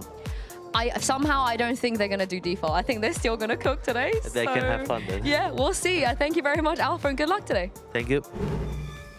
There's only a very few handful of people that are allowed to talk like that, and Alpha has earned it in the last 5 years. But let's give some context here when he says cooking, when he says new stuff, Billy. What does that actually mean for KC? Sadak and Eng put these brains together and they do come up with sort of unconventional stuff, things that we're not used to seeing. We talk about that we want to see creativity, innovation from teams, but these guys take creativity and innovation to a completely different planet that we're not even on board with anymore at this point, I want to say. Like, if anything, we're left more confused than anything because we've been waiting to see how it works. So I think that he's valid in calling them out on that. I want to see what they are bringing, because what we've seen from them recently is Avez actually jumping onto that duelist, and they've been playing more of a double duelist style on some of the maps. He's very right, and you can tell that Alpha's a very honest person. Just the way that he speaks, you know that he doesn't really care, but he's going to be honest. He has no reason to for lying. And we know that KC, at the end of the year, what they want to do, of course, is going to Champs, is going to Paris. I like the approach that he was going towards, as in, you guys know that you individually are good players, that you have good fundamentals. Maybe move away from the harbor, find something else. KC has been always known for innovating, but sometimes I agree with Billy. It's too much. Yeah, but if you sit here and go double duelist, that doesn't sound bad. But Phoenix is what we're talking about here. So how? And it's not Buddy G. Like, how is this possible? Or How Tank. would we have this? Yeah. Or Paddy. Sorry, we have a lot of Phoenix players, but surely we are gonna see the Phoenix. Why would we not see it? I'm more interested to, I like the Phoenix idea. I want to see if they translate it to bring it here, because I'm not totally sold on it. I don't know how sold they are. To me, it's much more interesting that at the beginning of the year, everything was about KC and their bind. Oh, yeah. Yeah, I think that's a big thing. I'm expecting to see binds going into today, because we do know that it is their home ground. Well, FNATIC, they couldn't quite bring home a trophy from Toronto, but they are returning to their home ground where they have always reigned supreme. But the question is, can KC be the ones to come out the gate and start their season strong by taking down the kings of EMEA?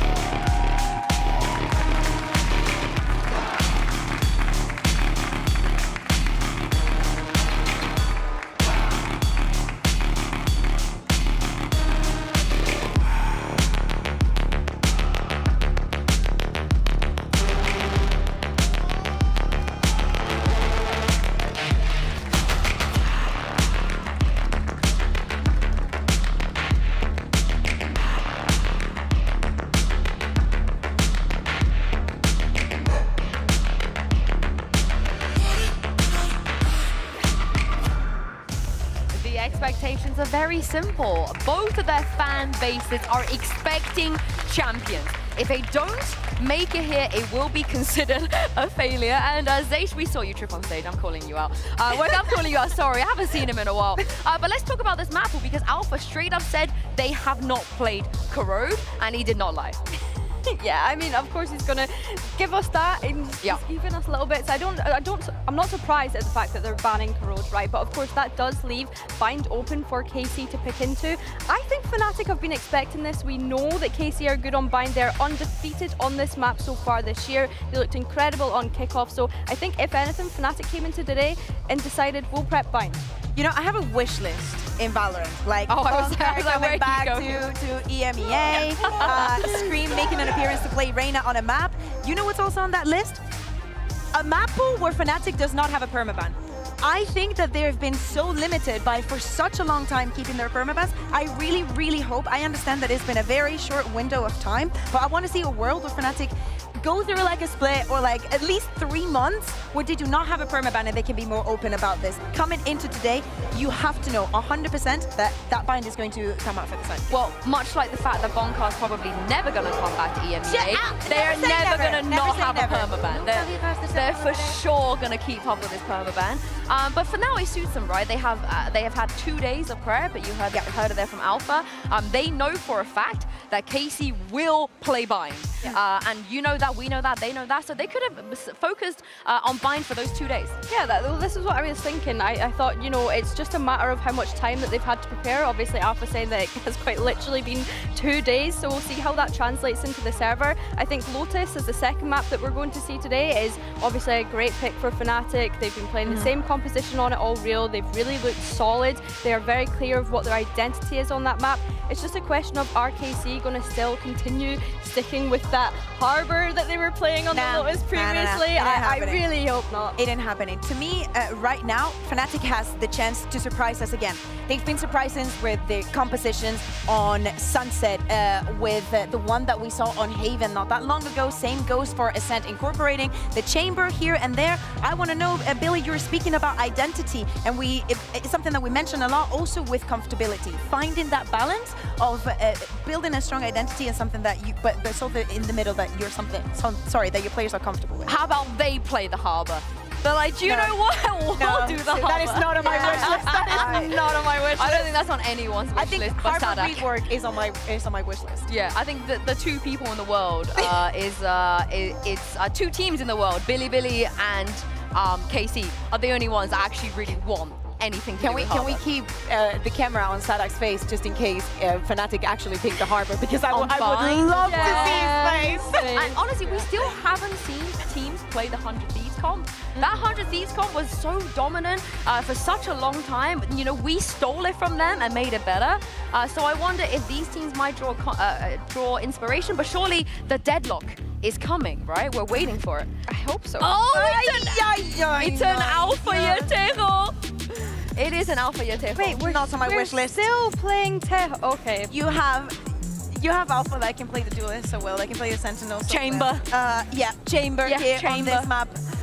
Would have absolutely loved it, but this has to be the first Tejo that we're going to see. It might be the only. After the nerves in, it might be the only, and it's Alpha. So I'm calling you out because this is your fault after having an interview with him. It is. I would take full responsibility, but Aves is hovering the ISO. Yeah, and something that he played on this map previously was the Gecko, of course. So maybe they are going to decide to lean into that double duelist. Yeah, it's like Crashies can switch to the pretend. jet. Yeah, this He guy's can- trolling us big Thing time. is, when Aves hovers the ISO, we could actually use our brains and talk about it. But Austin hovering that jet, like, be for real, you know? Yeah, take a day off, but this Vice, though, okay, there we go. Oh yeah, it's back to the Gecko. So they haven't changed a single thing. We should expect the same approach that we were seeing at the beginning of the year. Again, they were completely flawless. This was their home guard, something that we have known KC for this entire year. Just picking a map, making it their own, and guaranteeing that they're going to get the win. Again, for this first map, it all falls onto FNATIC. You knew that this was coming. Yeah, for sure. And I think that that's why they've gone with this. Of course, it's a map that we've not seen FNATIC play, so I don't know if this is what they've had in their back pocket in kickoff if it was ever picked against them. I think as well, like, it does, again, come down to preparation. Of course, this was a match that happened literally last week, right? So it's just taking away those learnings from the kind of the habits that each team has and what have they learned from that experience. Yeah, and I love this head-to-head of Kayak and Martine as well. I think both players have come so far since the beginning of the year. I think that their format is going to be so important. Martine and him dueling and battling to see who was the best duelist out of stage 1. We still have that question for stage 2. Yeah, I can't wait to see this one. Definitely a surprise. And it doesn't get better than this. And I can't wait to hear what your casters thought of that agent select. Over to you, Mitch and Tom. Thank you, Yinsu. It's been over a year and 3 days since we've seen these two teams battle down on that EMEA stage, and they've got something cooked up, that's for sure, Tom. And Tejo, at this day and age, that's caught me off guard. Well, one thing I'll say about FNATIC is you go back in the day to what they were good at on this map, ratty post plants. Like, that was the FNATIC meta. It was basically, if you got into that after plant scenario, you'd already lost the round because FNATIC were just gonna bury you with utility. I wonder if that's the plan again. Sure, those salvos have taken a pretty big hit, but if you have them left in the post plant, they are still disgusting, and you can now delay in between each one, which is going to be hitting. So I'm excited to see what sort of ideas they're going to have, and I think especially on that defense, how they're going to utilize the aggression. On the other side of things, though, yeah, as they were saying on the desk, it's a very comfortable map, or has been, for Carmine Corp. But I'm excited to see Aves. I think we saw him last week. Fantastic individually as well. There is that aggression, and there is Kayak. Bomb buddy out. Heard a lot about the Sheriffs in the pistol rounds. We saw a lot. If you were watching the last series, Banji picking it back up with an ace in their opening round. Well, it's the Ghost that reigns supreme in that battle. The numbers for FNATIC traded out well. And a 3 versus 2, but they've got the wrong read. They're taking this towards the A site, stacking up the numbers. I don't mind this, especially in the pistol. Play together with that man advantage with Kayak so desperately low and a nade still to play with, but it's shaping up to be a retake of the B site. KC are going to walk in and find that nobody's home. Well, now that SANAC has picked up a Sheriff, he looks like the ultimate pistol raid boss. He's got a full belt of utility and a Sheriff to play with. And as we know, those sensors can be a little bit rough, at least when it comes down to holding on to the lurks. But when it comes to the post plant, they are fantastic. He's going to be able to buy an awful lot of time wherever he decides to put them into position. They're going aggressive, though. Elite, this is a nasty spot. They want to try and get ahead of things. The Thorns will also be used to pull off a little bit of extra delay. And now into a 2v2, they're going to look for the plant. Now the damage done to Elite, massive, but he has that utility to play with and play off of. Immediately you can see that although the Thorns have been destroyed, the sensor's now active for that run out of the spawn. They don't know about Kayak making his way in through hookah, but that reposition down to long. This is to go get another pistol. That ammo's running low. Now this is where the real problem is brewing for the side of FNATIC. Time starts to tick away. They've just now broken through that wall as it fades, and Sheriff in the hands of SANAC, as you said, it can do a lot in these rounds already, dropping Kayak, who was desperately low, but Chronicle still on full health. He's putting the time on his side with a half defuse, but dropped down behind him. SANAC with the execution gives a round to KC. Yeah, I love how they played that. Like, as I said, the post plant success, once you have all of that utility in position, like they had so much info. They weren't worried about any spot because the sensor gave the game away. They also had the wall just buying so much additional time, and while from the top rope at the end, he'll even be there to close it out individually. We saw SANAC at EWC actually have some pretty big games. I was impressed with his level. Like, a lot of the time you look at someone like him in terms of a leader, and you say, okay, he's going to have to focus on setting everybody else up, but I think it was in their opening match, he played incredibly well. So I think if he can keep that sort of level up, Sugetsu, we've already seen across the year what sort of level he can hit, but in recent times, it has been Aves. So he's the man I'm going to be focusing on, because I think when it comes from the FNATIC side, we know what we're getting. We have superstars. We saw it at Toronto, the performance of the likes of Alpha, Kayak, I think has really shown that he is a very valuable member of this team. But with KC, it's kind of, okay, what can they do, not just over this next stage, what can they do versus FNATIC? Now's the time to prove what they've got. Test of their mettle down on that EMEA stage, a 1-0 start, and what should be an easy follow-up. They've got Stingers and the Sheriff, and they're up against practically nothing. But this is a half fight from them. They're actually trying to build up their own economy early by not fully investing into this round and potentially having these weapons as a bonus in the next. A slightly different look at the economy. We'll see how clean they can keep it, at least right now, very. I think this is the thing, it's the numbers, the fact that the Stingers are going to move as one. A direct approach is necessary in a round like this. You spread in defaults, and you can lose a fight just like that. But when you've got buddies with Stingers in hands, it's always going to be traded out. 2-0 start. It's one Stinger lost, as one player did have a Sheriff to work with. Not the biggest impact on the economy. They get a decent bit of a bite to this follow-up round. And as you said, Tom, a lot of money saved over, a lot of credits in the bank to the side of KC. Yeah, I like the idea. I don't think we've seen anywhere near as much variation in what teams are doing nowadays. Most will go for either 2 or 3 rifles and pistols. That's kind of what we get every single time. So I like the fact that KC are mixing it up, and they feel very confident with those Stingers, something that we've definitely started to see come over from Americas, the investment into that SMG. for Alpha yet. Looks like he's going to be the one under pressure. Ults are yet to really build up. Sadak is the one who's closest. Could get that Annihilation online with an orb and a plant. Been a bad time to put that drone out. Now, a fair bit of information awaits it. Round it goes. 2 spotted. Orb taken, though, on the side of KC. And Sadak just 1 away from his ultimate being online. Annihilation could prove to be very useful indeed in a round like this. Kayak's ult already there to play with, and the showstopper pointed in the right direction. Definitely swing things even further in their favor. For KC, it's about finding opportunities. They fight for B long, they take the orb, and now it's back to this A site play where Chronicle is the only man on site. You've got Crash, he's holding down that bath control. Chronicle needs to get something. Punish that push in. Yeah, it seems like they're a little bit hesitant. Maybe not spotting quite as much information as they'd like, but back to B they go. Boaster up close. He has got to be careful. I think he's lost a lot more control into Hookah than maybe he believes with the Viper screen up. They are going to be slow to a hold. 15 seconds left now as the push will eventually come through. A decent trade to start. Aves with 1, but Boaster at the back of the site has done well. He's made sure this isn't going to go any further. The plant now has to be stuck, and although Aves has hit the shot, it doesn't matter anymore. The round has already been lost. The time has already ticked, and while Sugetsu, I don't think he wants to save, and will eventually go down. Solid work by FNATIC. It comes at the cost of an investment of the showstopper, but a worthy cause to put it in for. You already saw the salvos from Alpha used to allow the reposition alongside the screen, so Boaster could get towards that backside and ultimately end up denying that plan. My eyes are definitely on Teho in the ideas that FNATIC have for his usage when it comes to that attacking side. I think it can be a little bit more obvious what he's going to do with it, certainly in terms of post plans. Retrieving good hit.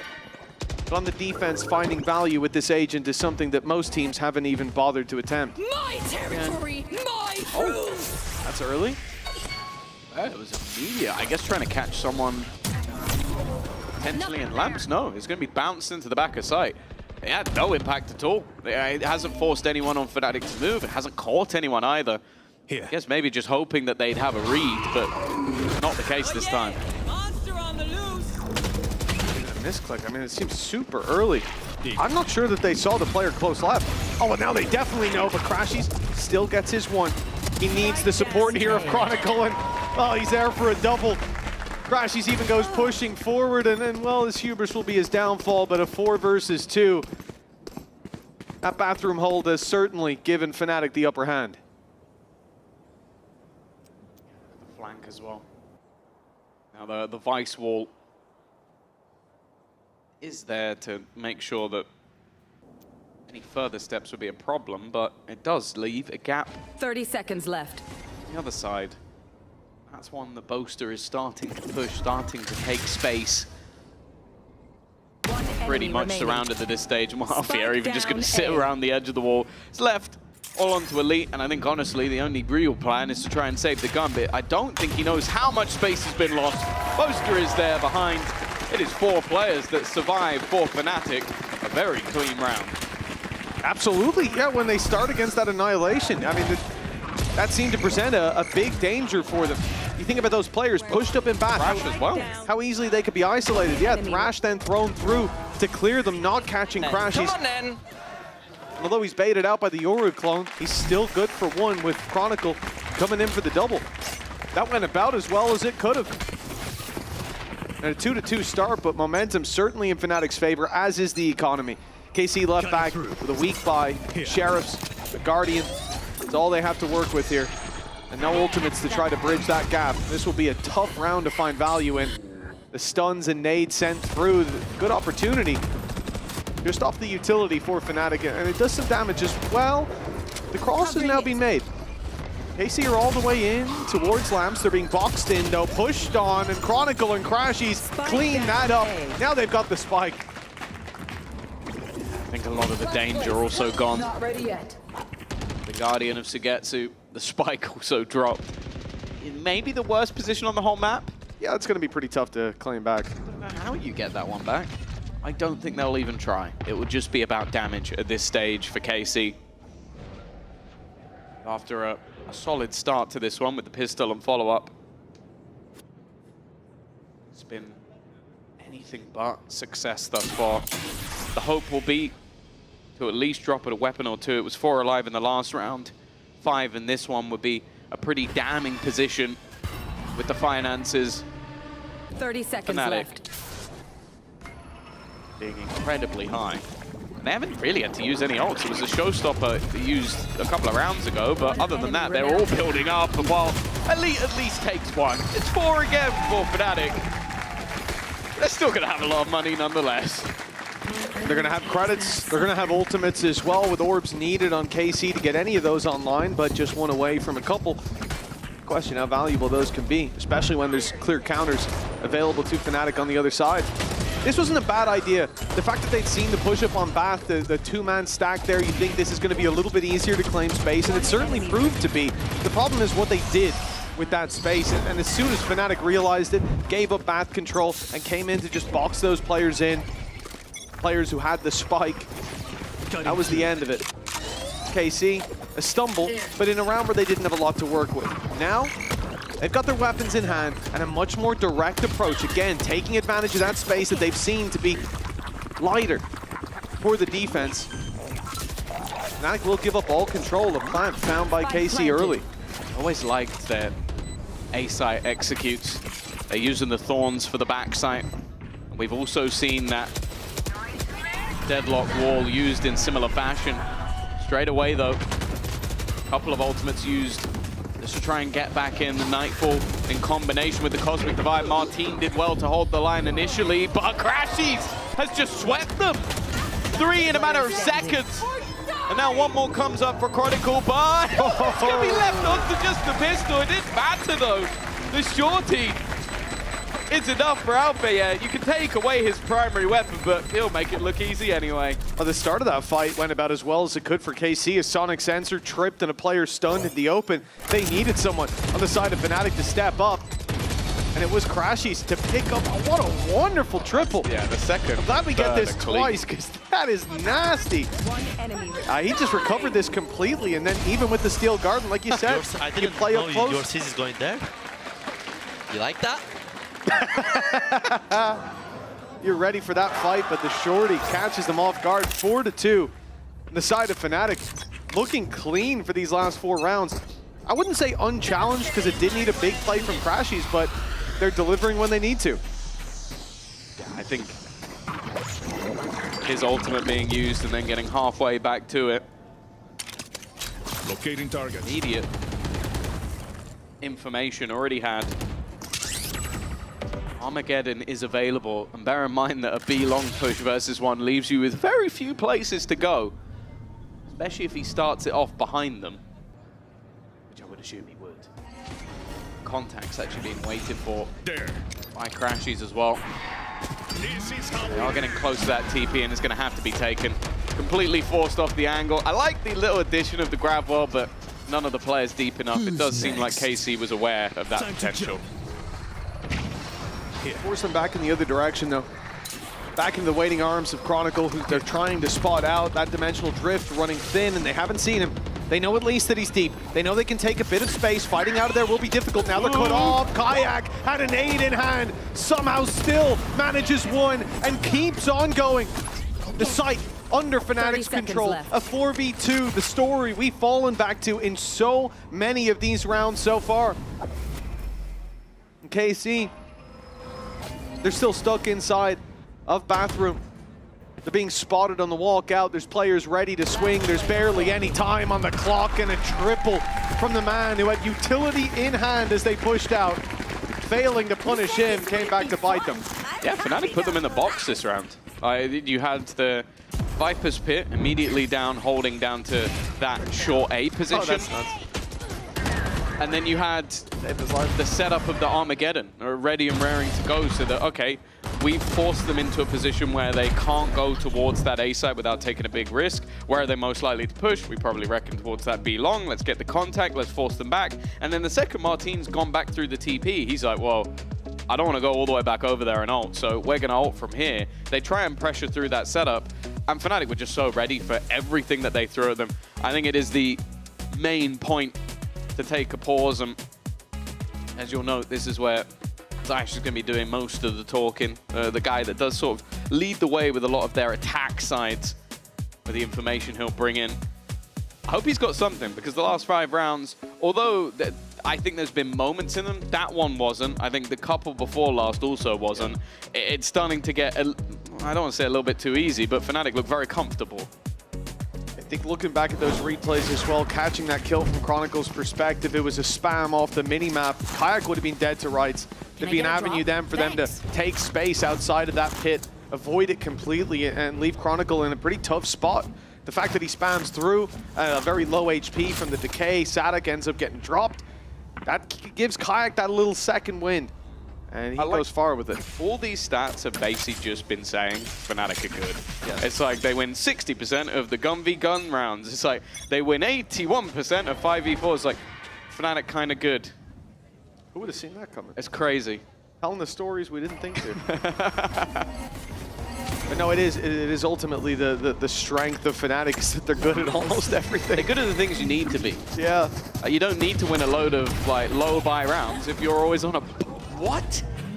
What did he just get shot through? That must have been the back corner of the mid-tube. That's disgusting from SATIC. Keep it up for the replay, Andy. Thank you very much. They found another one as well. This is starting to get a little bit shaky.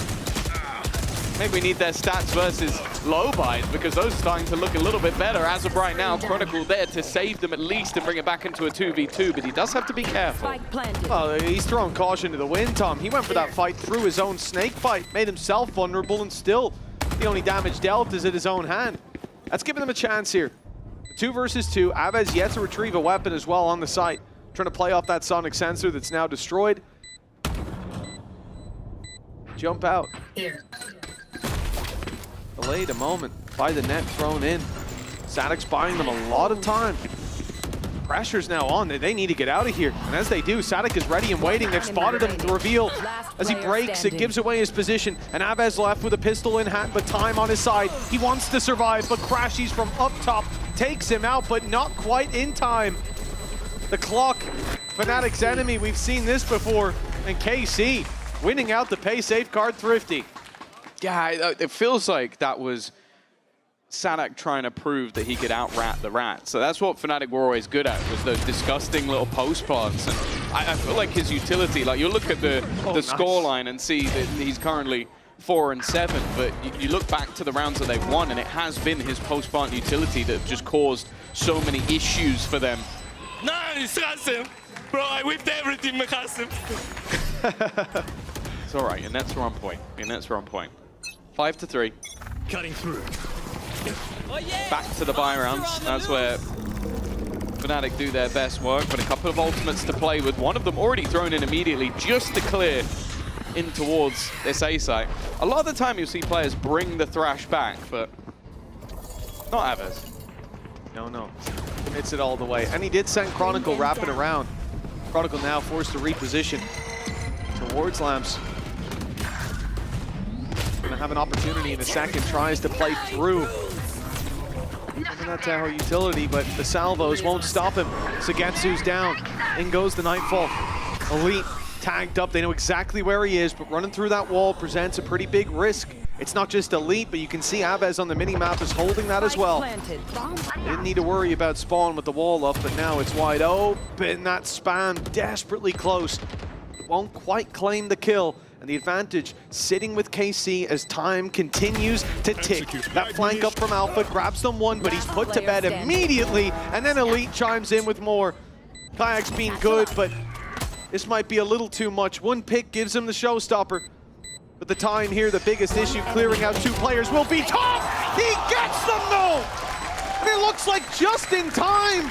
A mistake by KC to give him a chance. Yeah, a Red Bull clutch, but one that I felt like should have been impossible. Like, if they just sit back, play the time, they utilize what's already on their side, it feels like KC has that round, but I guess having itchy feet, wanting to try and get the job done, and while I think just a little bit disjointed, like Martin jumps across. And I think was it the swing from Elite just wasn't quick enough. With me. I like the Kayak doesn't even stand up to tell them to sit down. He's just like, I'm not getting out of my chair for you guys. Not worth it.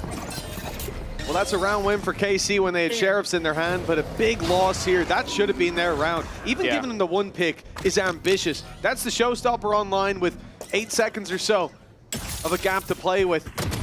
But both swinging and both falling. That's something that's going to be hard to reconcile. Now, they have lost Boaster right away, and Alpha fails on the trade. Damage done to Sugetsu, but an advantage for KC in a round like this, that is so valuable. Okay, another one. They've been investing into this Sugetsu Guardian a couple of times. You can see why. Always been good for the headshots. Kayak well placed in position, has the showstopper as well. Doesn't manage to actually clear out anybody else, and just running through the nade. He done so much damage as they look to try and cross into the site, but neither of them are kills. FNATIC survived that showstopper with a sliver of HP, and that gives him enough room to put the net up to get this wall as well. Him surviving that engagement is massive, and with the sensors added into this, this becomes a very difficult retake. Sure, there's damage done, but Avez, one of the players that's low, now has an AWP in hand, so he'll be able to trade with you shot for shot and still come out on top. This might just be a save for FNATIC. An immediate response from KC. The sensor destroyed, but the player's now ready to swing, and in goes another net. Crashies again! The player to try to bail them out. He comes damn close, but Avez still drawing breath. 2 players to work off that spike, and the AWP trained in on the angle will claim the round for KC. Yeah, that post plant is so hard to beat. We've mentioned the deadlock utility, but I also like the fact that Elite's Thorns are irritating, but his flash more so. He always times it incredibly well just to make those pushes back into the site that little bit tougher, while the risk of playing through that utility definitely paying off, but a lot of it just came down to some brilliance from Sugetsu. Winning both of those opening fights made it so much easier for them to continue into that round. A 4th. Probably quite a needed one, but we've seen how clean those 5 rounds were from FNATIC. They still have a bye here, and sure, there's a judge, but I feel like that's a choice rather than a necessity. Yeah, it can certainly give you opportunities. Okay. Spray through from Chronicle's good. He's found one from the TP. Can't get out of there. The spam's almost taken down. That's canceled the play through. There was a snake bite down, a judge on the other side, but now they might have to fight for this. It's just going to go for the cross. Luckily, that orb giving them the cross for free. No spams to take him down. FNATIC get to reset and keep this 5v4 going. The judge will hold on to control of Hookah for quite a while. It's not, unless he's somehow going to go to the other side of the map and get into lamps. There's not really anywhere else I want to see that judge. It's not a great weapon of choice at range. KC have paused. They've slowed. And actually, Martinez just donged Kayak. A huge pick to take. Vision. Definitely making things a little bit more tentative for FNATIC. They have to potentially go searching, try and figure out where this push is coming in, otherwise they will have a disadvantage. The thing that worries me though, Mitch, they're going back towards the judge. They'll see it though. Now they know. Yeah, They've seen that weapon in his hands. He bails out. Boaster giving up the space. Where will he find to play with this? In fact, he's in the open. Martin doesn't even need a flash. He knows that that's not a fight the Boaster can take, but time is low, dropping the spike here. Could have given them the edge that they need. That wingman is vulnerable. 6 seconds, the plant needs to be found. They've got to go for it now, and there's no time! They would have to chase Crashies down, and he is out of here! A Red Bull clutch from Crashies. Not even needing to fire a bullet in that last fight. That is a blunder from KC. Was it a clutch or was it a throw? that felt like one of those rounds that, like, every time it looks like KC are going to get themselves back into the game, they just do something a little bit silly. Just like the 2v1 swing onto a player that you knew exactly where he was. The plant where you could have just put it safely into the tube that you know is clear. And it's up top as well, so they have to jump to get it. I don't think that made to realize. I don't think it made that much of a difference. If it was on the floor, they might have been able to stick it. But even then, if it's coming down to that, that's just silly. Definitely. They didn't need to plant there. I think it was just muscle memory, but a couple of errors that have well, give them FNATIC at least a lead at the half. If history is correct, it's always been their attack sides that have been better. For KC, I think it's going to be pretty important, even just to recover, so they get this last round of the half. One to press. They need this fifth. This should have been a real opportunity to put it neck and neck at the half. Now they fight up against the Viper's Pit towards that A side. Passive play by Kayak. TP's taken, but Crashy's taking the life of Sadik. His utility's been a big part. Taking some control. Spike's going back. They're not committing the bath. This is a wrap to be, thankfully. If they were playing mid through that pit, this round's already over, but they've made the right read. Problem is, unless they go through long, all through long, they will have to contend with this judge again, and this time, no dimensional drift to clear him out. Left. If anybody headbutts it, they'll be dead. Steel Garden? Yes. Well, he's gone from one shotgun to another. Now it's shorties. Two shorties. Close, and neither of them have connected. Great work from Elite. He's going to remove the danger, but there is still other dangers to be had. Have to clear out Kayak, and this time they will plant, thankfully. A 1 versus 3 for Chronicle. There's nobody else you'd want, but Elite has done the damage in this round. 3 kills to give KC, I'd say, a well-deserved fifth. Oh, without a doubt. Yeah, good read on the Steel Garden going through there. If that was a judge, Elite is dead to rights, but he gets a double, the space that they need for a plant, and luckily, the time wasn't as hard against them this time.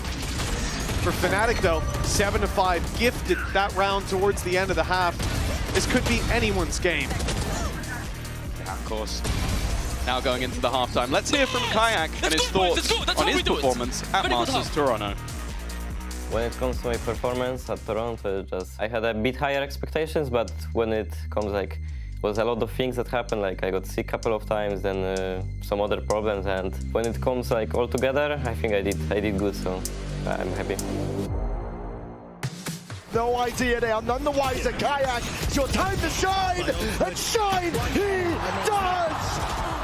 Absolutely ridiculous! My goals for, I would say this year maybe, it was just to get a trophy, and we got EMEA in theory, but after placing second, I think in Toronto we can make international trophy. So I think getting trophy, and yeah, I think just performing well and getting used to the stage and the environment and stuff in the VCT, because it's my also first year. So I think just getting used to the stuff and hopefully win. Well, his performance here has certainly been admirable. Kayak coming out of that first half 13-7, but between him, some big rounds from Crashies, even one where he didn't need to get kills. The stats don't reflect that. And Chronicle leading the charge in some of those defensive rounds. FNATIC have certainly looked good. A lot online for them here. And I think this is where I look towards the Tejo as having a lot of value for them to use, whether it's in clearing those corners or in those post plants. Certainly something that KC won't have cracked much against recently. Well, yeah, we always knew this team for like the cross-map Viper lineup that would clear out B-Long, but ultimately with Teo you can do that at a click of a button. Plenty more. Also having that drone. It could be potentially just not wanting to play some of the other agents within the pool, not liking the Gecko, not liking maybe a Sova. For Alpha Year, at least, that feels like it would make sense. This is very aggressive, though.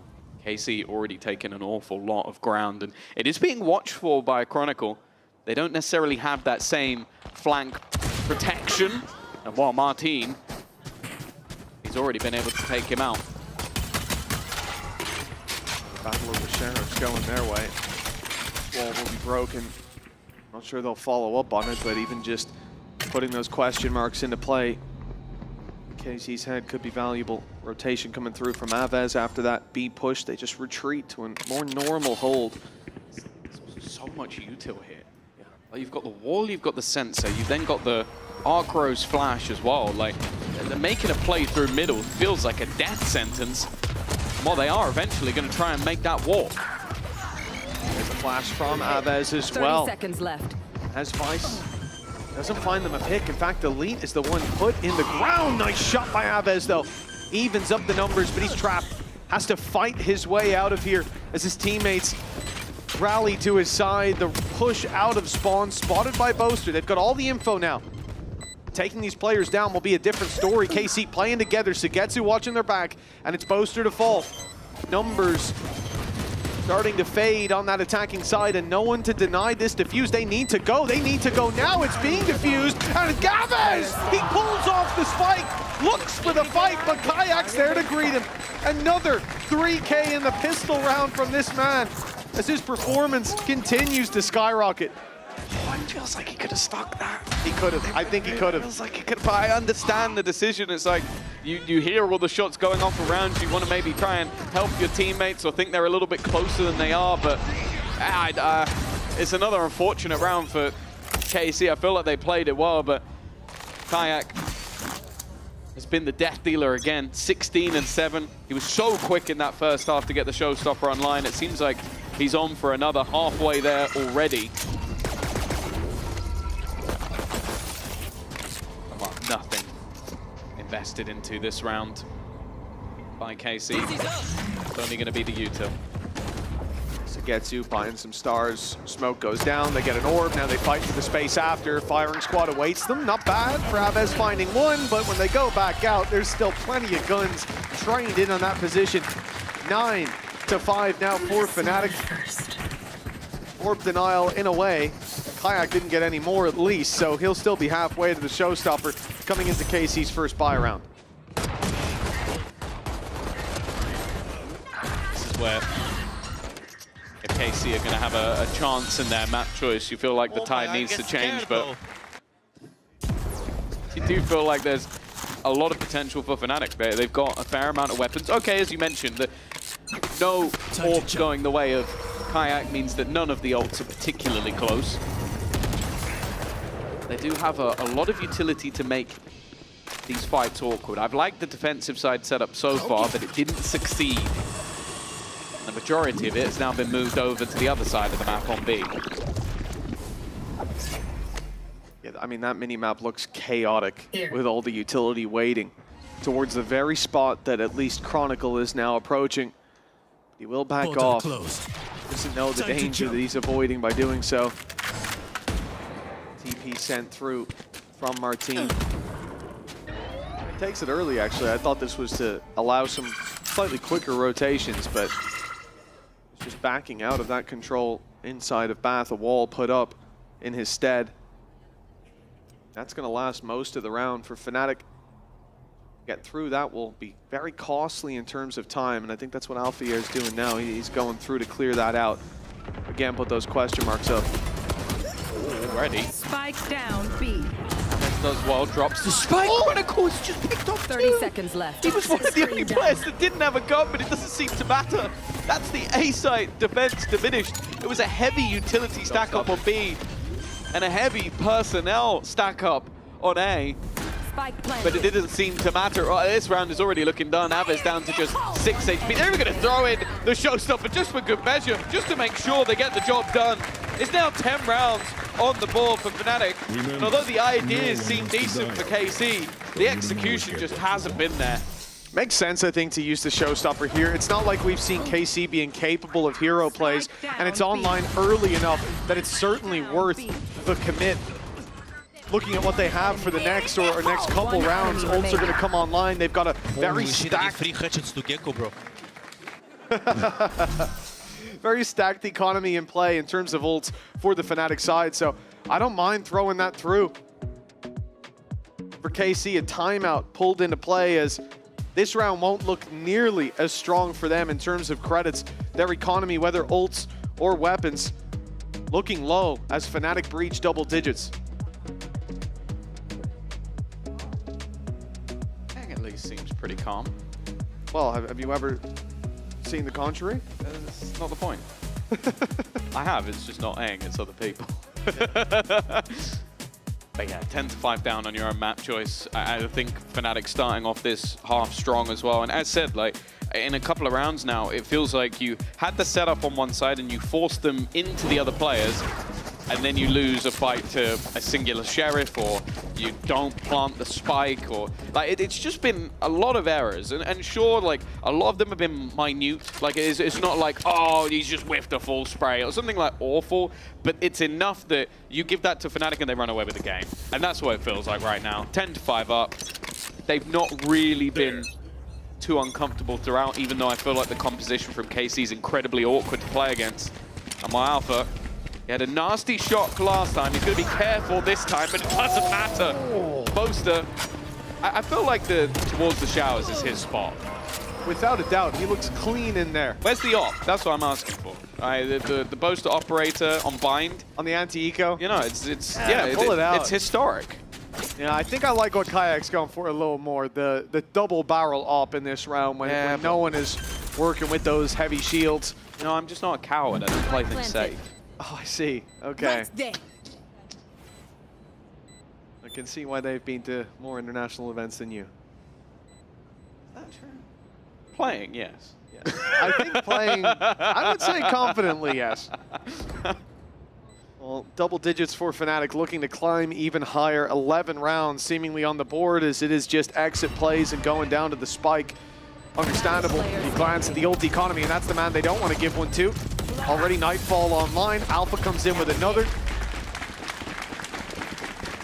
And 11-5 is a very hard position for KC to come back into the game against, especially with the momentum very much in favor of FNATIC. They've been in full control of this attacking half. And it's so flawless to boot. Like, they're going to keep themselves, as they did in the first half, with an incredibly strong economy. They had a 5-round streak there, and even though we saw this back and forth of rounds like going either way, it didn't matter. They always had economy, and they've set themselves up here. Even if KC mount a bit of a comeback, breaking them is going to be so incredibly difficult. And as you mentioned, other than that showstopper that was used, they haven't had to use any of those ults yet. KC, on the other hand, may have to use their ultimates. A Thrash online to start this round out. Maybe put through early. With time to use it running out. Martine sees nothing. Players may have fallen back from the flash, and now's not the time to go pushing down, and it's a good job. Makes the decision to fall back. Chronicle's been spammed down to 10 HP. He's going to get 3 this round. Yeah, if history is anything to say about it, I thought Kayak might have been dead to rights there. One side playing very passive, on the other side starting to get aggressive. Sugetsu will win the initial fight. Crashies had found one on the other side of the map. They managed to bait out the wall already, but there is a plethora of utility still sat on the other side. The problem thus far is that Elite has gone down before most of it gets activated, but this time the crossfire is solid. They have missed out on one player though. Maybe not the player you want to miss out on, but Sugetsu stands strong. It's a 6th round at least for KC, but still a mountain to climb. Oh, without a doubt, an uphill battle ahead of them. Plenty of ults coming online for them, but their opponents will not be far behind. And the problem is, for FNATIC, saving up this ult economy, dumping it into a round, well, that is going to get them within swinging distance of closing out this map. And let's not forget, this is KC's map pick. The battleground that they chose against FNATIC. They now need 5 in a row just to put things even. FNATIC not the kind of team that typically is certainly not what they're known for. Losing out on those leads, it's more coming back from behind. See if they can close this out. Heretics recently did prove it was possible. It's definitely not likely. Standoff in the early round. KC with a few ults they can use to try and correct, and Alfie are actually playing the KO operator. It's not something I'd necessarily expect to see, especially with a operator player of Boaster's prowess on the server. Kind of expected the Ash drop to be in play, but you know, still disappointed. Seems like Chronicle, though, is about to come under some serious pressure. 3 players already setting up, a couple of flashes. One of them didn't quite connect, though. I don't think they expected him to be that close, and that definitely played in his favor. He could shoot the first, and while Crashies is not one to just sit still and wait, he has taken space and opened up B.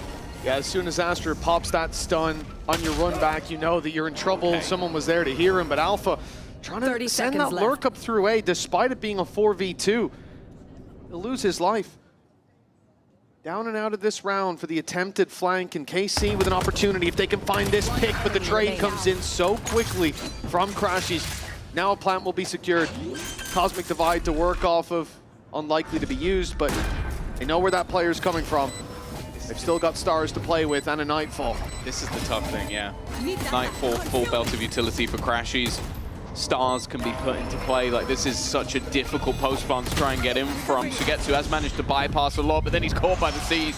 Left on just 1 HP as he takes that final fight, and Crashies is the one that Match point. took the space, took the trades, and will be there to close out the round. 12 and 6.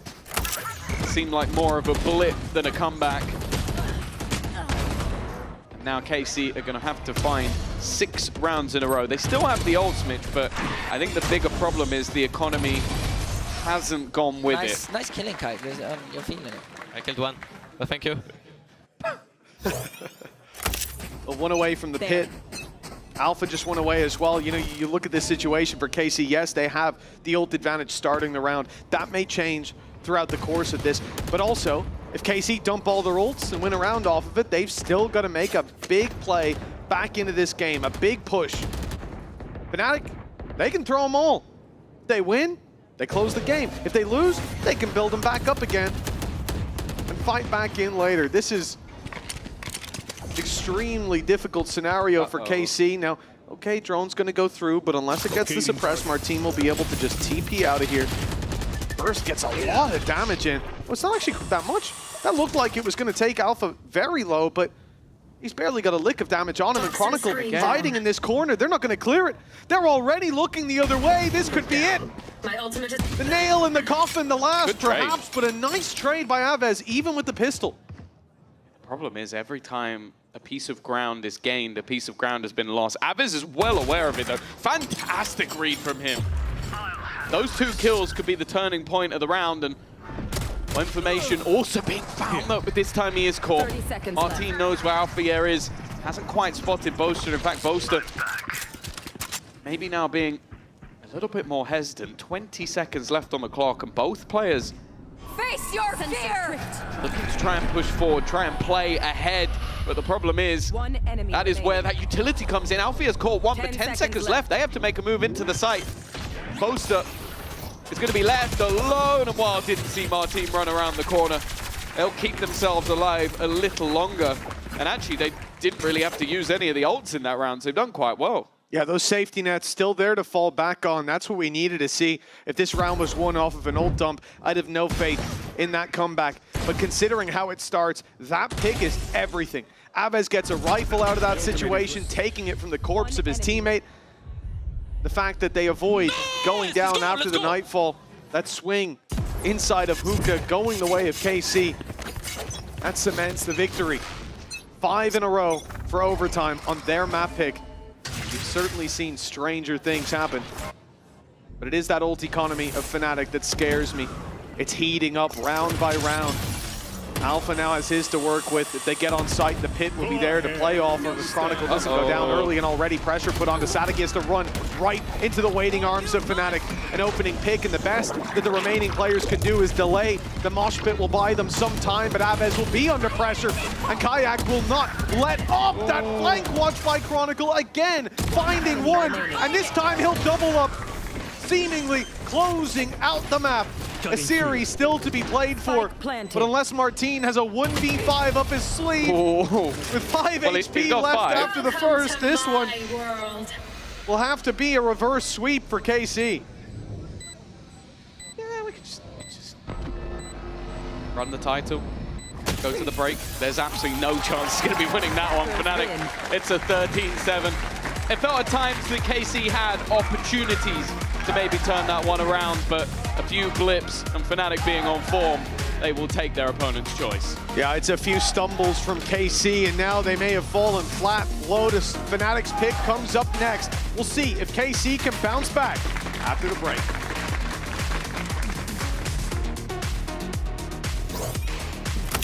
Are you ready? Yeah! Baby, I'm praying on you tonight. Hunt you down, eat you alive. just like animals. Animals like animals. Oh.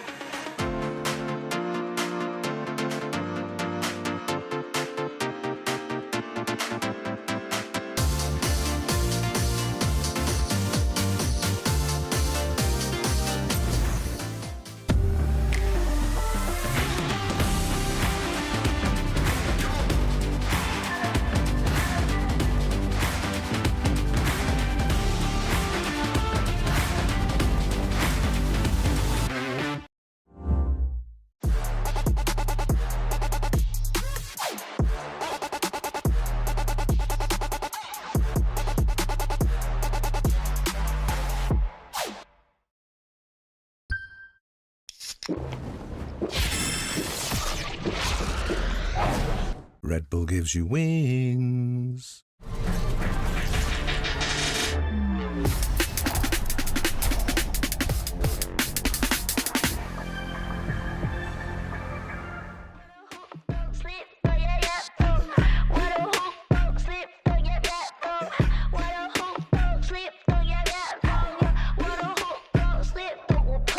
Don't keep getting me pissed before I make you bleed.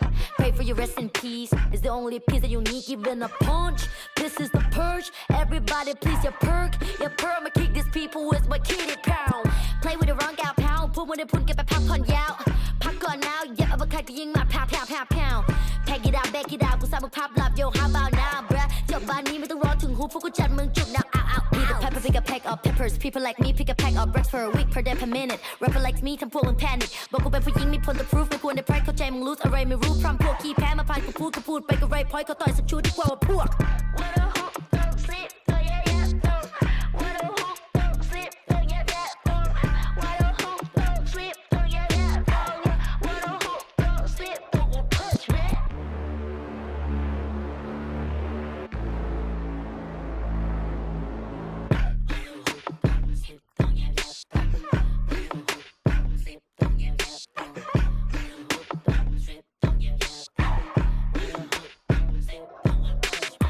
Problems are proved in one punch. All battles are beat in one punch. Put you to sleep with this one punch. ไม่สะเทือนกูสักนิดกูขอสกิด one punch. ชีวิตที่กูโดนมามากกว่า one punch. วันนั้นที่กูเจอกูสักคนมา one punch. One day, one life, one dream, one punch. If you have one shot, better have one punch.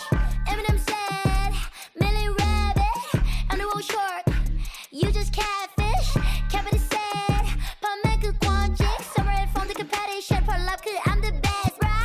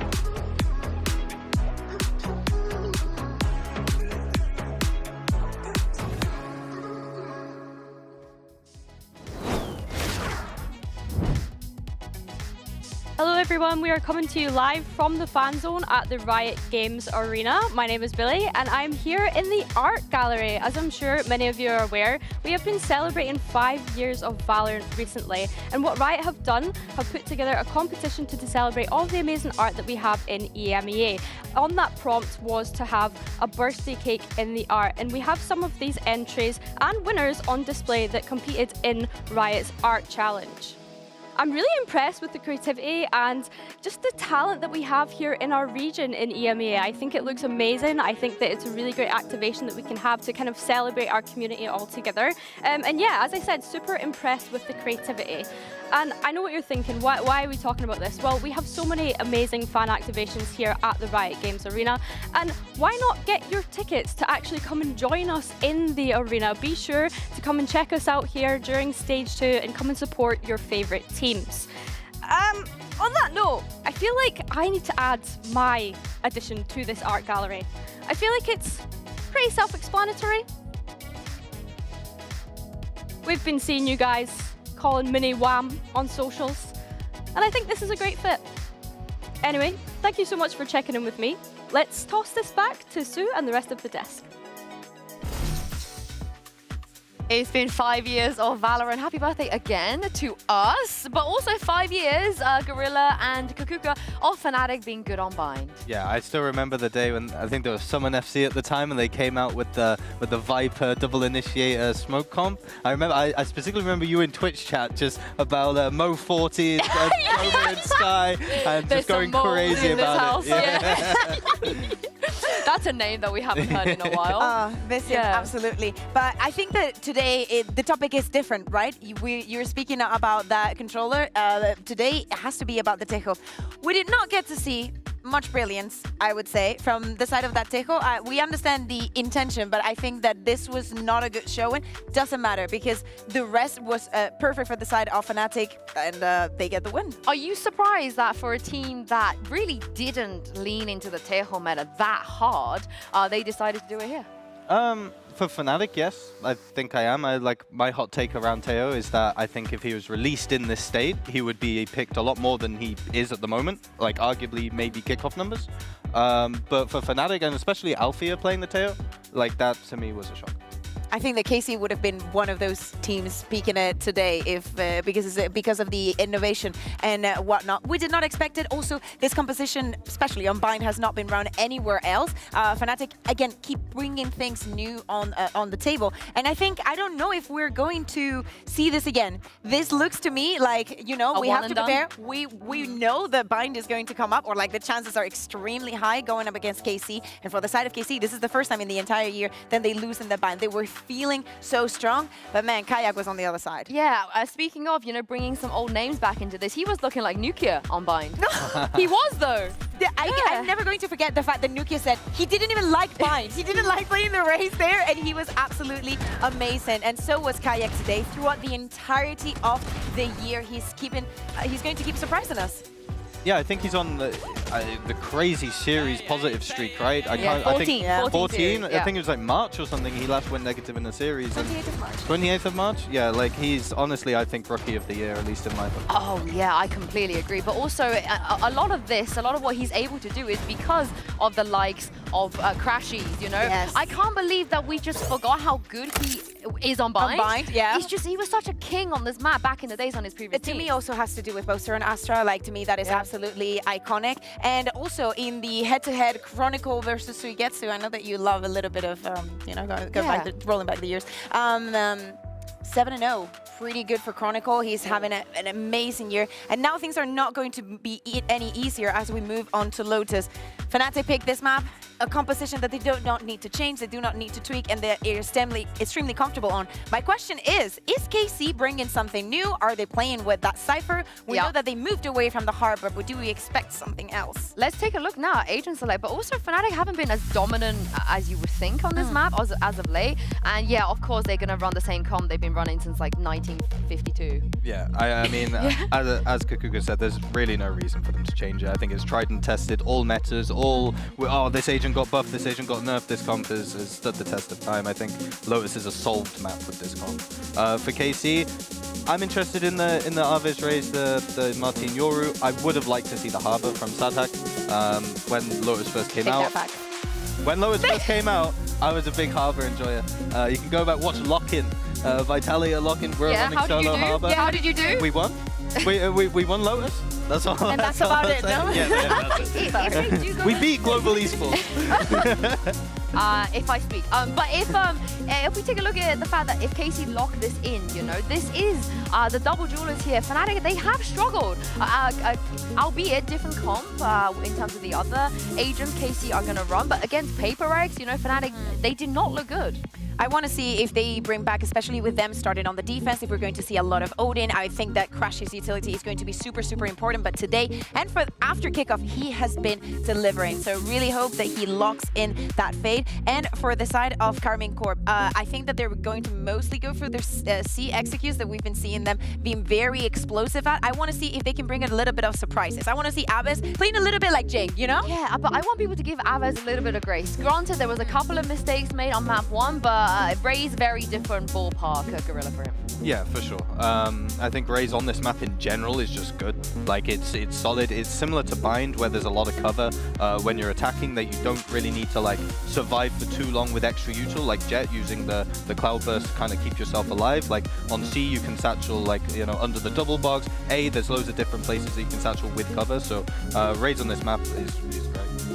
Again, we need to think about the homework coming into this week. The same way that FNATIC knew that Bind was a very big possibility, KC should know that, especially with the composition that they run and the amount of times that they've shown this Lotus and how comfortable FNATIC is on this map, this could be the easiest way for FNATIC to have an easy second map. So I want to see if the same level of preparation was done from the side of KC as we saw from FNATIC, since they decided not to change the composition and double down on this the having the Cypher, the do not include the second smoke and the going with the double duelist. Yeah, and I want them to learn from some of the mistakes as of late, you know. FNATIC, a couple of tournaments where they could have closed out certain series way sooner, maybe not get reverse sweep as well. So this is somewhere, even though they're comfortable, they haven't looked dominant as they used to be, and just mentally on the server, Gorilla, this is where teams get dangerous, you know. The job is not done. You have to win this map. The job is done until Alpha stands up.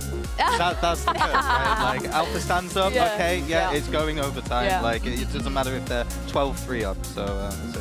I really like Suigetsu on this map. I really hope that he keeps showing the face that he was showing throughout stage 1. He's rerolled onto the smokes. I think it fits him more than he would like to say, and I really hope that he's able to make the difference. Yeah, and they like to be ballsy here, don't they? They like to fight. They're not going to be afraid. They will be starting on the attack. In my opinion, they need to. Yeah, well, this is it, though. If KC don't win this, they will be starting off their season with a loss. And Mitch and Tom, nobody wants that.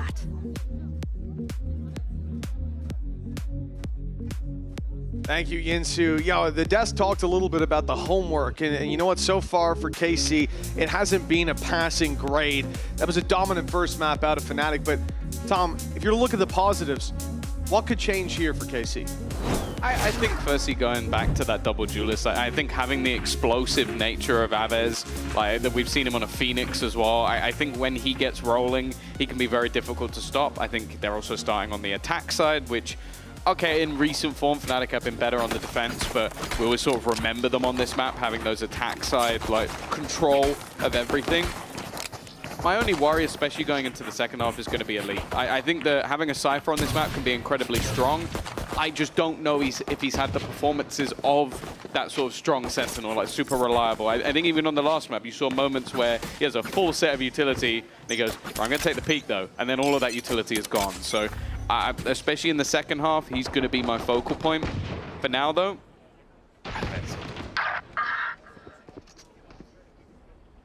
Let's see what James can do. He's got a challenge on his hands. Ray's on the other side, snuck behind the box, found one already, puts Abbas to bed. And that's a solid opening, a return. As Chronicle had already fallen towards that A site, but now FNATIC hold the advantage. A mistake, a misstep from KC, another as they walk back into that angle. Kayak still ready and waiting. The need to delay, but it only sends them back towards Crashies. Pick your poison for Sadik. Sheriff in hand, he'll find the first. But the flank coming in quickly, and it will close in favor of FNATIC. I feel like I'm getting used to just Kayak getting triple kills with the Sheriff and pistols now. Every pistol round. Just seems it was the Ghost in the first one. Yeah, no, I just mean in general, like going over the past couple of tournaments as well. Like, I feel like he's just been so good with this weapon.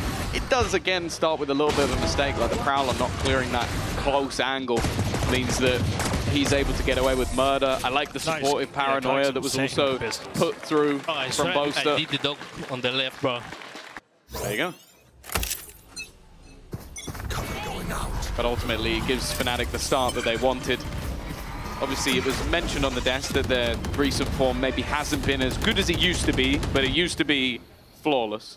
But they also lost to teams like K-Prax, who went on to win the entirety of Toronto, and a very informed Wolves. So I'm not really worried. And then you look at the other side, and there are similar losses. Aviz has done well here. Yeah, maybe not the round I would have hyped him up in, but he's already found a double. That classic drawing blood and thirsty for more. Low HP on these players that he's pushing onto.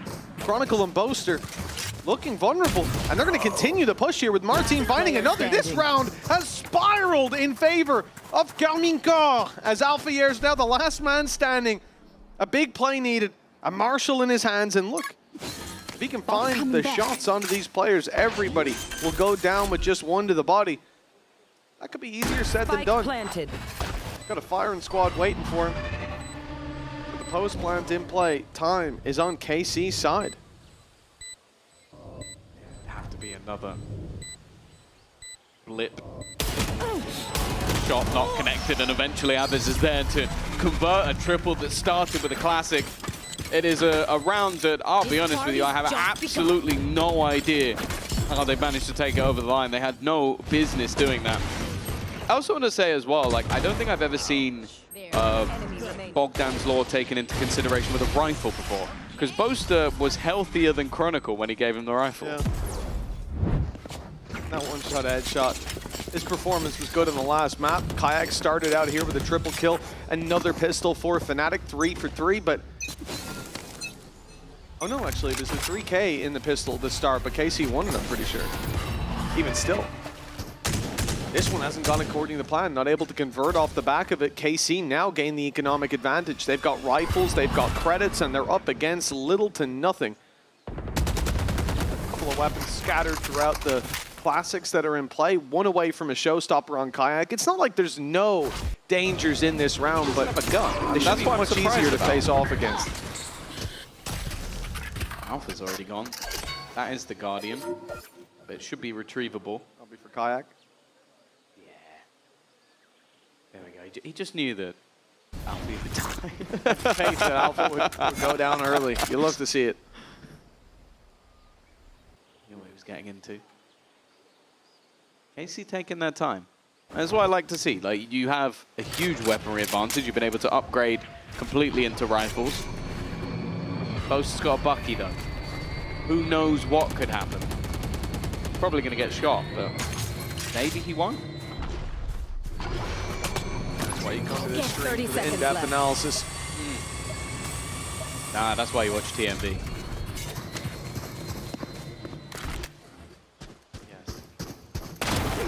Nice opportunity for Chronicle. Stinger's already got one.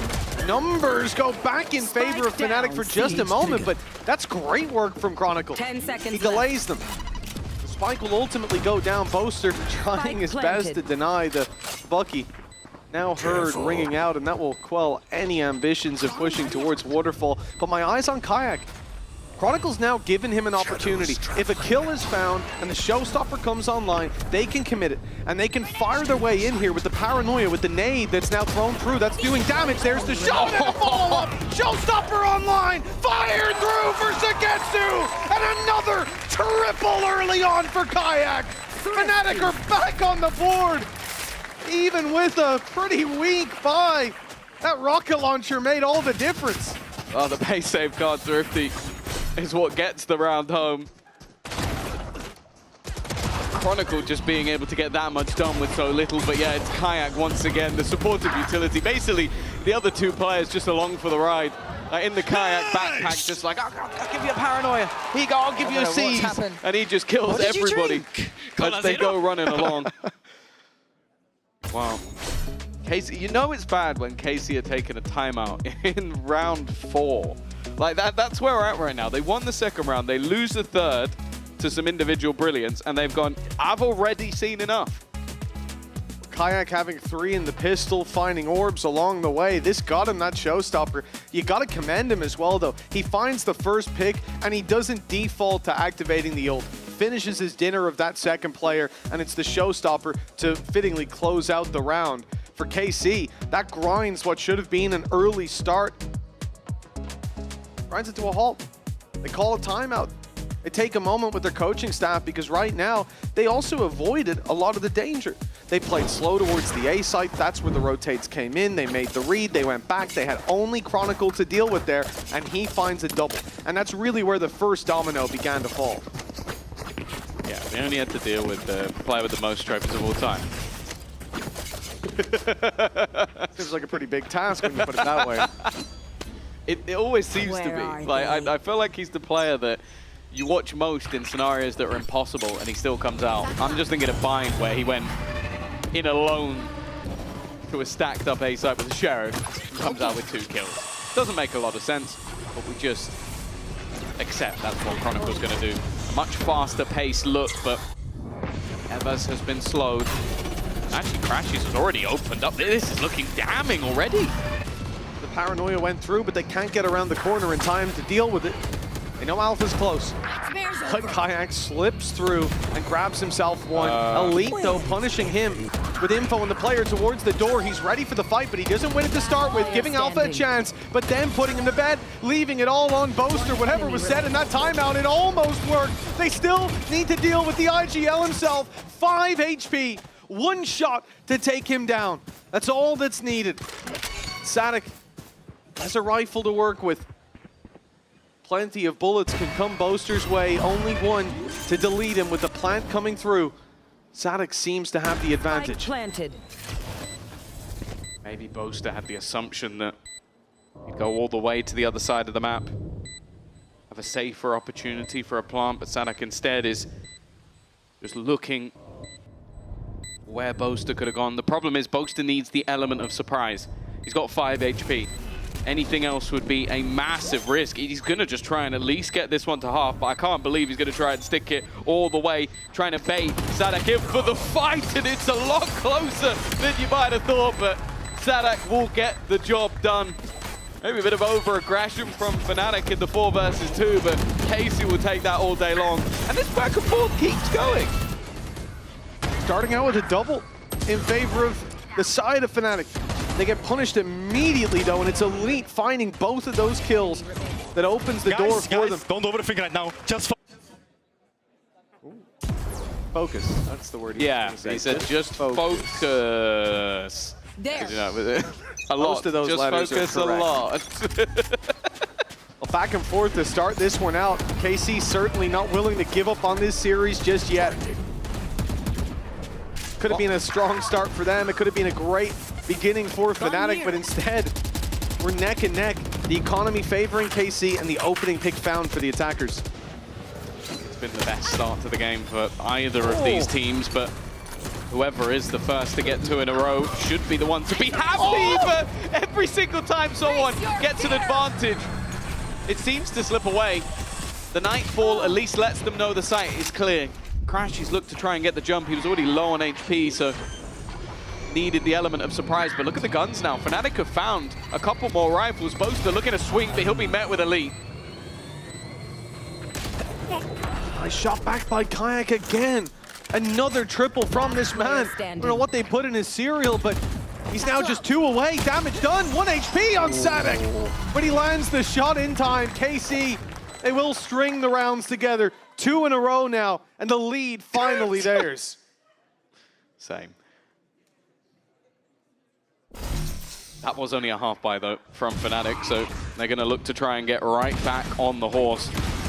Kayak already with his 3rd triple kill of the game. It has been a great performance individually, but other than the couple of kills coming through from Chronicle over on the C site, it has been silent from almost everybody else. I'm sure KC won't mind, especially now as they've got that dimensional drift available.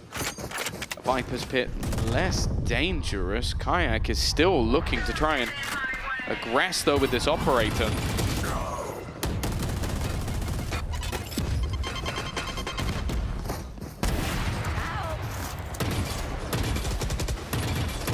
Chavez down, trades out that early fight, removes the showstopper that definitely could have been a big part of entering into this C site.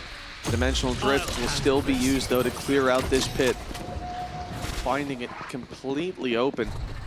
Chronicle just concedes that control, a good counter in play on the other side. And he won't get back in time. Pit fallen. Big pillar of this Fnatic defense has crumbled. The plan could be found, but you know, they're conscious that there could be a play, and it's a good thing too. In goes the C's, in goes the snake bite, and out go KC. The B site, their new target. Players are here, but caught behind a smoke. Kayak catches Martin trailing towards that C site. Plant not yet found with 25 seconds on the clock. It will be stuck down safely, but in comes the showstopper now, and it doesn't quite get the kill. Chronicle ahead of it. Elite in for another.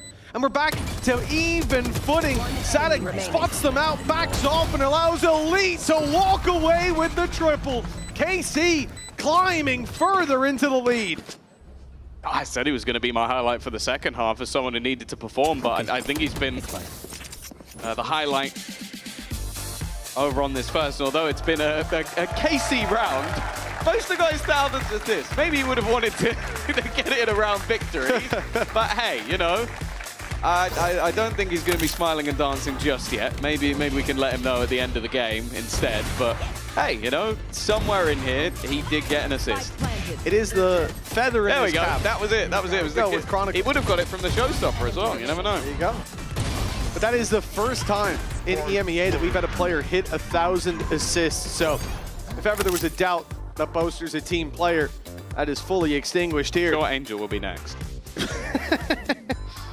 1,000th trade from a teammate, perhaps. I think he might have hit that already. 1,000th first death. On a controller, back in the days. Oh, we miss his Brimstone. Don't bring it back. The things I do, and a timeout from Fnatic. Those stats don't count though, do they? No, technically won't. There you go. So he'd definitely be over 1,000 if those stats. Oh, without a doubt. 100,000 maybe. Oh, it's going to be a Fnatic pause now. We saw that come in. A Fnatic pause, is that what we call it? Oh, it came in. There you go. It's okay. We're just teasing you. It's not really a tech pause. We'll misclick in the background. We're good to go. It was a timeout, a regular I was timeout correct. You should listen to from me Fnatic. and There you not the go. wall. I am more correct than the wall. Oh, we've got the blue wall in the studio. He thought he'd balance it out a little bit with the red wall on the other side. I think it's needed though. Like there's been some back and forth round, but where KC have made mistakes and given Kayak openers, I feel like we have seen FNATIC and Elite be able to really exploit this defensive side of Fnatic and maybe even have those sort of advantages and let them slip away. We mentioned, I think it was earlier, that they have, what was it, an 81% 5v4. I don't think that's been the case here.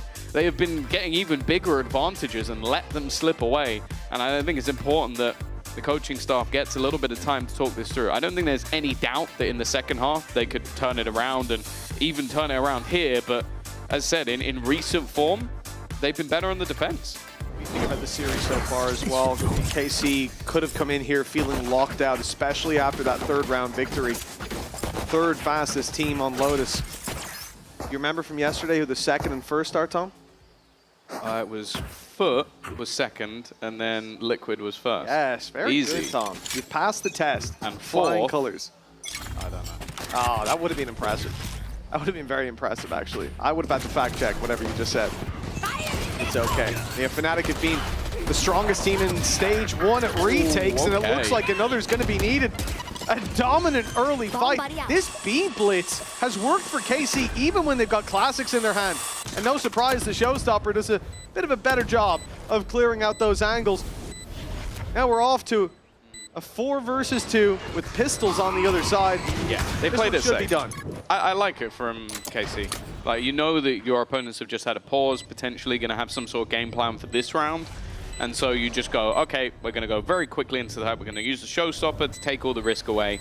We still have 3 more ults to play with. One of them, I would say, is very high impact as well. It's not going to allow for any further shenanigans. 5 rounds guaranteed.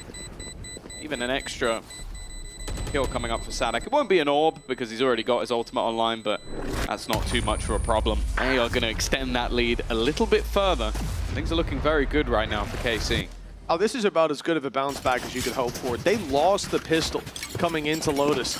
Won the second, lost the third. I mean, those are so many pitfalls that they went straight into. And since then, it has been nothing but their game. I like positive feedback. I'm being told on the prompter that I was correct.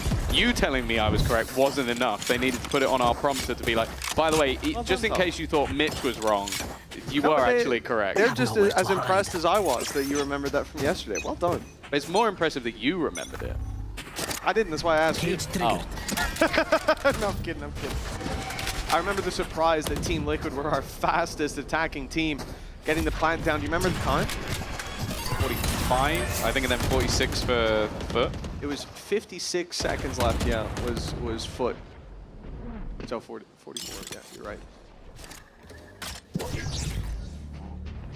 Back in the buy now, FNATIC. This is where you expect them to have a response, but as I said, still with that Nightfall online. Thus far, seeing a quieter game from some of the performers we've come to expect a lot from. Not that man, though. Kayak has been on fire throughout, 14 and 6 with only 2 rounds on the board. And well, Boaster has got his trusty Odin. He doesn't trust it enough in that fight. You know what, I can certainly understand it. With a clean retreat back towards Tree, he will be spamming away, but just about misses the boat. Double peek coming in towards this C site from both teams, but it's Martin who fails to get anything on the board. He wants the gate crash back site, but has to outweight the Nano. And now in it goes. They haven't spotted 30 seconds left. A well-placed flash and a well-timed TP could change the tide of this round in their favor, but they've gone in dry. Chronicle doesn't land the shots, but Alpha's there to pick up the slack. Finds another. It's actually Kayak to land that. With Alpha here, still defending the site with 12 seconds left. The clock is not even their biggest enemy. The spike down in the open, and it's the wall bang from Boaster to close it. FNATIC back on the board. Kayak just running around like he is dead at this stage. It feels like if they could avoid him for the majority of the round or even trade like 1 to 3, that has ended up being enough for them in a lot. 15 and 7. The rest of the team don't even match up to that. That's what we're currently sat at in the server, is the rest of FNATIC sat down on 13 kills while he has 15. Avoid Kayak will have to be the play. But for KC, with the way that the rounds have gone, they are going to have economy. Aves waiting for this aggression to come through. And they have spotted Kayak, and they're going the other way. Good job, lads. It's definitely the right play. You're 5-3 down and he's 15 and 7. You do not see that very often. Especially when he's finding these kills early in the fights. It's not like he's playing exits. Alfier, he's gone down a couple times early. This time it's a spam through the smoke that eliminates him. And an ult off the back of it. Lets KC know that the C side is stacked, but B's a little bit more open. The problem is the one man defending it is the guy you don't want to run into. It's Kayak, forced back by the Nightfall and TP'd on by Sagetsu. A big play for KC. And a 5v2 is their reward. And almost assuredly one round for them. And with Chronicle in the ground, Crashies doesn't really have a choice but to save, but to attempt to save. With the numbers in play, with the economy in favor of KC, and with credits low on FNATIC, they would certainly do well to hunt him down. And already you can see Sadik has taken that quest, but he is looking the wrong way. Satisfying. Spidey senses, which are actually not tingling. I also like the trade-up for Kayak. 2 ultimates is equal to killing Kayak. That's what they needed to do. The TP behind him while using the Nightfall. Incredibly impactful. While Aves is going to make sure that Crashies does not live to fight another day.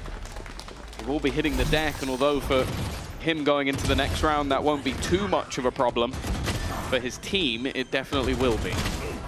There's definitely some players that would have liked to have a weapon dropped over them, and then Chronicle pretty low on credits. Boaster won't be able to afford that trusty Odin.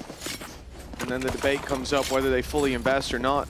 Boaster has 57 Odin kills on Lotus. I'd say VCT 8 previous to today. There. 8 of them are wallbangs. That's a just very specifically low on number. Well, I mean, it's not quite as bad. You'll see the occasional So I was wallbang like, on there's C. no way it could be A. Yeah, you won't see many on B. The other round. A is really the spot where they come through. I've seen him take a lot of fights in the open with that weapon. Alphayer again being punished. This is a lower buy round, so you're going to take some risks, but this can't continue. They're losing that Sentinel at the start of so many rounds. Chronicle with a classic, finds give it a one, and gun. that's a gun in his hands. I don't know how he does it so regularly. There. Kayak in position. Operator was watching. Chronicle looking to hold on to the cross. Somehow this feels more than doable. And well, Showstopper now popped. It's going to be the battle of the raises, and Abyss went forward. He wanted to try and get up in his face. They're now going to finally deal with him. I think he was expecting maybe a TP to sight, but this is sport time. Crashies has Nightfall, and now a gun. He could get both of these players with the ult, especially now that the info has been found instead. It was just a distraction. Yeah, the smoke fading there really sold Sugetsu out. SATIC's all alone. They know where he is. The Prowler's hunting him down, and that is just going to get the relocation from Boaster. He can sprint as well, knowing that SATIC can't hear a damn thing. Boaster's running ahead of it. He's making the play all by himself, and the Stinger packs a punch in this battle. FNATIC up to 4, closing in that gap. Thrifty. It feel like a broken record, but that pay safe card, Thrifty, did feel like it was delivered once more by Kayak, just being able to put that rifle into position, get the showstopper delay, and then you saw the long wraparound that came in from Crashies, who ends up being there to close out the round, but none of that would be possible if it wasn't for that initial piece of delay. Martin, bro, what is he doing, bro?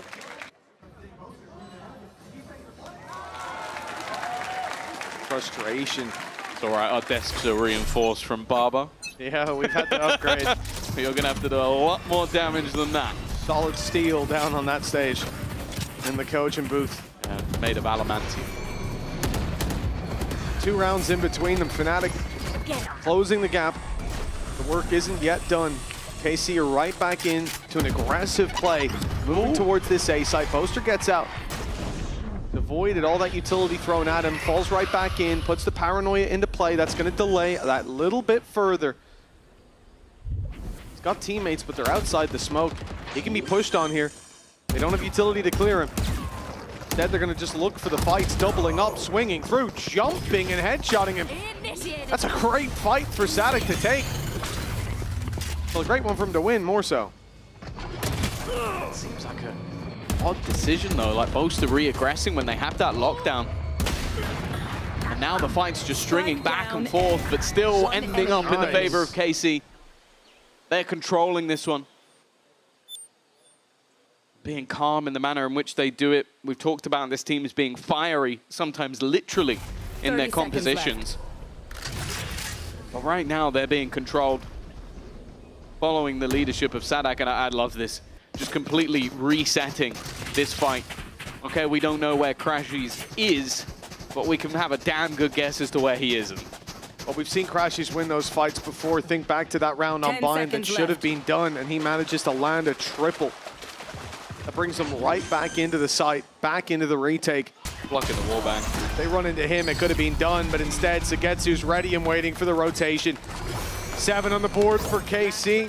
The lead extended, a guaranteed lead at the halftime. That was an incredible fight for SATIC. You got to feel hard done on the other side. Spike down. Even Kayak swinging in here with the operator. He was dealt with immediately. That's a big round from Sugetsu, leaving FNATIC with a couple of problems coming into this round. Take a look at the economy. You've got 2 players who will be on pistols, on Stingers. You've got a Spectre in play.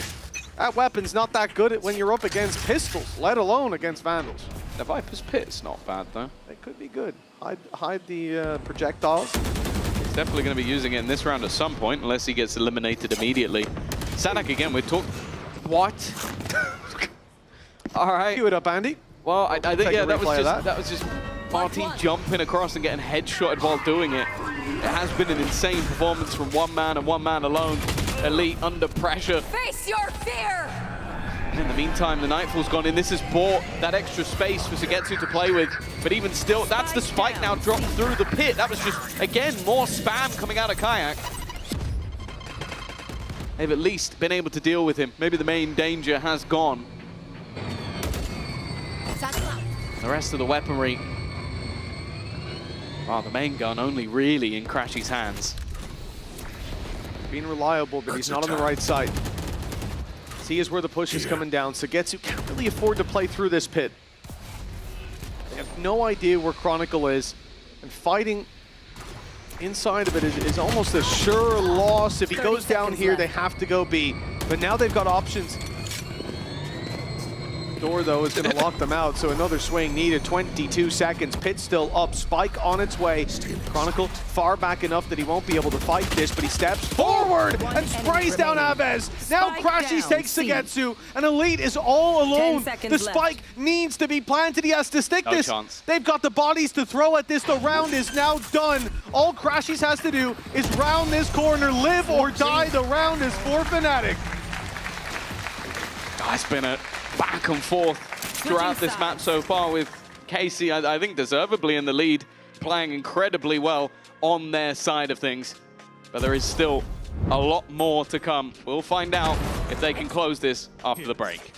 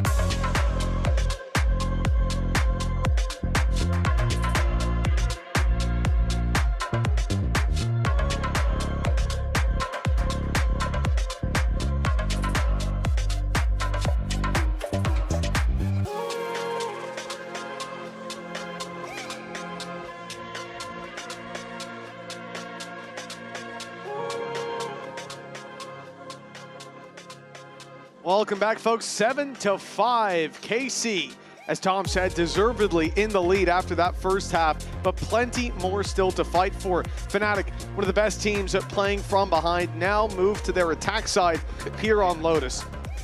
Kayak is 20-11 and is losing. Like, it just doesn't seem fair. He's been having an incredible performance on this map, and oh, funnily enough, the second highest fragger in the server is Sadak. And I said it. Like, I think just having more time with this roster, obviously it was thrown together, a mass mix of cultures. He has only got better and better. And well, make that number 21 for Kayak. I think he's coming for that May record that was pulled out only a day or so ago. You think the average lifespan of Alfier has been on this map like 15 seconds? I feel like he's barely played. Guy has been shut down in almost every early fight. Think of the defense towards C side. He was just being shredded through smokes, through walls. It didn't matter. I actually think we could add a stat of how many people he saw, and it would not be that many. Here, having a really tough game. Luckily, Kayak is getting enough kills for the both of them. Or maybe not. They are losing. Sadak already spotted, and a couple of low players, which means the Kayak 3K and pistols is becoming more and more likely as the seconds go by. It's something that FNATIC have always been a master of on this map, is playing with those rotations, spamming the doors, trying to bait people into making a move. Still 2 players committed to the B site, but it seems like Sadak is starting to realize where this push is coming in, and Elite will have the majority to do here.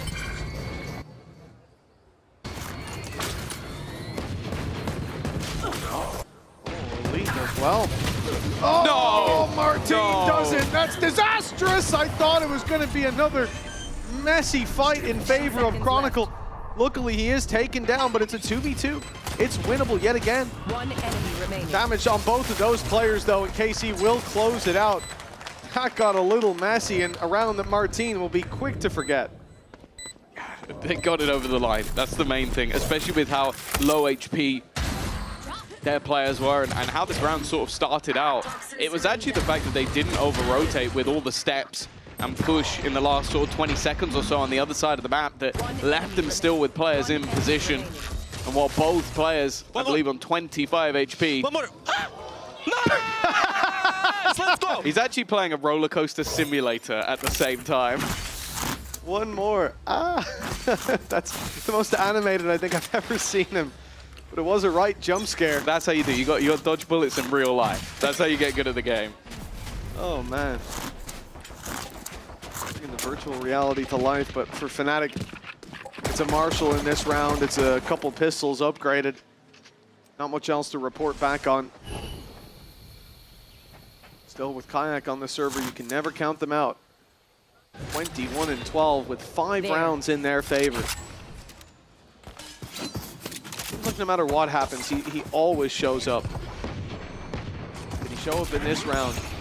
There's so much up against them. Alpha, yeah, there it is, an opening duel for Alpha. He's back on the horse. Chronicles picked up one. Wall's going to go down soon. That gives Alpha the chance. No, again. On that side swipe, they keep it up a little longer. The reset as those players fall back. A nice shot. Good damage dealt by Alpha. Not as much as he'd like. Definitely not, but a 4v3 nonetheless. Oh, we can't do this in both halves, can we? It's horrific back and forth, but it seems like we're on for it again. Alfie has now found himself a Guardian, as if things weren't bad enough, but Sugetsu is at least going to even up the scoreline. Alpha puts another in the dirt, and that time has been ticking for a while. He's in a good position, and realistically, Boaster, all he has to do is run in and try and deny this. There goes one. Sadak, I feel like he'll actually try and stick it. It's going to be incredibly late, while Boaster realizes, actually, I can just run in and die. It is going to go back and forth. It is going to continue. The madness of Lotus. Oh, it's doing my head in. They've done it again, man. Second round win. They can't keep getting away with this. Get away with that. FNATIC have been poor in pistol rounds here, but great at the follow-ups. But then even worse in the follow-up And then even worse in round 3. Let's hope that doesn't continue, because they need a way back into this game. I get your crosshair and I'm back. He gets his crosshair and he's back. That's all he needed. Hell, I think we all need Kayak's crosshair. Zeiss, he needs a break. Yeah. And the coaches have like a technical pause. It's all right. They'll somehow win this round. Elite. Hey, look, see? There you go. Sadak's already managed to get one. Elite also has a Guardian. What are we worrying about, guys? This is normal. FNATIC get the right protocols there. They fall back a little bit. How? That's hilarious. Alpha has an outlaw, and he sprinted over like, oh, there's a spare rifle for me now. And they threw it off the map. Yeah, you know, but he's going to get more with the outlaw in theory. He's got a new crosshair. That's really going to help him with his outlaw shots. I think he wanted that Vandal, but you know, he doesn't get to make choices. Been made for him. Fair enough. Well, that's played back in the comms. I'm sure he had a hilarious reaction to that. Pistol still, and like you said, look, no shields, light shields for Sugetsu. Alpha's got the right weapon for it. Right tool for the job. And only one man waiting for them on the C side. It's a low buy, so that Cypher not as scary as it could be. No traps. Nothing to be worried about except the weapon in his hand. Elite is the man with the Guardian. He's the man with a chance in these fights, and Alpha, he might not have gotten that with a Vandal. Who knows? Oh, no, no. This is an interesting decision. I think he's still, in his mind, he's still playing the chamber. Thinking, okay, we've got to get back into my TP range. Or just wanted to try and pad the stats. Aves should be dead and will be. Semblance of normality being brought back to what has been a manic. Oh, no. You're speaking too soon again. No, it's not. They've got rifles now. It's fine. Sugetsu's too far away. The clock is already gone. Boaster's gonna get the last 2 kills. It's fine. It's fine. Everybody, your heart rate is gonna slowly drop back down. Everybody breathe. Deep breath. I'm telling you, Davard must have a damn good cardiologist. How's he not bald? I think he wears a wig. I must be. When will he wear wigs? When will you wear wigs? Heretics, Tom? I remember you pulled one out, what, 2 years ago? It looked good, man. That was for GB. You and Golden Boy? Yeah, you look great. You should do it again. I'll do anything. Give the fans what they want. Anything. Oh, my goodness. I'm not going to test that, dude. Don't ask down to questions your own you don't want to discretion. know the answer to. Well, 1 round between them now. The more I say it, the more sadistic it sounds. So we're going to move on. Anything, though. We do have ourselves a close or two. And we got rifles. Wonderful. I'm always happy to see a rifle. These guys just be normal. FNATIC, though, have brought this back. And it's becoming a scarier prospect for KC. As I said, in recent times, they've been better on their defense, but historically, FNATIC were always masters of this attack. And also the teams they were up against, no offense to KC, were of a higher caliber. Well, you'd expect the double duelists, obviously, to be better on that attack side, so not having that buffer might be a little bit tougher. I'm spitting today. A few shots fired out towards Rubble. Players spotted, but the repeat necessary to contain that info. Martin flashes through, tries to open the door for Static. He ends up falling. Navez trading, though, it's kept even. They took out Kayak, the man with the showstopper. They stay in front of this, because there's only... Well, no, they got to fall back. Oh, 6. Yeah, I was thinking maybe someone would try and get aggressive in front of it, but instead they will fall back, going into the plant with 5 seconds on it. No denial, but they have stopped the aggression. And in the meantime, they have picked off everyone else. Alfiez, new crosshair, is going to be put to the test. He's going to try and spam through the smoke. Bullets now becoming an issue as he has to reload, but they're still not on this. They're hoping they can kill him off. Maybe once that smoke fades. They've still got time to play with. They're not quite covering, though. Aves has let go once again. This time they're covering while Sugetsu will have the shot. We got there in the end. Yeah, that was a little bit spooky. Look at the HP left on these players. The regen shields from our team brought him back up to 50. But the rest were in the danger zone, and then some. 61, actually. Still. He tanked those 2 shots either way. The rest of the squad just won, and considering he was a bullet away from dropping Aves on that defuse the first time, this could have been a much spookier round, but one that KC convert anyways. 9-7, 2-round gap, and although FNATIC come in with a showstopper, although they come in with a Nightfall, the weaponry is not looking good. Only 2 rifles to play with. They got a rifle on Kayak. Yeah. That's like half their kills. They'll be fine. Certainly hasn't stopped them before. That's the, you look at the kill spread on KC, the difference is 2 between the whole team, and between Kayak and Chronicle is 10. It really does feel like he's had to put on a show and almost carry them through the defense part. But on the attack, when he's being sent through first, it becomes a much tougher task for him to do things individually. No surprise, though, that he has one of the rifles, even with the showstopper. They could have just sent him through, hope he gets to pick with the showstopper, and maybe they get an extra gun, but with how good he's been, let him keep both. Ability sent through, it doesn't even catch. Let's just ignore that. Doesn't even catch Chronicle. But KC are able to win the battles nonetheless. It was a solid opening from Aves, some not so well placed utility, but a 5 versus 2 anyways. The showstopper won't be committed here, and spike down and well protected. This round looks to be put to bed already. It's only Crashy's in the way. A classic in his hand. 30 seconds left. No chance to get that across the line. It is an in-zone flawless for KC. Double digits now secured. Yeah, really nice couple of rounds from them. The amount of delay and sort of patience in the last round, and then this one, it was winning the fights against the players they needed to.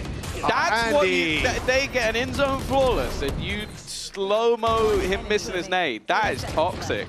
Andy, we're going to be having words after this game. We found the FNATIC fan. We're going to be having words after this game, I'll tell you that. But yeah, for FNATIC, a timeout called here, and it's a necessary moment to take a breather. 3 rounds behind, economy being put on the line in this round. 2 ultimates for them, but 5 on the other side. This is where KC could deny the slam dunk, deny the way back through, and just slam that door in FNATIC's face. right as they look to walk back into this series. I do like the Zeish's contribution there was to give a thumbs up that the team can't see. So I like this. It was a good fun. Well done, guys. To be honest, they're in a relatively comfortable position, as you said. The ult economy is definitely in their favor. The overall credit economy is in their favor. I think they've, across the board, been having a better game other than Kayak. And that's always going to end up evening out. Unless you're May on DFM, then sometimes that can be enough. 10-7. FNATIC looking close to losing their own map choice. And Icebox up next. Blow something up. Another classic FNATIC map, but KC happy to go there. He's made the start. That's free control. KC denied it completely. There's no rubble fight for FNATIC. Try as they might. Now they're sent back in the other direction. Still two players waiting, and I love this. Little jiggle peek coming through. Wow, that's more than a jiggle peek from Elite. Paranoia being held by Sugetsu. They're looking to fight for this round after the initial battle. In goes the showstopper, and it's a double for them. Sugetsu TPing across with his Paranoia and getting out for free. A 4v2 setup, and this was the danger. We talked about 5 ultimates for KC. Well, they still have 4, and the advantage is clearly in their favor. 50 seconds on the clock, and FNATIC with no ground. Very little chance to find a round that they very much need. KC looking close to a map 3 secured. My team did have a gate crash on A, but that has now faded. He won't have the quick rotation. Sugetsu will. He is a little bit low on HP, so has to be careful, but has the vision above, and the kill on Chronicle is free. It was a showstopper that kicked it off, but it seems like it's Sugetsu might be there to finish. Alfia left in a 1 versus 4 scenario, and well, even getting the spike down might be a little bit difficult. You could see that KC were just waiting for him to even start before they approach, before they look to surround him, tag even further down. Oh, he's not even going to get the one. It is comfortable and controlled from Carmine Core. Yeah, it's a great round. They had 5 ultis. They only commit 2. Both have huge impact. The Paranoia setup from Sugetsu lands everything it needs to, blinding those players, allowing him to TP across and follow up with another kill from the corner. This was it. They couldn't hear him. 30 seconds left. Players paranoid, looked to fight back forward, and he'd already slipped through their grasp. 11 on the board, and then a from the shadows that he used to relocate on top of the box. Delete the cross, I believe, of Crashies. 4 rounds in it, but KC, they seem to be miles ahead. 22 kills for Kayak, but it's just not been enough to keep this map close. And after a dominant display on KC's map pick, FNATIC have gone missing here towards the end of this map. Well, I think he had 20 in the first half. He did. So, like, he's cooled off. The role is definitely tougher on the attack, but you're kind of hoping that somebody else would step up in his wake. He's still going to get them the opener here, but Sugetsu has only got better heading onto this defensive side. Keeps them honest, keeps things even. But there are a couple of low players, him and Martin, tagged up. Although Martin's Outlaw is an operator in this round. Yep. Shields are 25 across the board. With no contact being seen, this will just be a walk-up from FNATIC. They may be shift peeking into his angle. They use utility like the Paranoia that's in play. That could give them a leg up, but it's actually the double peek through the door. Crashy's the first man in, finds his mark. Now seeing the turret. With Alpha down, the turret is too. Left. They're back now wide open, being approached on. Viper's Pit comes into play, but look at the ults on the other side. FNATIC still has that Nightfall to work with, and that is going to buy them a lot of information. They know where these players are. They can try to hunt down Chronicle. The Seas nade goes through, but he barely avoids a Paranoia in. Perfectly timed. Crashies is there for another. A big round from this man. He's got the weaker weapon of the Guardian in his hand, but that may just give them the win. Chronicle's low, vulnerable to a spam. Doing so is risky, and that's exactly the danger we warned of. A double from Chronicle brings FNATIC up to 8. He's there for the close, but it really felt like Crashy's coming alive when they needed him. The initial fight traded well, but it's those two entries. The first onto Martin, and then the second as they try and rotate back into the site. One enemy remaining. Decent hold from FNATIC, one that was definitely necessary. As we know, and I'm sure as KC will know, you can't give them a window back into a game, especially on Lotus. Danger is certainly lurking on the attack side. Been denied a lot of space to start this out, but they've taken Rubble. It's a response, still conscious that could be something dangerous around any corner. There could be an off. It's an interesting point because I feel like most teams battle much harder on the A side of the map, but KC have been consistently battling C, and they've done that throughout the majority of this half. Yeah, they very much have. I think we've seen a C's nade on A in one round that I remember. And even then, they immediately gave up control and fought harder to the left side. This is a change up in priorities to what we're used to seeing. Good reason. FNATIC are again moving towards the C site, but this time it's only Elite. He predicted that. Caught Boaster. The hat off his head gets them info, but no one is here to execute on the back of it. Taking some control back towards Waterfall. 30 seconds Martin left. does have the dimensional drift. It seems like Alva's trying to get ahead of it, and that's exactly what he's done. Sadak, though, still managed to trade things back even. Keep things close. Martin is slowly figuring out the picture of where these players are sitting. I don't think he spotted Crashy's up above. Oh, this is a big mistake. Not spotting him there, and even from the top rope, he'll drop down. It is a 9th for FNATIC. The brutal battle of Alpha, and then the calm hands of Crashies. That's exactly it, man. He just looked unshaken there. It being put down to a 1v1 in a round that if they lose, this map falls apart. KC on map point, likely to bring us to a third. And he just pulls out a classic, goes for the drop shot. His opponent knew where he was. Tried to wrap around the other side, but assuming, obviously, he would drop down, play the more passive role there. That's not Crashy's, not right now. He's feeling it. That's 2 big rounds from him. And now 2 rounds between them as FNATIC close the gap and the economy of KC starts to stretch thin. They've still got a decent amount of credits. Got that loss bonus building, that fight. It's decent, a 1-to-1 trade, but FNATIC looking to exploit the C site. This time, Traps and Sagetsu close alongside Elite. Not quite the operator I wanted, but Boaster does now have a sniper again. It's a read into the shields of the opponent. They're looking to get themselves into that post plant. Kayak has just been wrecked. These smoke shots from Elite have been sublime. They are still going to lose that space. They don't have the ults of their own, but they are going to get back in maybe a little bit quicker than FNATIC would like. They've immediately used themselves the Nightfall, and I think that has connected at least a bit. Heard the Outlaw now. Careful. They know what they're up against, the big danger lurking. Oster not going for the reload, eventually does. Okay, back to 2 shots. Smoke off for spawn as well. Got to run through that. Boaster takes advantage of it to swing into Waterfall. He's found one. The second shot doesn't land, but Crashies again is there to pick up the pieces. A 1v1, a single shot for FNATIC, and they will stay alive here, closing the gap bit by bit, round by round, now just 1 away.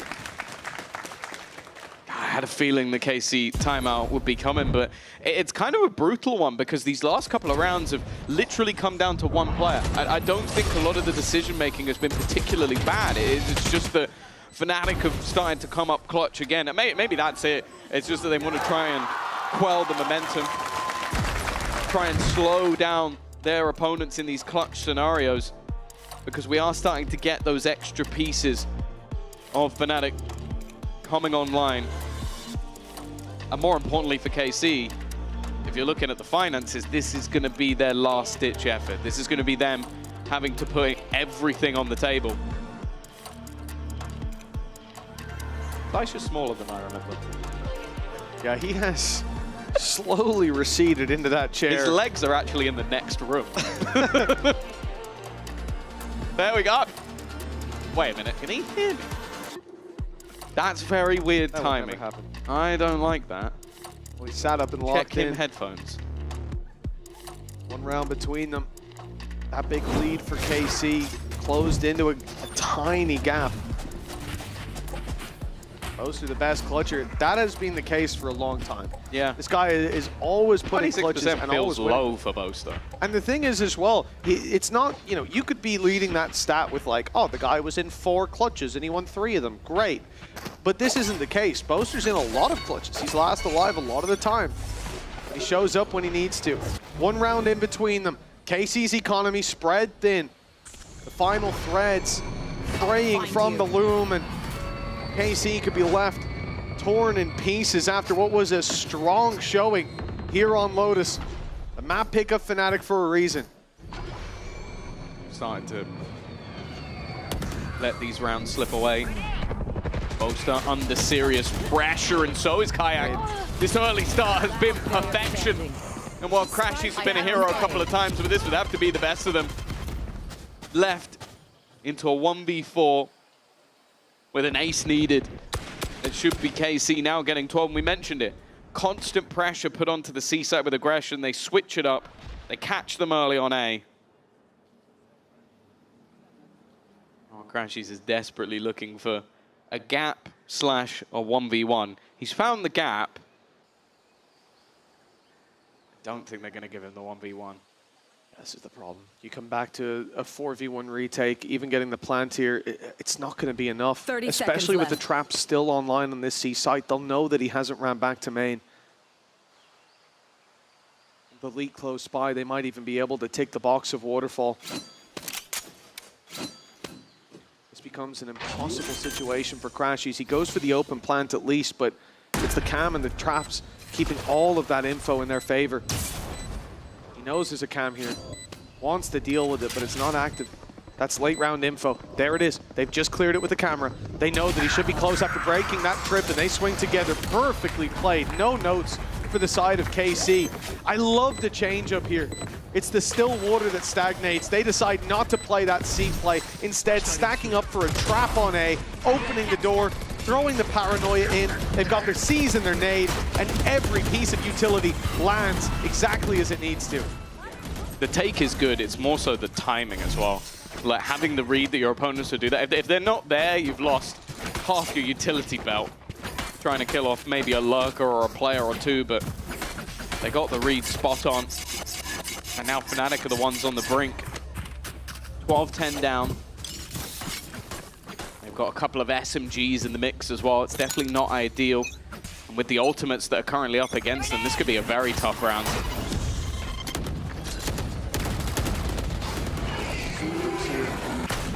Landing in favor of KC. Now FNATIC close the distance. Nightfall goes in. They know there's a player close. Prowler confirms that info as another scene to the right side. They're answered back on with a Nightfall on the other side.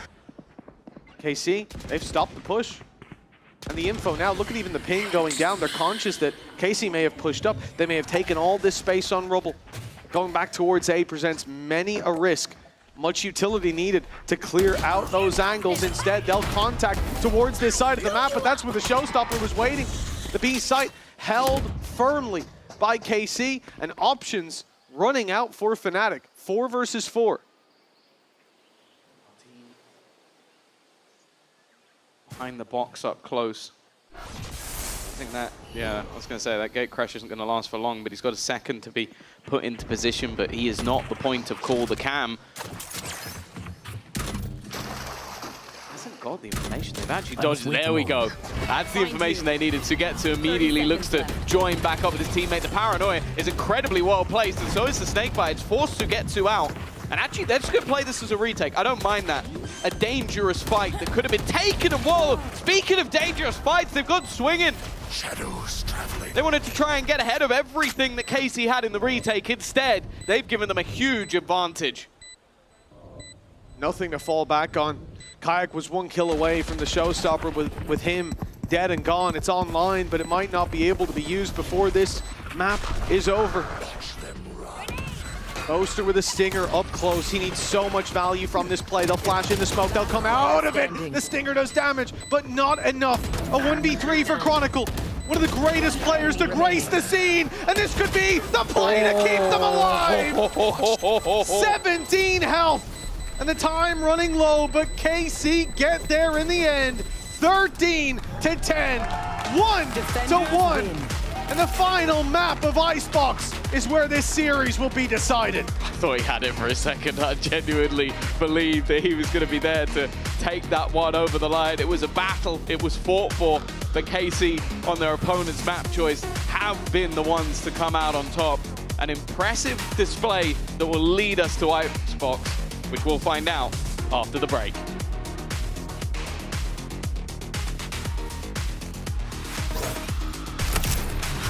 Open door. Knock, knock, on 1, 2, 3, we say, make them depressed, okay? Okay. 1, 2, 3, make them depressed. Bro, look at me, bro.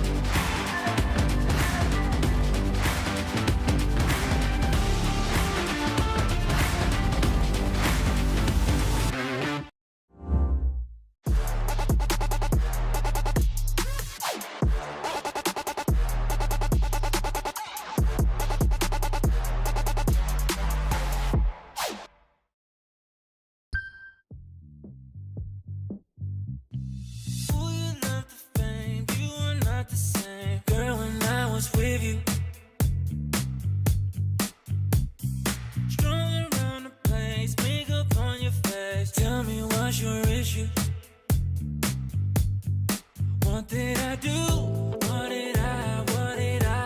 I try to make you happy. Thought that I proved, thought that I. You told me that you love me.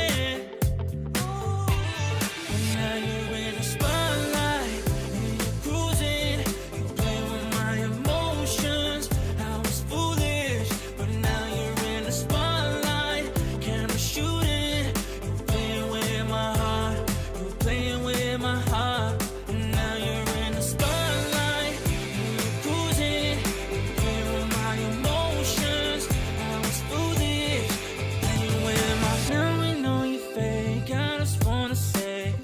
Tunnel vision. Enjoy with your mates, cause I'm on my way. You've made my decision. What did I do? What did I? I try to make you happy. Thought that I proved, thought that I. You told me that you love me. But now you're in the spotlight and you're cruising. You play with my emotions. I was foolish, but now you're in the spotlight. Camera shooting. You're playing with my heart. You're playing with my heart. But now you're in the spotlight and you're cruising. You play with my emotions. I was foolish, but now you're in the spotlight.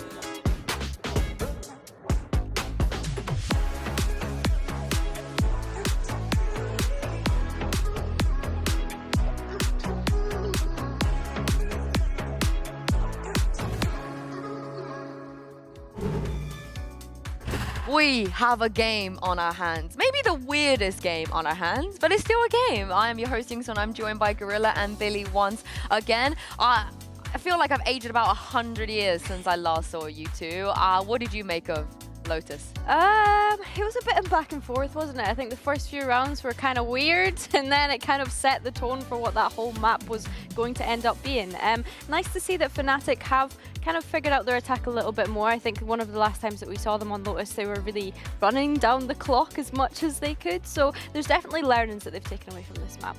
Yeah, and I think like especially towards the end, it really got towards like a bit of a nail biter of a series, especially like that last round with Kron. He almost like closed that out and able to take us the distance. They did. They nearly did, indeed. But for KC, I think this bodes well because every time they play FNATIC, they lose in these positions. You know, they'll be like 11-6 up and somehow lose.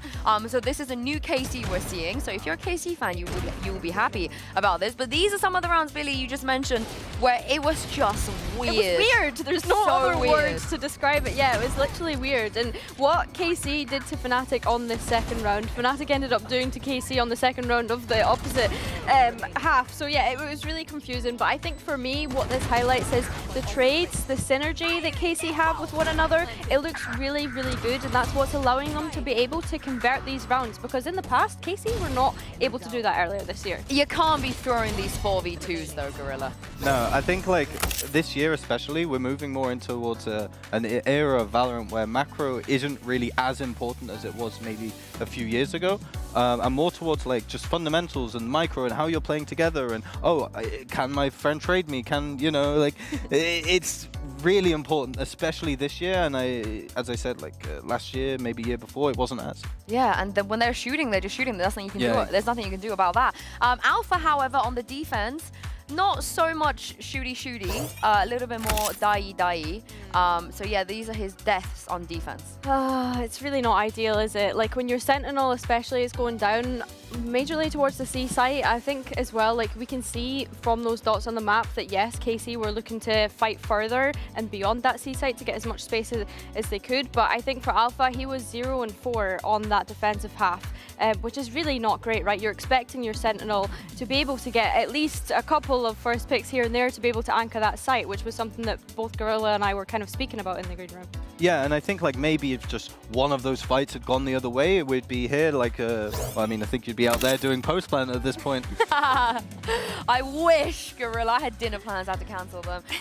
But I mean, so much about their Lotus is that Kron Alpha C hold, right? And it only works if they're both alive. So him leaving Kron in those situations was not ideal. We will be heading to Icebox, and this is where I get very worried because Gorilla Alpha not having the greatest day on the server today and not able to play any duelist or any chamber, because if they don't change anything, we'll see the Killjoy again. Yeah, I mean, historically he's been good on this on the Killjoy on Icebox, and I think it's a very much right. You put your turret for mid, you put your alarm bot for B, and then you just go shoot. Like that is it's a pseudo duelist. But I'm more worried about KC. I think they've lost this map once this year, which for me is a bit worrying.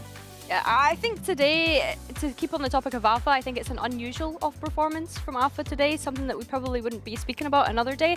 I think Icebox is concerning for both teams. This is a map that they both enjoy playing, they like to go to, so they're probably happy that it's ended up being the decider for today. FNATIC usually going for that double Sentinel approach like we were discussing, but then KC opting for that double smokes and have since moved away from the Tejo when we saw them play it recently. So I'm intrigued to see how these compositions go up against one another. And so often when you get to this point, it's not even about prep per se anymore. It's who's less tired, who's got more steam, who's got more stamina and can actually hold this down. And this is where maybe we expect things to go even weirder, you know?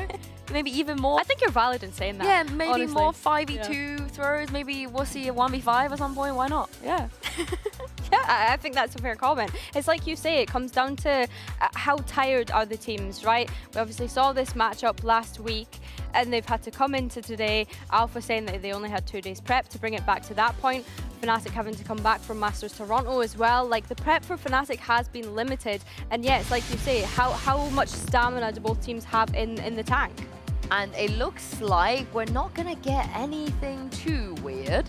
No, I think like this has been FNATIC's main comp for years, apart from when the chamber meta, but this is kind of the go-to comp for them, similar to Lotus. I really like the KC comp. The Omen, I think, is a really good substitute for the duelist. Like, you know, being able to smoke pipes, being able to smoke silver and be main, like obstructing FNATIC's ability to actually get through those initial angles, of which they only really have a Sova drone apart from that to be able to do it. Otherwise, they just have to kind of face check. Yeah, I'm still worried at the fact that Crashes is hovering. He's been doing that to us all day today. But it's like you say, Martin, I think, is someone that kind of showed us that omen as a duelist within EMEA at the start of this year. I think that he's looked absolutely spot on it. I think for me, Chronicle on Sage, I'm expecting him to go big. I think that he's not looked at his kind of peak performance today either, which I think is fair to say. So yeah, it's like you say, it is who's going to be able to carry us through it. And the danger for me is FNATIC, they faced Heretics on this comp, less than a week ago, like 5 days ago, and they kind of look like they didn't have a Scooby-Doo at times. So at this point, you know, they have to learn from things like that. This is not any overcook coming out of KC. There's no excuses at this point. No, I mean, there really isn't. The only excuse I would give is that FNATIC are arguably more experienced, but at the end of the day, some of the players now on KC that you've got with Zagetsu and Sadhak, like, can I even make that argument? Yeah, exactly. And I tell you what, Sadhak is not going to let them do it to him twice, you know? Not on this map, not again. And he's been playing so well, leading from the front on that Lotus, not afraid to set up all of those really clever trap plays as well. I think every trap play that he caught did go his way. Yeah, I think also with Sadhak, when I did some research into it for my old team, is he's the player, I think, in EMEA that plays the least ranked out of everybody. I think only him and Kaiko or Kiko are the ones. Kiko doesn't play ranked? He doesn't play the game. So it's like those two, to see both of them, like, you know, doing this well, maybe I got it all wrong, and maybe at the end of the day, you guys just don't play the game. And who's got the most then? Oh, that I Look don't into know. your stats. Who's got the most? I don't know. I think it might be like, you know, I imagine Kayak plays a lot. Filu on Koi also plays an awful, like, I think he had like over 100 and some games last act. Jeez, well, I think that we can definitely tell that Kayak is probably playing a lot of rank, right? He's been absolutely popping off so far today, and I think as well, he went positive in that last map and they still managed to lose, which is really unfortunate. But something that we didn't really see Kayak play in that last map was the operator, right? And we know that he looks really, really good on it. So that's something that I'm going to be keeping my eye on going into Icebox. I think that his jet op could be a difference maker here. And dare I say, I don't believe we've had a Sadhak versus Boaster on Icebox since lock-in 2023. So Mitch and Tom, this has got to be a banger. Well, KC have earned their right to fight FNATIC on Icebox, and it's Sadhak on the KO. The Heretics match that Yinsu mentioned, that was where Woot dominated. He was the downfall of FNATIC on this map. He was on the KO. All eyes on Sadhak. Yeah, all eyes on Sadhak, the man who I've just found out doesn't play rank when Filu does, and the math is mathing. Who's been playing better? Don't play rank, guys. That's why I'm kidding. Hold on. Kidding. Whoa. Kidding. But buy all the skins. Anyway, we are going into Icebox. A battle, like, that's such a sort of a cool stat to bring out about them not playing since. These stats a day that probably gives Sadhak nightmares. It could have retakes. Maybe they just don't retake very much. There you go. It could be. Yeah, it could Pretty be. sure the number was at the end, but let's ignore ignore the sample size here. Maybe it's with 1. It can't be because They the don't percentage play wouldn't add up. Icebox often, you know. No, so, they don't. I don't think they like this map. No, least favorite. Neither for of sure. them do. I think that's the No polar good ideas opposite on it either. Polar opposite of what the desk said. You can figure out who you believe. What's who you want? Is it 2 morons or 3 No, I'm kidding. Alfia is already going to be starting off with a bang. A man who had a bit of a rough previous map. This is a map that made him a legend. To get to, already taking a lot of damage as well. Getting a bit tougher for him to survive. Yeah, good target isolation by FNATIC. They sense Zagetsu's alone, isolate him, drop him, and Alpha already off to a great start. His first blood on the board, and there's no blood drawn for KC, and in zone flawless to kick off Icebox in favor of FNATIC. But as we know, the first rounds don't matter. About round 2, isn't it? All about round 2. Now, surely they won't be pulling that out here. Yeah, I said that last time. I regretted it, so. Pass the buck to me. Lovely. Yeah. Nothing has been purchased other than Sugetsu buying light shields. Which I'm not sure why. Stuck with it. Yeah, that seems like a waste of credits, but hey, to get to a far better player than I, so let's see. Well, he's going to be on the wide swing, but Elite won't. He's already been dropped straight through the smoke. Boaster spam, finding one to get to with his shields hiding in the corner. Crashy's set to take him down. An interesting fight on the A site, though, as we've already lost Chronicle. That weapon will be difficult to retrieve with players flooding back in to claim that space in favor of FNATIC. Now, there's not much to report on. Not much hope. That shock dart does a lot of damage. 12 HP left on Aves. The element of surprise, his only friend, but a shot or two from Alfier closes this round out. He is on fire starting this one out. 5 orbs, turned to 6 with a diffuse, 5 claimed by Blood alone. But close to that lockdown. I think Crashies must have heard about the 1,000 assists for Boaster and has decided, I'm going to try and do that with shock darts alone. Because I think he had one in the first round, he had a couple in this round. Nice! Bouncing them off the back wall. He's back! Nah, good job. I saw this bomb. It's all good. But that's it, he is back. Alfier had a really rough time on Lotus. That first half, he was being decimated. Even in battles where he couldn't see his opponents. Through walls, through smokes, it didn't matter. Now, 2-0 start for FNATIC. Follow up on the pistol. Something that, you know, often you wouldn't speak about at all. But in this series, it has been much harder to claim than you might imagine. In an aggressive position. One of these teams is playing a quote-unquote bonus round. I don't blame you for not knowing which one it is. It is a very good buy coming in for FNATIC. Spike down B. They managed to keep everything from the prior round and then invest back into this one. And they are just slaughtering KC. It's looked like the bear was poked and now the bear is mad. As only 2 are standing. Martin's done well though. He's at least picked off Boaster. That gets rid of the orb. I mean, it's a little bit tougher for FNATIC on the entry back. Martin up top, though. If they can find him, this round's already in the bag. They've spotted him now with the jump peak, and he'll bail down from that position. Smoke goes up. It's going to block them out towards the spawn. Shot whizzes past his head, but he survives to tell the tale. Paranoia, maybe even a little bit early. Expecting this retake to be much faster than it is, and the peak's out. They get nothing. A bonus round for FNATIC. They come in with basically full weaponry. What the disadvantage is a Guardian. Yeah. They get out with only 1 player lost. KC off to a slow start on Icebox. It's definitely something that they couldn't really afford to lose, and more importantly, couldn't afford to lose that clean. It was very, very comfortable. And we're actually getting a KC timeout off the back of it. I mentioned it, I think it was what, 2-1 in the previous map where they called a pause. They're doing the same again. And they have been very impactful pauses. Whether it is on that attack side with Zeish, or whether on the defense for Eng. Seems like they switch up who is going to be talking, most part, to the leader of Sadak.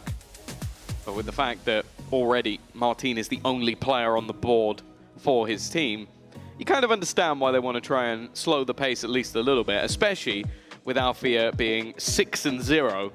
I think even just letting him sit there for a little bit might be a good idea. Which crosshair has he got now? That's what we need to know. Oh, it's got to be still Kayaks. Come on. He started to heat up once he stole it. But do you believe that he would sit there and not in the 20-minute interval not change his crosshair again? Because I believe he will have changed it again. He might. I mean, he was certainly searching for a solution in that realm. But I don't know. If it ain't broke, don't fix it. And towards that second half. This is his POV now, right? That is a different crosshair. It was a little white cross before. He actually changed it up. He has. The blue. He wasn't on. I'm sure at the end of the game he was not on the blue dart. No, you're right. It was a little white. Yeah. It's like that. Well, the secret to success. I'll be copying that when I get home. It won't work for you. Thanks, man. I love the feeling. It's always good to feel like someone believes in me. I've seen your crosshairs. They're horrible. That's just outrageous. They're unique, that's for sure. But Alfier might have cracked the code. He's already found himself another opening duel. Lockdown online for the late stages of this round, and shouldn't really be needed. It's already a 5v3. They're up against weaker weapons. They're up against light shields. Albier is just tearing them a new one. Okay, he's not in got God himself mode. a double, but he's been finally taken out. I think that's his first death so far, and has been unkillable.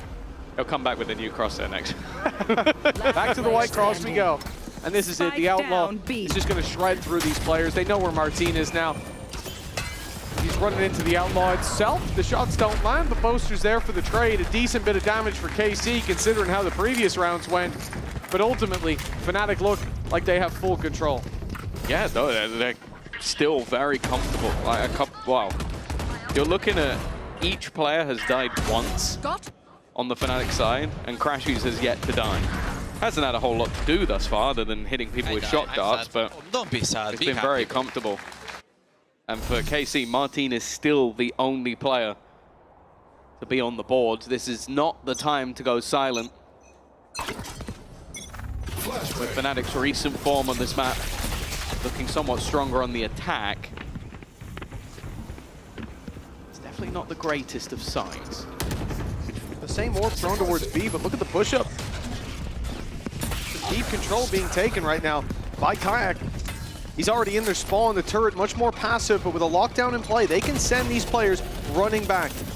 Might be used before the plant even goes down to open that door for Kayak. Cloudburst activated. I'm not sure if they were close enough to hear that, but the turret actually fired off. Elite's looking the right way. He finds himself the pick. Plant comes in, and lockdown is a response. That's full site control for FNATIC, but they might just look to pick them off as they fall back a little early as Alphier. Sugetsu finds him. Advantages piling up in favor of KC as a 5v3 in play, but off the back of the lockdown, they're going to attempt to at least get it to half. The problem is that cost the life of Crashies. Up goes the wall though. Chronicle in with the chance. Oh, no. They've got to be quick. They've got to run it down, and it looks like he'll get it. A Red Bull clutch for Chronicle. His wall saves the day, and the blue wall on the other side is crumbling. There's two things there from FNATIC that are brilliant. One is the Sage Wall, and the second is what Boaster does with the screen. He realizes he can't activate it while he's currently in the null command, so he runs all the way back to the spawn, activates the screen so they can get it to half, and then once they've already got it, he's running back in. Just a small detail that is a complete difference maker in the round. And while, yeah, without even doing any damage, they managed to win themselves their 5th round. It's a heartbreaker for KC. Well, we can talk about damage all we like, but when it's 5-0, they're not going to care. And while a headshot machine of Sugetsu has just whiffed heavily, unfortunately. This is a big blow dealt. 4 players alive and you lose the round. That's a gooding loss. Hunter's Fury put through as soon as the drone is. That player stood still and he'll be caught by the second pulse. Kayak dishes in a couple of bullets. And it's a full course for FNATIC because they are 5 versus 2. Right back on the horse after a close victory in the previous. This could be a dominant bounce back for a 6-0 lead. Martin and Elite, the only players standing in their way. Expect at this point that the round is done. Martin's definitely been their best player so far, but when you don't have a round, that really doesn't mean anything. You can see how passive FNATIC are happy to be, not overextending, not over 30 peaking. seconds left. Well, Chronicle's even going to get the information on both players. 25 seconds now. And it might even just come down to trying to save the weaponry. They've got credits to play with. That's well played from Martin. He's done well, knows that Crashies is on the corner, but he's kind of having to try and do everything. And now, as they attempt to plant, that's where the push comes in from the remaining players. Their only goal is to try and deny, but somehow this comes close, but the time could be an issue again. No, they got it! Elite swung just in time to kill off Boaster. I thought the clock would be their undoing instead. KC have made that stick. Boaster didn't believe in the cancellation of the plant. He swung through for the trade after an opening pick, a 5 versus 2. A nano swarm kill, and they had so many advantages here. The Hunter's Fury put through perfectly. Look at this, Kayak goes down to the nano. Martin pushes the smoke and catches Chronicle, and it's that right there. It's Boaster pushing up, covering his teammate, allowing them to get that pick, or so they thought. But Elite surviving was their downfall. A close round, but this time in favor of KC. They finally found their first. Orb secured for FNATIC. They've got a res, they've got a pit to play with, a lot of safety nets. The Hunter's Fury used in the previous, the lockdown could be an issue, but now Sugetsu going down, that's going to cause a headache for KC. It's back-to-back rounds. He has been the initial contact and the initial loss. They're putting pressure on him. Kayak at least keeps advantage, but Sadak's done fantastically well. Managing to clear out two, but more importantly, the A site. There is a quick reaction though. He's going to continue his aggression crash. He should have him dead to rights, but no. Somehow, Sadak, at least for now, has managed to live to tell the tale. Eventually, Boaster will close out the opponent, but the lockdown now in play. They should respect this. They're not, though. Alpha's gone in alone. That's a mistake. It's unnecessary. It has been feeling it so far as shots have been landing, but this risk, I don't think it outweighs the reward. Hunter's Fury for the post plant. Boaster caught up top. The pit won't come into play. And it's Crashy's all alone. Needing the clutch, good read. He isolates a player, but he can't quite catch the kill. Now they're together. They've grouped up, swinging in as one. KC with a second round, and the bounce back is on. I think that conversion rate has taken a big tumble. Like, there's been so many rounds where FNATIC have had mass advantages. Okay, the defuse in front of the opponent's eyes was wonderful, but this one was just, you're trying to close it out too quickly. You're trying to take a big risk. So stupid?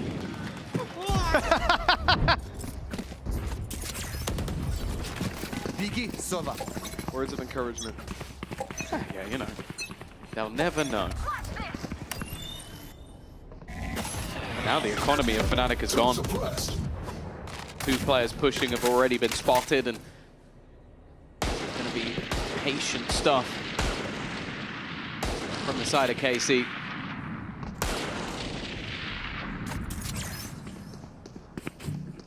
Seems like the plan from FNATIC was to just make as much noise as humanly possible and then fall back to the other side of the map. It doesn't seem like that has deterred KC at all. Crashes was spotted there up on belt. The orb is his reward and just get out of here. Bladestorm rotates back into position. Kayak now on the head peak. No, he's actually going further. Jump up and look for this potentially. As the knife clears the way, KC still have space being taken on this B side of the map. Cross through mid is dangerous, but Alfiair's being dropped. Now they've got their route to the B site. They've got their wall up as well. The shots fired through by Chronicle! Oh! And he's found the lead through the wall. The green one and the wooden one. 30 seconds left. That's a great pick for FNATIC. He's being pushed on now. They've closed the distance. They put the paranoia in, but the rotate from Boaster. There's another weapon here on the angle. Crashies has already found one. The numbers thinning on KC. They need someone to step up, and the Bladestorm is hunting down Sadak.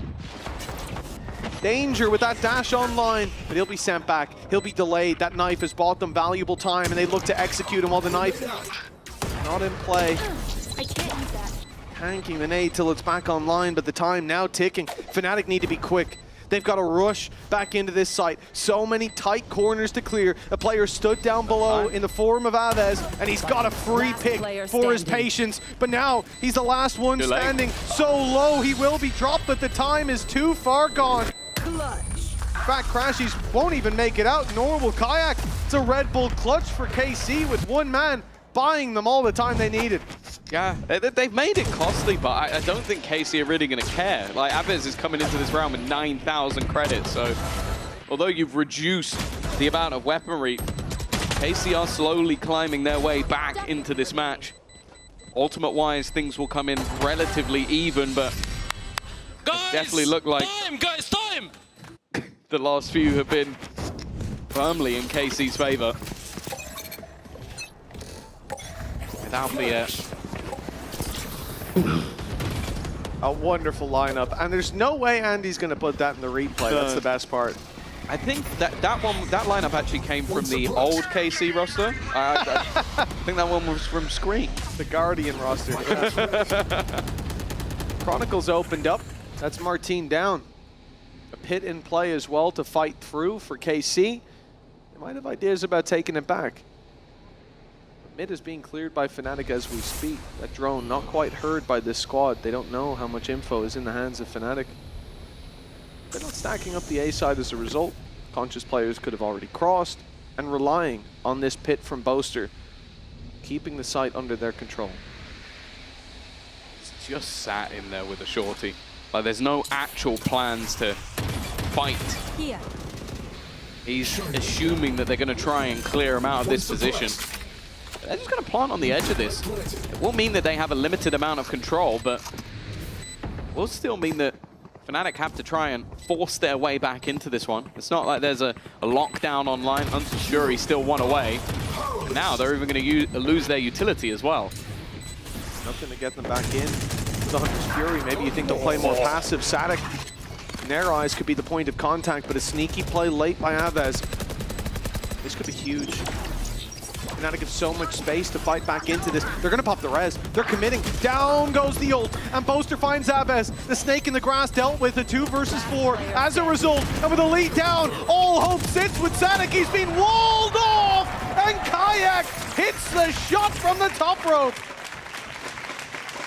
FNATIC now 6-3 in the lead. I always like it seems like with Boaster's utility. Bro, relax. Why are we showing it from all the POVs? Come on, man. Actually kind of valuable that it This is the Andy, most. relax, bro. That's the most toxic replay we've ever had in EMEA. I can't believe that's just done. Oh my God. That has derailed everything I was about to say. I was going to say, I really like that Boaster knows the flaws in his own utility. Evidently, Sadek doesn't know the flaws in his. Oh man, there was that was so uncalled for. Is there like brother. a segment of worst flash of the week? Because that was definitely it. Let's make one. We'll make one now. Elite already down and out. Nice opening for FNATIC, but that has not meant anything in so many of these rounds. KC have been able to bounce back despite the early disadvantages. A fight being forced by Sagetsu. Not sure how I feel about this one. He's got players all around him. Even backing out of here is going to be tough. Chronicle is not going to budge. Billy is made to. They're not wanting to overface. Now, Sugetsu has been wrecked almost every single round. And, well, the slow in combination with Boaster swinging. But again, there's a response. It seems to be the way a lot of these rounds go down. Is FNATIC get an advantage, and then there's a fight back in from KC. The guard of Aves is doing his job perfectly, but Crashies is still standing. He faces up against Sugetsu. 1 and 8 right now, but all he needs is 1 to double up his kills, and more importantly, add another round to the tally. It's got to be frustrating to be in that coaching booth and watch these rounds, opening pick after opening pick, and we said it doesn't feel like it matters. The round is always up for grabs with big individual plays, and another you can also put it down to overheats on the other side. Players taking those fights. You look at Boaster, you look at Alfier. They're swinging in, they're taking unnecessary risks when the advantage is already clear. Correct me if I'm wrong, the stat earlier was that they have some of the best retakes of anybody. I might be confusing this with the previous map, but like 57%. It's like, and when they're not playing them a lot of the time. And the ones we have seen have been solid. Did you say retakes or 5v4s? Because the 5v4s retakes also came up earlier as they were the best team within stage 1. I think that was on Lotus though, right? That was the 80 whatever percent one. Not sure if it was Lotus specific or not, but yeah, either way, they've historically been one of the best teams at playing once they get the advantage. And that's not been the case here. KC are doing a wonderful job of fighting back. Martin doesn't know where to aim. Everyone's dead. He's playing whack-a-mole, but someone else is hitting them first. Spike planted. I don't know if you've seen the like Taken out. Pink Panther film. Yes. Where he's pretending to fight. And then the bodyguard's actually fighting everybody. I feel like yes. that was Martin in this round. That's a great reference. He's putting up imaginary numbers, but luckily his teammates are doing everything else. That's 5 now for KC. The Steve Martin. Last round yes. in the yes. half. The old ones are good as well, but Steve Martin, he's a hell of a character. 6-5. Right now it is. Oh, that was nasty. Kind of hope we get Martin's POV. It's so funny just seeing him flick around everywhere. Nothing but bodies to be seen. One enemy This game being 6-5, like, don't get me wrong, there was a close round for KC that they should have won, the 4 versus 1 defuse that was played out by Chronicle. But ultimately, it feels like with the advantages they've had, I mean, we'll see the stats after the game, but opening duels have gone to FNATIC so many times. Yeah. And if they don't, they've been able to take 2 for 1s. Okay, Fury's got 1, and almost the second, but Crashies dodges his way out of that one. He's got happy feet. Never saw that movie. Oh, dancing penguins is for you. If you like singing penguins, it's also for you. Check it out. By the way, they have been stalled at least a little bit, but KC have been quite happy to just play down the clock. Seemed like anything has been able to stop them since they lost those initial 5 rounds. While Boaster is fighting versus the full force of Carmine Corp. Forcing them back, a Viper's Pit used for post. Martine just repositioning back with the turret still online. They don't even have to worry about their flank. Everybody is coming in for the front. Oh, Aves, just as the smoke blooms. I don't know if he caught a glimpse of Chronicle. That was just a well-timed spam, but either way, this is his round. He's dominated every fight.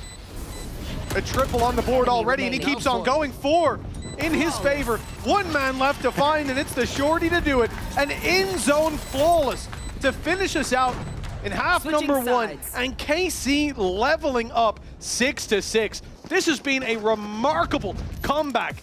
And Icebox, it's anyone's game. Half 2 after the break.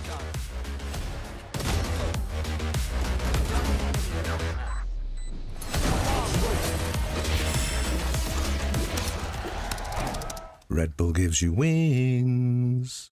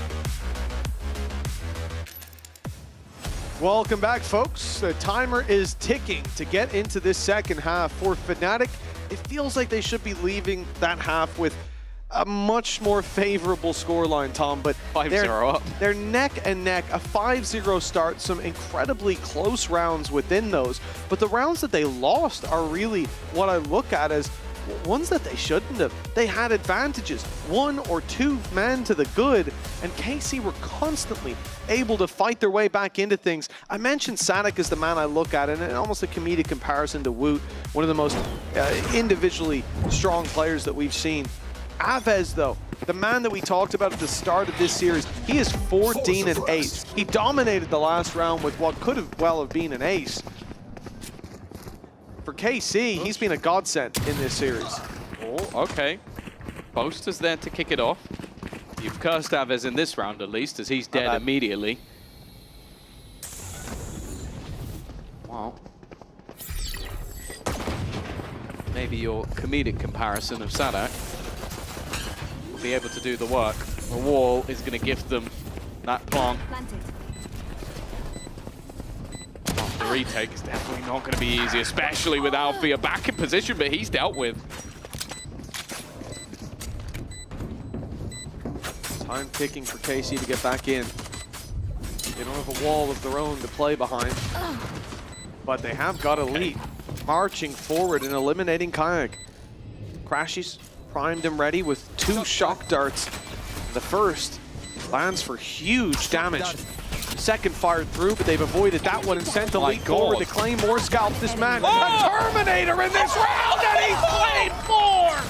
A defuse as a result. An Elite carries them to the lead, now 7-6. This was a 5-0 start for FNATIC. I don't know how KC have managed to claim their way back into the lead. They may not have a wall, but they do have a Hulk. I don't know what the has Macarena's just going on. happened. That is an insane round from Elite. The headshot percentage was brought up earlier for Sugetsu. I know that back last year, Elite always topped those stats, but putting a Sheriff in his hand just seems unfair. And it's the same again. FNATIC get themselves into a hefty advantage, and then KC just battle back through it. It is now a pistol for Kayak and Alpha yet. If you think back to Lotus, this might just give them a chance, but I don't know, it feels like a slightly different story since KC started winning rounds. No, it definitely does. Many a team would have crumbled after the rounds that they lost, but they have kept themselves in this, and now the lead is theirs as a result. Up against Pistols, these second round conversions have not been easy. Boaster's got past the turret. He has snuck his way under the tube. Martin is dead to rights here, but he hasn't been spotted. For now, Martin continues to draw breath. Boaster wraps his way around. He's looking for him. Can't quite find him. There it is, but Martin's looking the right way. So unlucky for Boaster. KC will read into that gap that was exploited. Yeah, now it kind of, well, the play feels like it's gone. Plant, undeniable. Value of the Sage Wall will get you into this position. It's whether anybody on the FNATIC side comes out alive. You can see they're trying to play close to it, try and use the benefit of these pistols, but KC have been diligent in just destroying it! What has just happened? Kayak with a quick double, and it's going to somehow happen again, it seems. Sugetsu is all that stands in their way. This disaster looms on the horizon. He's managed to get it to half. He's found another, trying to bait Kayak into the fight, but it's another triple off the Sheriff. Put a pistol in this man's hands and he will deliver. I don't believe what I'm witnessing down on this stage. That is unbelievable. Look at these shots. Martin and Elite, you talk about trades. They didn't have a chance. And a perfect play in the end. Me when my duelist gets a triple kill. Yeah, sit down. The Sheriff on an eco round. Those second round conversions, they really have been the toughest of battles in this series. Now we're neck and neck again. This series seems destined to go the distance.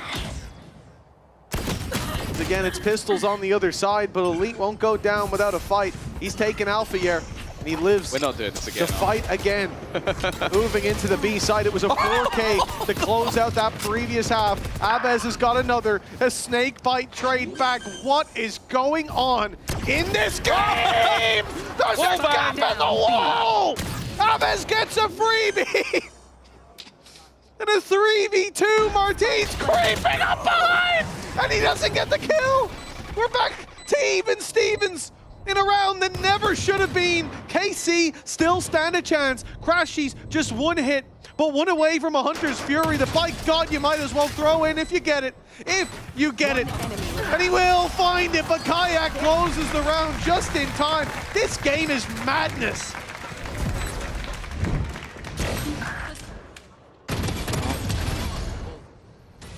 They say that pressure makes diamonds. I think you could put a piece of coal between the butt cheeks of every FNATIC fan and they'd be creating diamonds on their own. This is honestly just the most ridiculous game I've ever seen. You only had pistols, Zai. You only had pistols. Unless that was from the round before, in which case completely valid. Aves currently 17 and 11.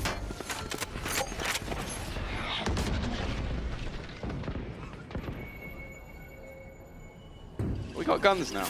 We got her in the end. The way we got here doesn't matter, even though it does. It's gonna keep me up at night. Been a weird game.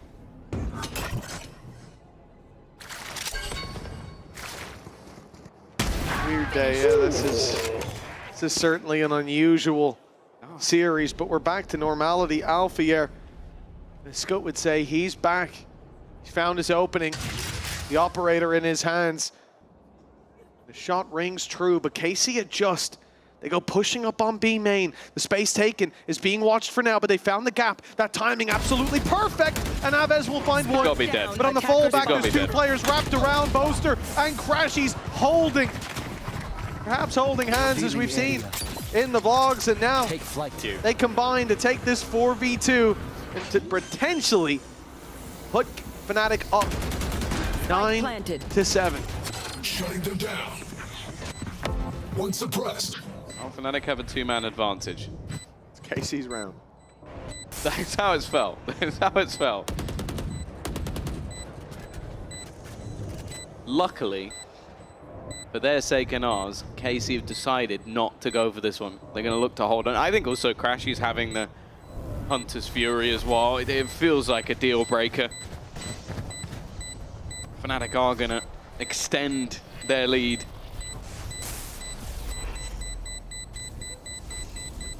For KC, going to have to try and find their footing once again. Bear in mind it was a 5-0 start in the previous half. They've already proven that they can battle it back to 6-6.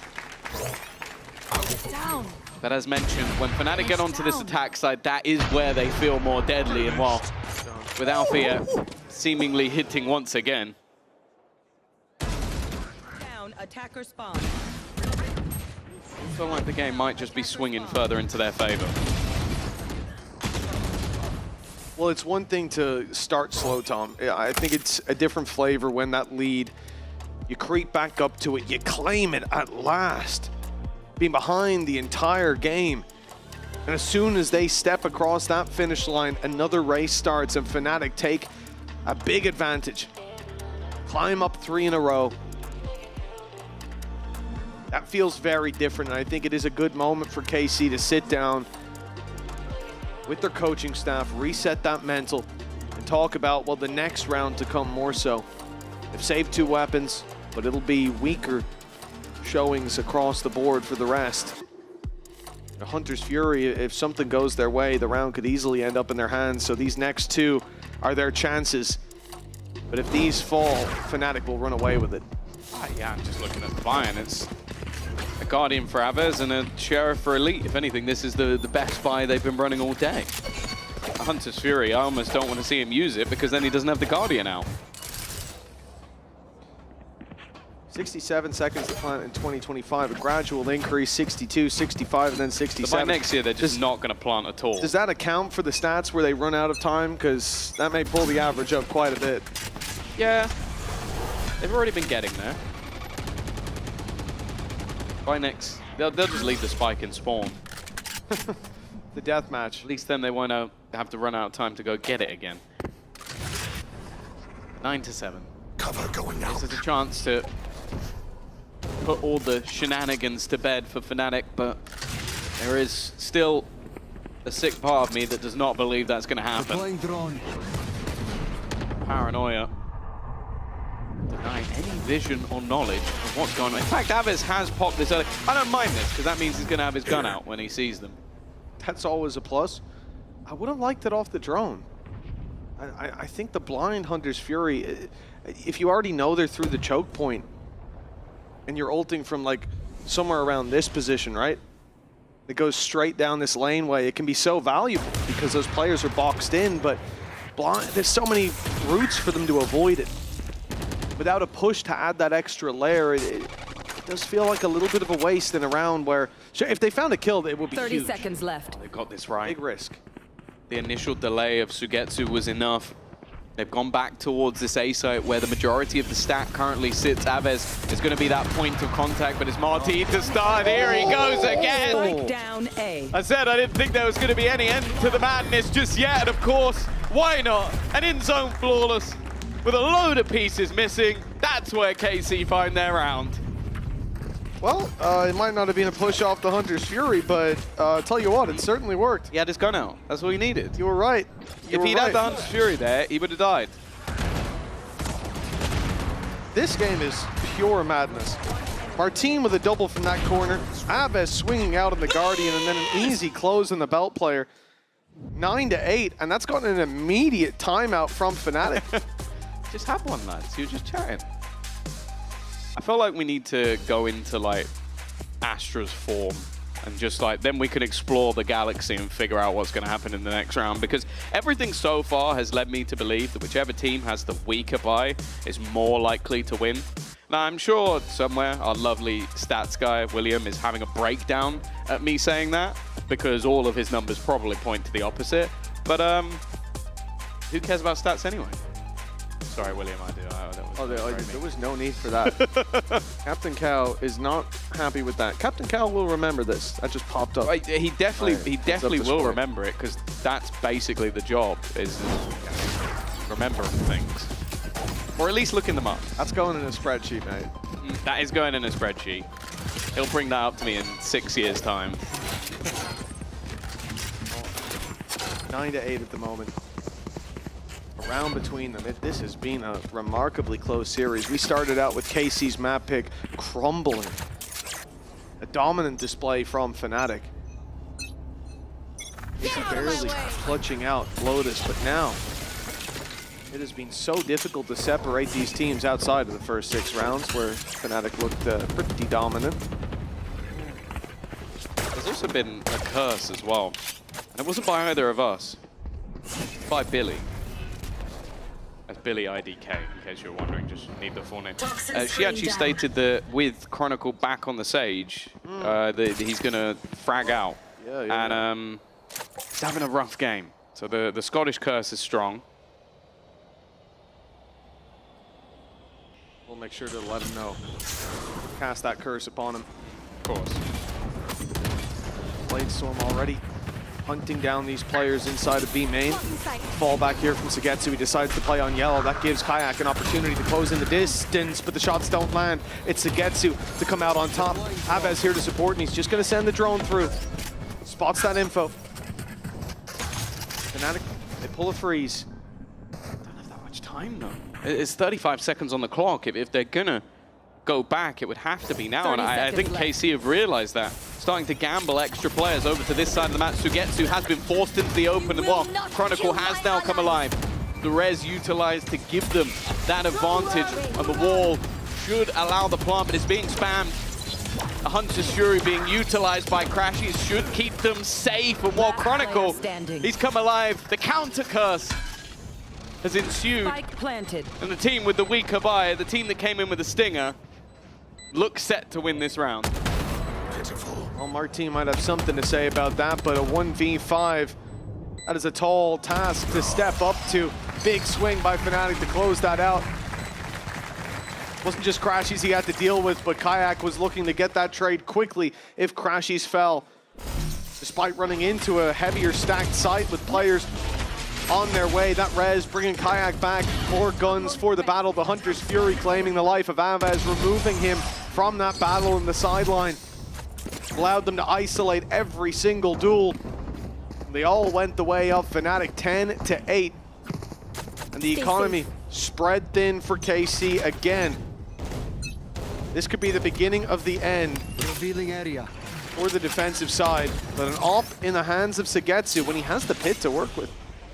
To assume he's got a shorty to fall back on. Game has taught me anything. No scope someone in a Viper's pit. Or just push and die. Boaster, already with the start. Goes back for more though, and you're facing off against Aves, even though it was just a jumpy. That's enough. This man has been impressive. We spoke about the first map performance, maybe the first half of the first map. Or was it? No, it was Lotus, wasn't it? From Kayak. He was insane. 20 kills in the first half of Lotus. But on overall performance, I think Aves might be beating him. It's the second half. He's looking just as strong as the first. FNATIC now, they've leveled the playing field and they've got rid of Sugetsu. They're going to try and go back to this B site once again. That does mean pushing into the waiting arms of Aves. 30 seconds left. Lockdown's coming into play. FNATIC, though, they get ahead of it. They've already found the picks. This is an easy destroy on the lockdown. A follow-up plant to be secured. For a split second there, it looked like KC had the right response, but they crumbled every fight going the way of FNATIC again in that 4v4. With Zagetsu falling early, no pit to give them hope of fighting back into this. They're going to save. Again, we mentioned the economy was low for these players. An early mistake like that, and there's no way that they can afford to risk these weapons, but that doesn't mean that they are guaranteed to carry them through to the next. 8 bullets in the magazine. He can't afford a reload. It would give away his position. He's heard the steps. He's going to be here way earlier than Martin will expect. This should be a backstab. Martin's not even going to look. It's a free pick, and he'll even follow up with another. The weapon's lost either way for KC. 11-8 for the side of FNATIC. They are on the cusp of victory. Yeah, pistol victory and a singular round is all that KC have managed to muster in this second half. And I mentioned it, the FNATIC attack side has always been the deadlier of the lot. Start to see the frustration slip in, of course, for KC. The way they're competing with FNATIC is fantastic. Like, we talk about the road to Paris, and even this loss would be a great step, but it'll all come down to the numbers in the end. You want to get yourself as many victories as possible, because all of those points can count, especially for the teams higher up the table. Maybe FNATIC wins the stage, but if you have enough points to be in the top 2 other than them, that's absolutely fine. Kayak, oh, that is a cheeky little spot. I think you know they're there, Aves. The flash is solid. The shot's not quite, but he gets there in the end. Can't get out. Completely trapped. Eventually, support comes through, but not in time. Those players fall, attempting to stand tall by his side. Crashies with a double. And that could be what sends FNATIC to 12. The reveal onto Elite as well. Damning as the wall bangs come through. Chronicles got him down to a sliver of health. Although he steps out of the slow, he doesn't stand for long. Martin, the last one standing for KC. A 1v4 that he doesn't even want to attempt. Carrying this weapon forward brings much more value. For FNATIC, 4 chances to close this series out. It has been a long-fought battle, starting with a dominant victory, and then their own map choice being stolen. Now they seek out Martin. They seek to steal that weapon from KC's hands for the final, what could be the final round. This time at least. Shadows traveling. Able to survive the first, but he is still being hunted. The economy is absolutely fine for FNATIC, so they can risk it, but it's crispy from Martin. For KC, but you look at this, even just on historic data, a team playing FNATIC on Mind, Lotus, and Icebox, the fact they won a map is fantastic. Like, these are 3 maps that have always been solid for this squad.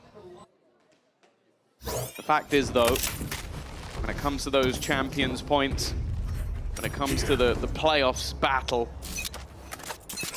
close doesn't normally affect anything, although I'm sure BBL from last year would like to have a conversation. Even still, they're not out of this one just yet. Still have the guns, still have that Viper's Pit. I imagine Sugetsu use it soon, otherwise he may not get to use it at all. Oh, he is a brave man. He's gone in for the fight and gotten out unscathed. KC, a man to the good. For FNATIC, that meant nothing. On their defensive side, they had 2-man advantages that were stolen out from right under their nose. The start, well, it seems to be the same as what we saw in half number 1, but Zagetsu still drawing breath. Hunter's Fury put through for the support. One shot to Kayak is all that they need. The updraft saves him, but Alpha takes a tag. 2 players low. The spike down in the open.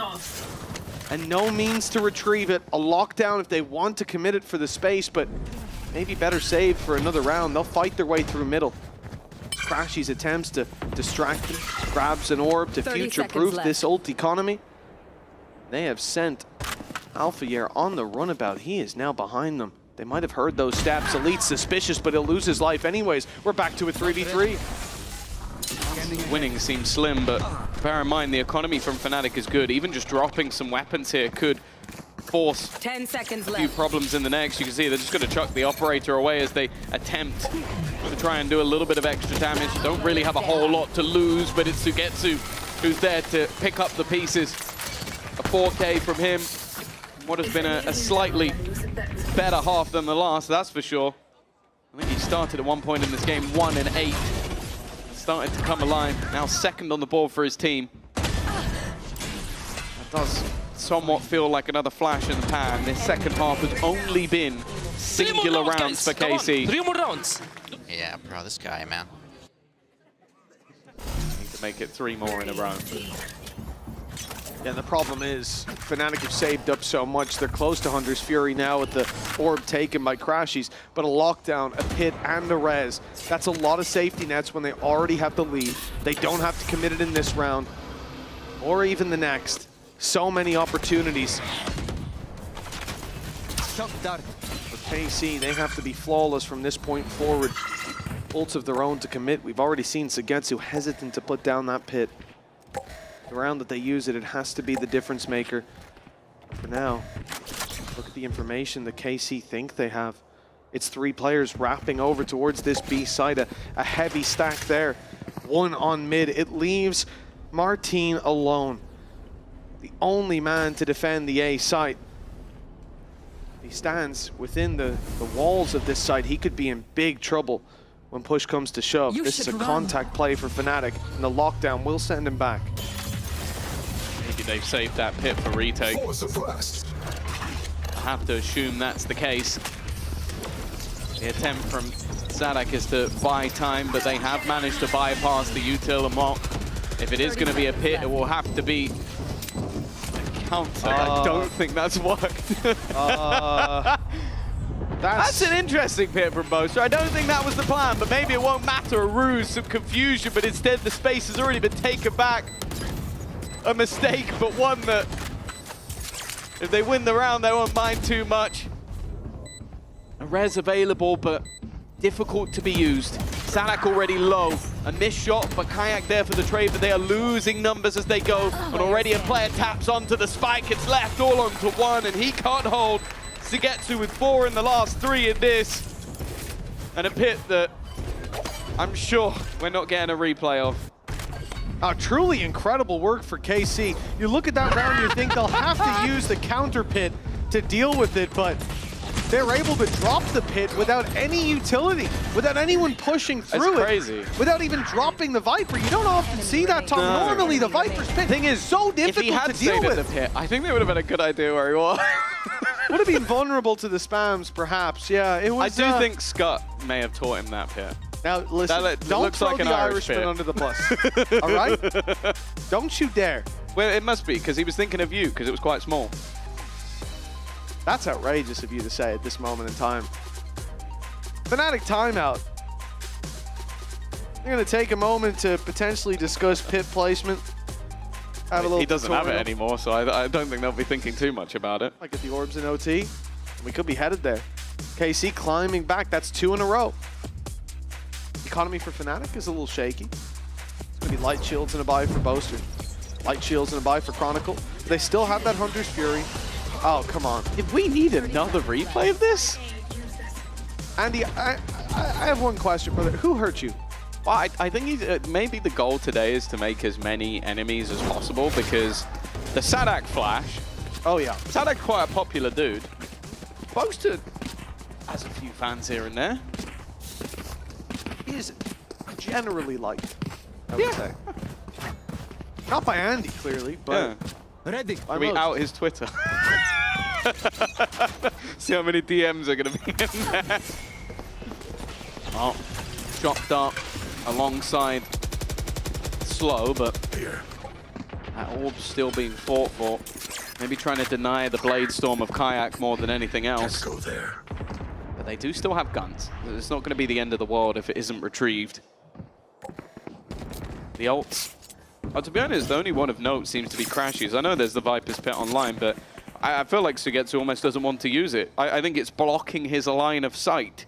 Didn't even use it in the last round when they could have got onto the defusal. So I think maybe he's just holding on to it at this stage, or just doesn't like the Viper's Pit.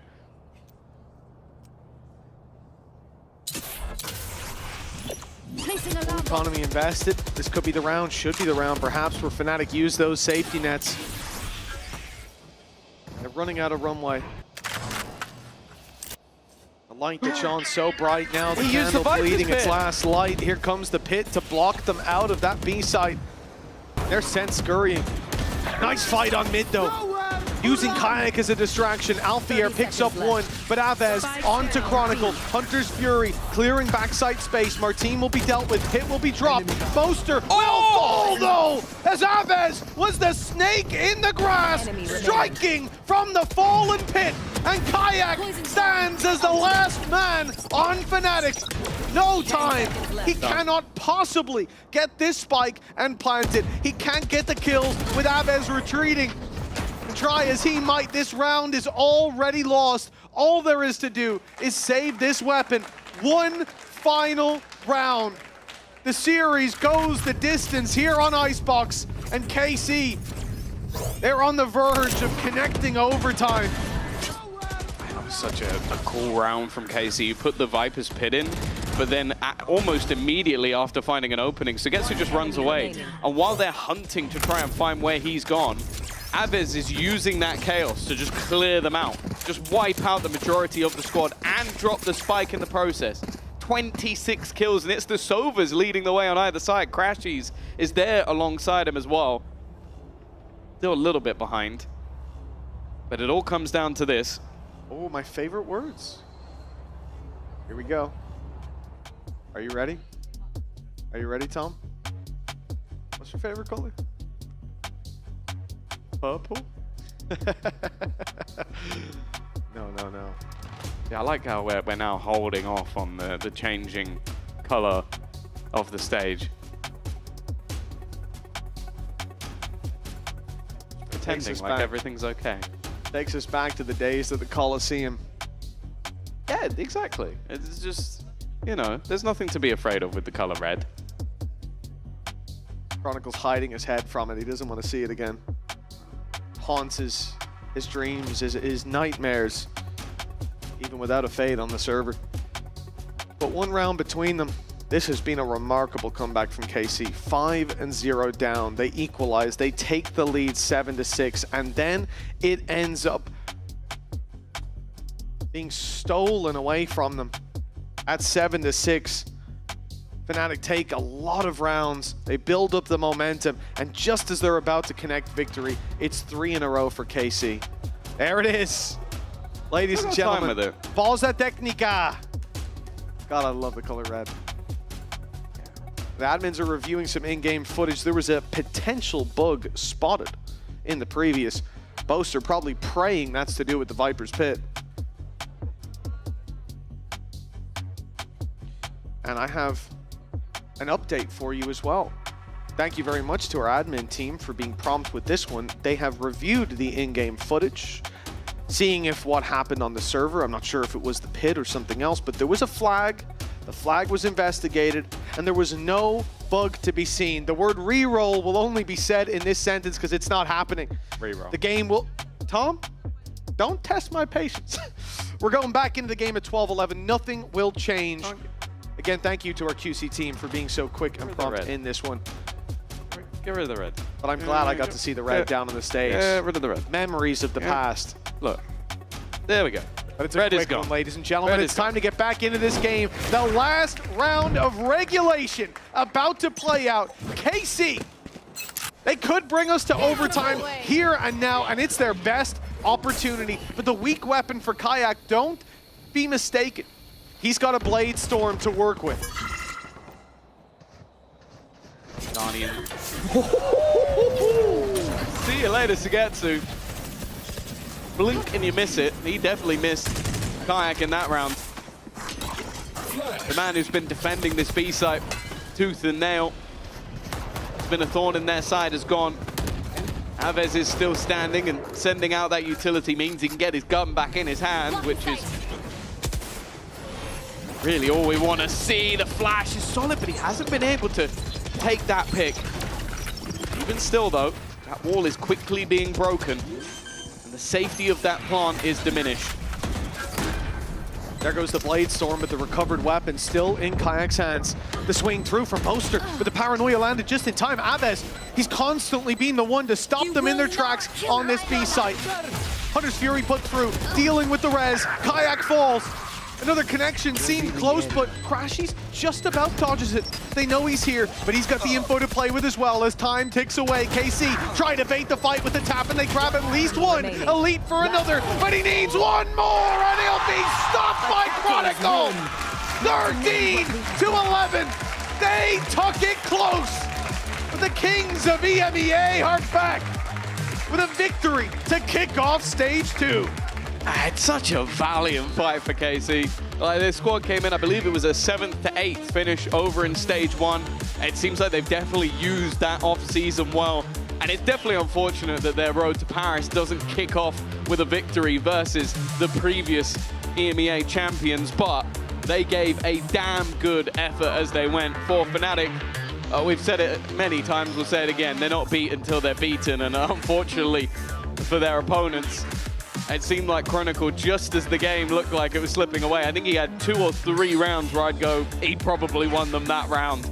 That's exactly what they needed right at the depths. A tight fight definitely gives me a lot of excitement for KC going forward. Well, the rematch on the EMEA stage that was over a year in the making, and it certainly delivered. 3 maps, just avoiding an overtime to close it out, 13-11. But FNATIC are once again the victors in this head-to-head. It was a hard-fought battle, though. Respect to KC, but ultimately, FNATIC are back on track. They need 3 wins here to lock in champions, and this is the first. Yeah, they are in a very good position in terms of the points. I think the pressure definitely not on as maybe some other teams will have in terms of needing to win the entire stage. Relax. But either way, before we send it down to Yinsu, let's take a look at the pay save card play of the week. And it is, of course, it's Benji Vizzy's ace on Sunset. Yeah, I mean, this guy had a really slow start to the first series, but showed up with an ace. There was 3 back-to-back aces kicking off Sunset. Oh my god, my seconds! Guys, I'm running only 2 aces on that stage, but this one's gonna stick in his memory. Congratulations to Benji Fishy. That was a wonderful showing, and congratulations to FNATIC winning out this series. It has been a day for the greats here in EMEA. Yeah, for sure. No, I think especially some of the plays that we've seen throughout this matchup, even though it's been mental, I have thoroughly enjoyed the craziness that we witnessed. It's maybe not the first and second round back and forth that we had all the way through, and I'm sure that the coaching staff on both sides are going to need some serious rest after that one. But with the quick turnaround they had, I think for FNATIC, getting that victory is going to be pretty important. Well, it seems like Kayak's happy to be back in EMEA. It was great to see on the other side as well, just talking a little bit about KC. Aves, someone we highlighted coming in, a little slower to start, but in this final map, finishes top of the board by a significant margin, 28-17. He was damn impressive throughout this series, and it was the Sova where he did most of his work. This was certainly his map. Yeah, I think for sure we've seen it across the board. Nonetheless, it's enough waffle from us. We are going to toss things down to Yinsu. Is with Boaster and Crashies. This is what the people want. We've got Brashies here on stage. First of all, yeah, let's just dive straight into that. I didn't realize you were allowed to bring things like that on stage. Since when? You know, like when I'm feeling down, I just got to look down and I see that, and that will bounce us back. And that's what happened on the 3rd map. I started shooting again because I thought of the Brashies. No, I don't know. I didn't know you're allowed. I just brought it. Yeah, I might have to investigate you for that, you know, a little bit. But for those that haven't seen the latest FNATIC vlog, Crashies, there's some jealous man allegations being thrown your way. So would you like to address that? Yeah, you know, I just saw him being a little too friendly with some people, and you know, I just had to say some things to him, as everyone saw. But yeah, remember, huh? Yes, sir. You gotta rein him in. You gotta rein him in a little bit. But the heart attacks you keep giving your fans, I'm happy to see nothing's changed when it comes to that. Really weird series though, right, Crashies? I felt like from the outset, so many weird things happened. What was it like to play it? Yeah, I feel like we were really prepped for their bind pick. We just knew everything that they were going to do, and shout out to our coaches and Jake, because I feel like we were very prepared for bind. Lotus, I think we just got caught off guard and made a little mistakes, and like in this game, mistakes can go so far. So yeah, and then Icebox was just so back and forth. Icebox, I feel like we could have had way more defense rounds. Like I missed one round on defense and just spiraled as well when one was planning. But yeah, it was insane game. Could we try and win some 5v3s? Can we put that on the list? Honestly, since the Heretics game, I said, hey, if we're 5v3 up, we can do this. And then it happened in the game on B, and I said, we can just do this. And everyone's like, yes, sir. And then something happened, and then everyone's charging in. I'm like, oh my goodness. Yeah. And then I'm like, I guess I'll come as well.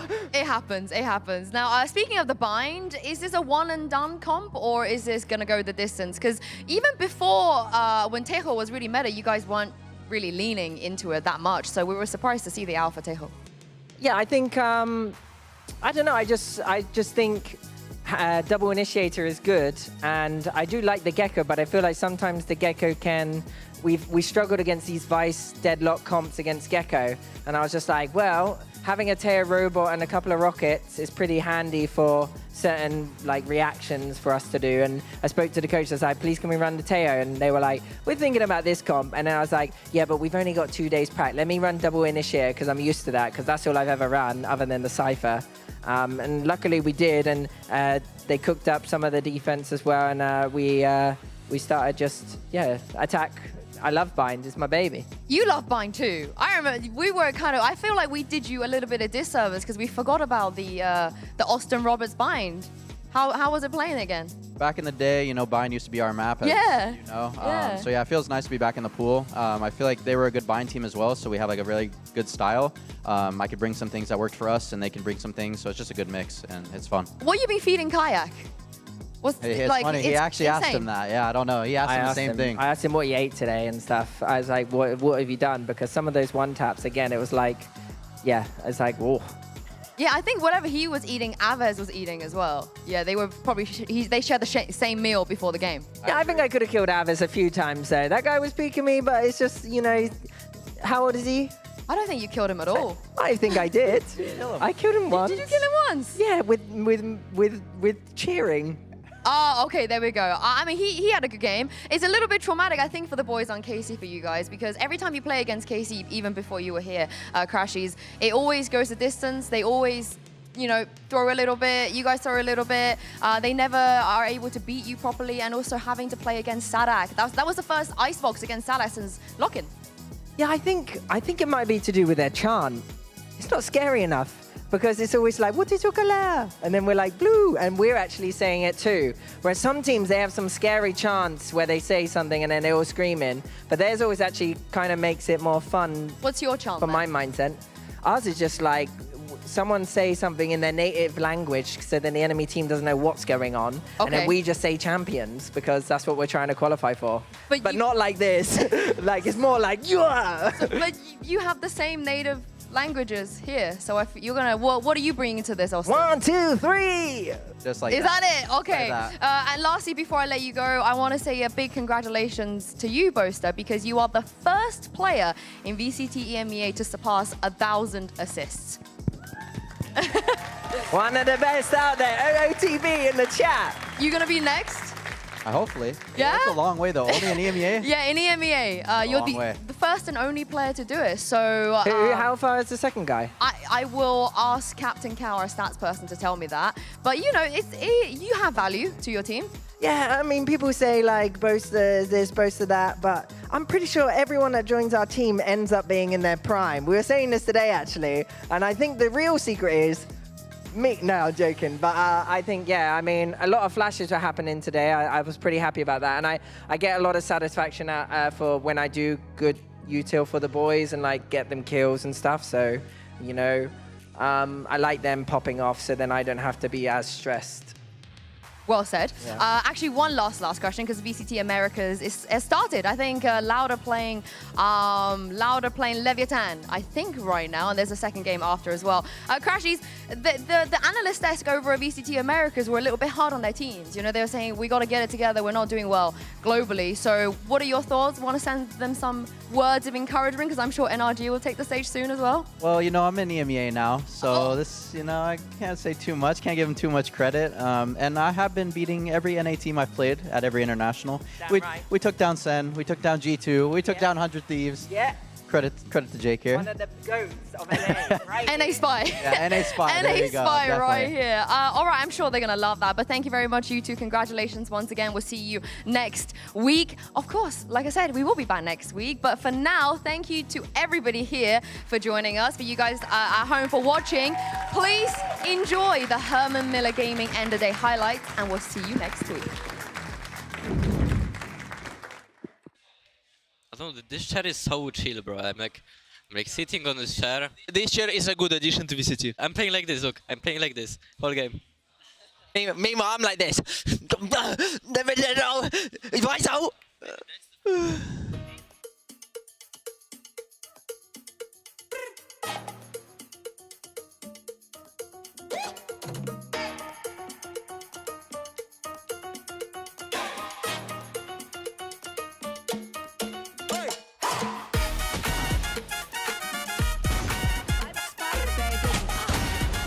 Nice! Bohorak!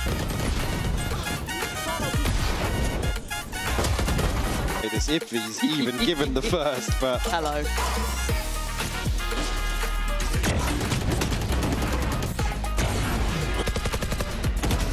Spike planted. One. This is looking messy from Heretics. I don't like what I'm seeing. Stuck across the op, sorry. Yeah, freebie here for Magnum. That's Spike noted as well. And actually, Propek is going to find one on the other side. Standing. But, tagged up, Magnum. Could do.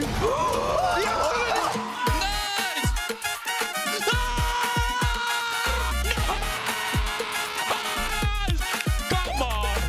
Nice!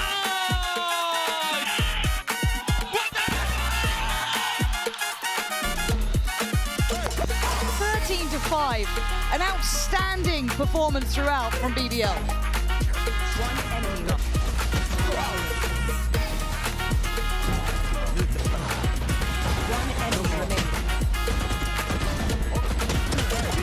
She's got to make a go of this one. Running into towards the site, it's traded out. 5 seconds pretty much to play with. Right at the end of the wire, and that is the plan tonight. I know exactly. One enemy remains. That's so fucking bad! Nice! Let's go! I'm not gonna lie, I just wanna pick sometimes, and I do. Like, I don't care, I'm just gonna pick.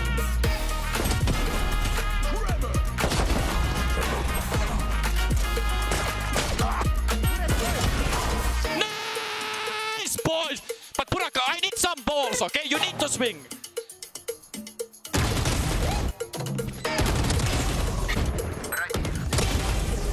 Nice! Let's go, guys! Let's go, guys! Really good!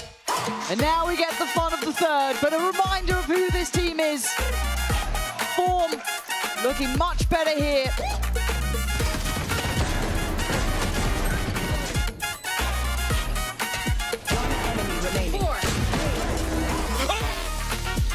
Oh, guys, that was crazy.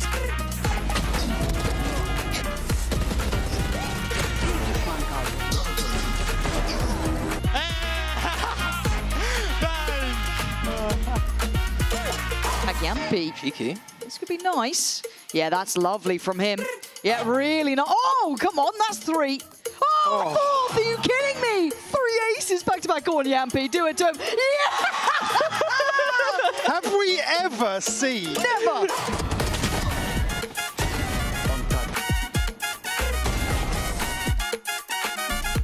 BBL, not down and not out yet.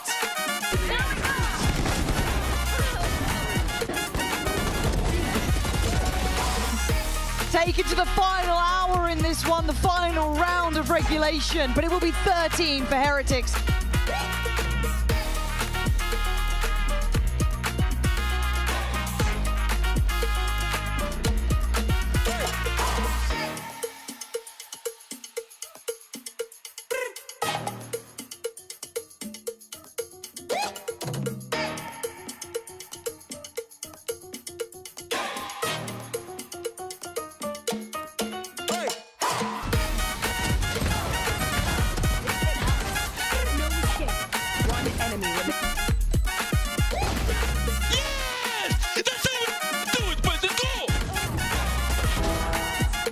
But the time here, the biggest issue, clearing out two players will be Tom.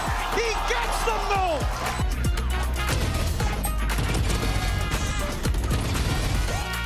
Baby, I'm praying on you tonight. It's a 13-7.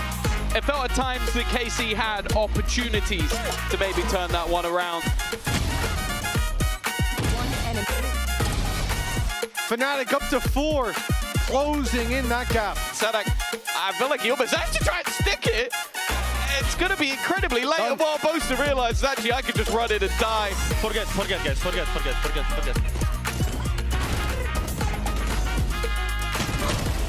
1-1. And the final map of Icebox is where this series will be decided. Up crashes, up goes the Waldo. Chronicle, in with the chance. Oh, no. They've got to be quick. They've got to run it down, and it looks like he'll get it.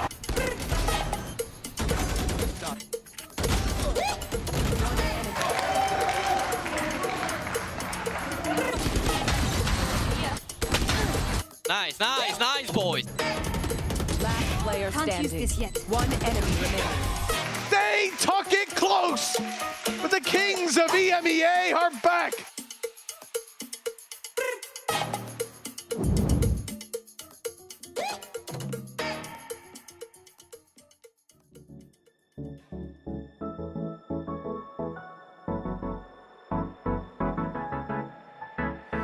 Let's do something crazy.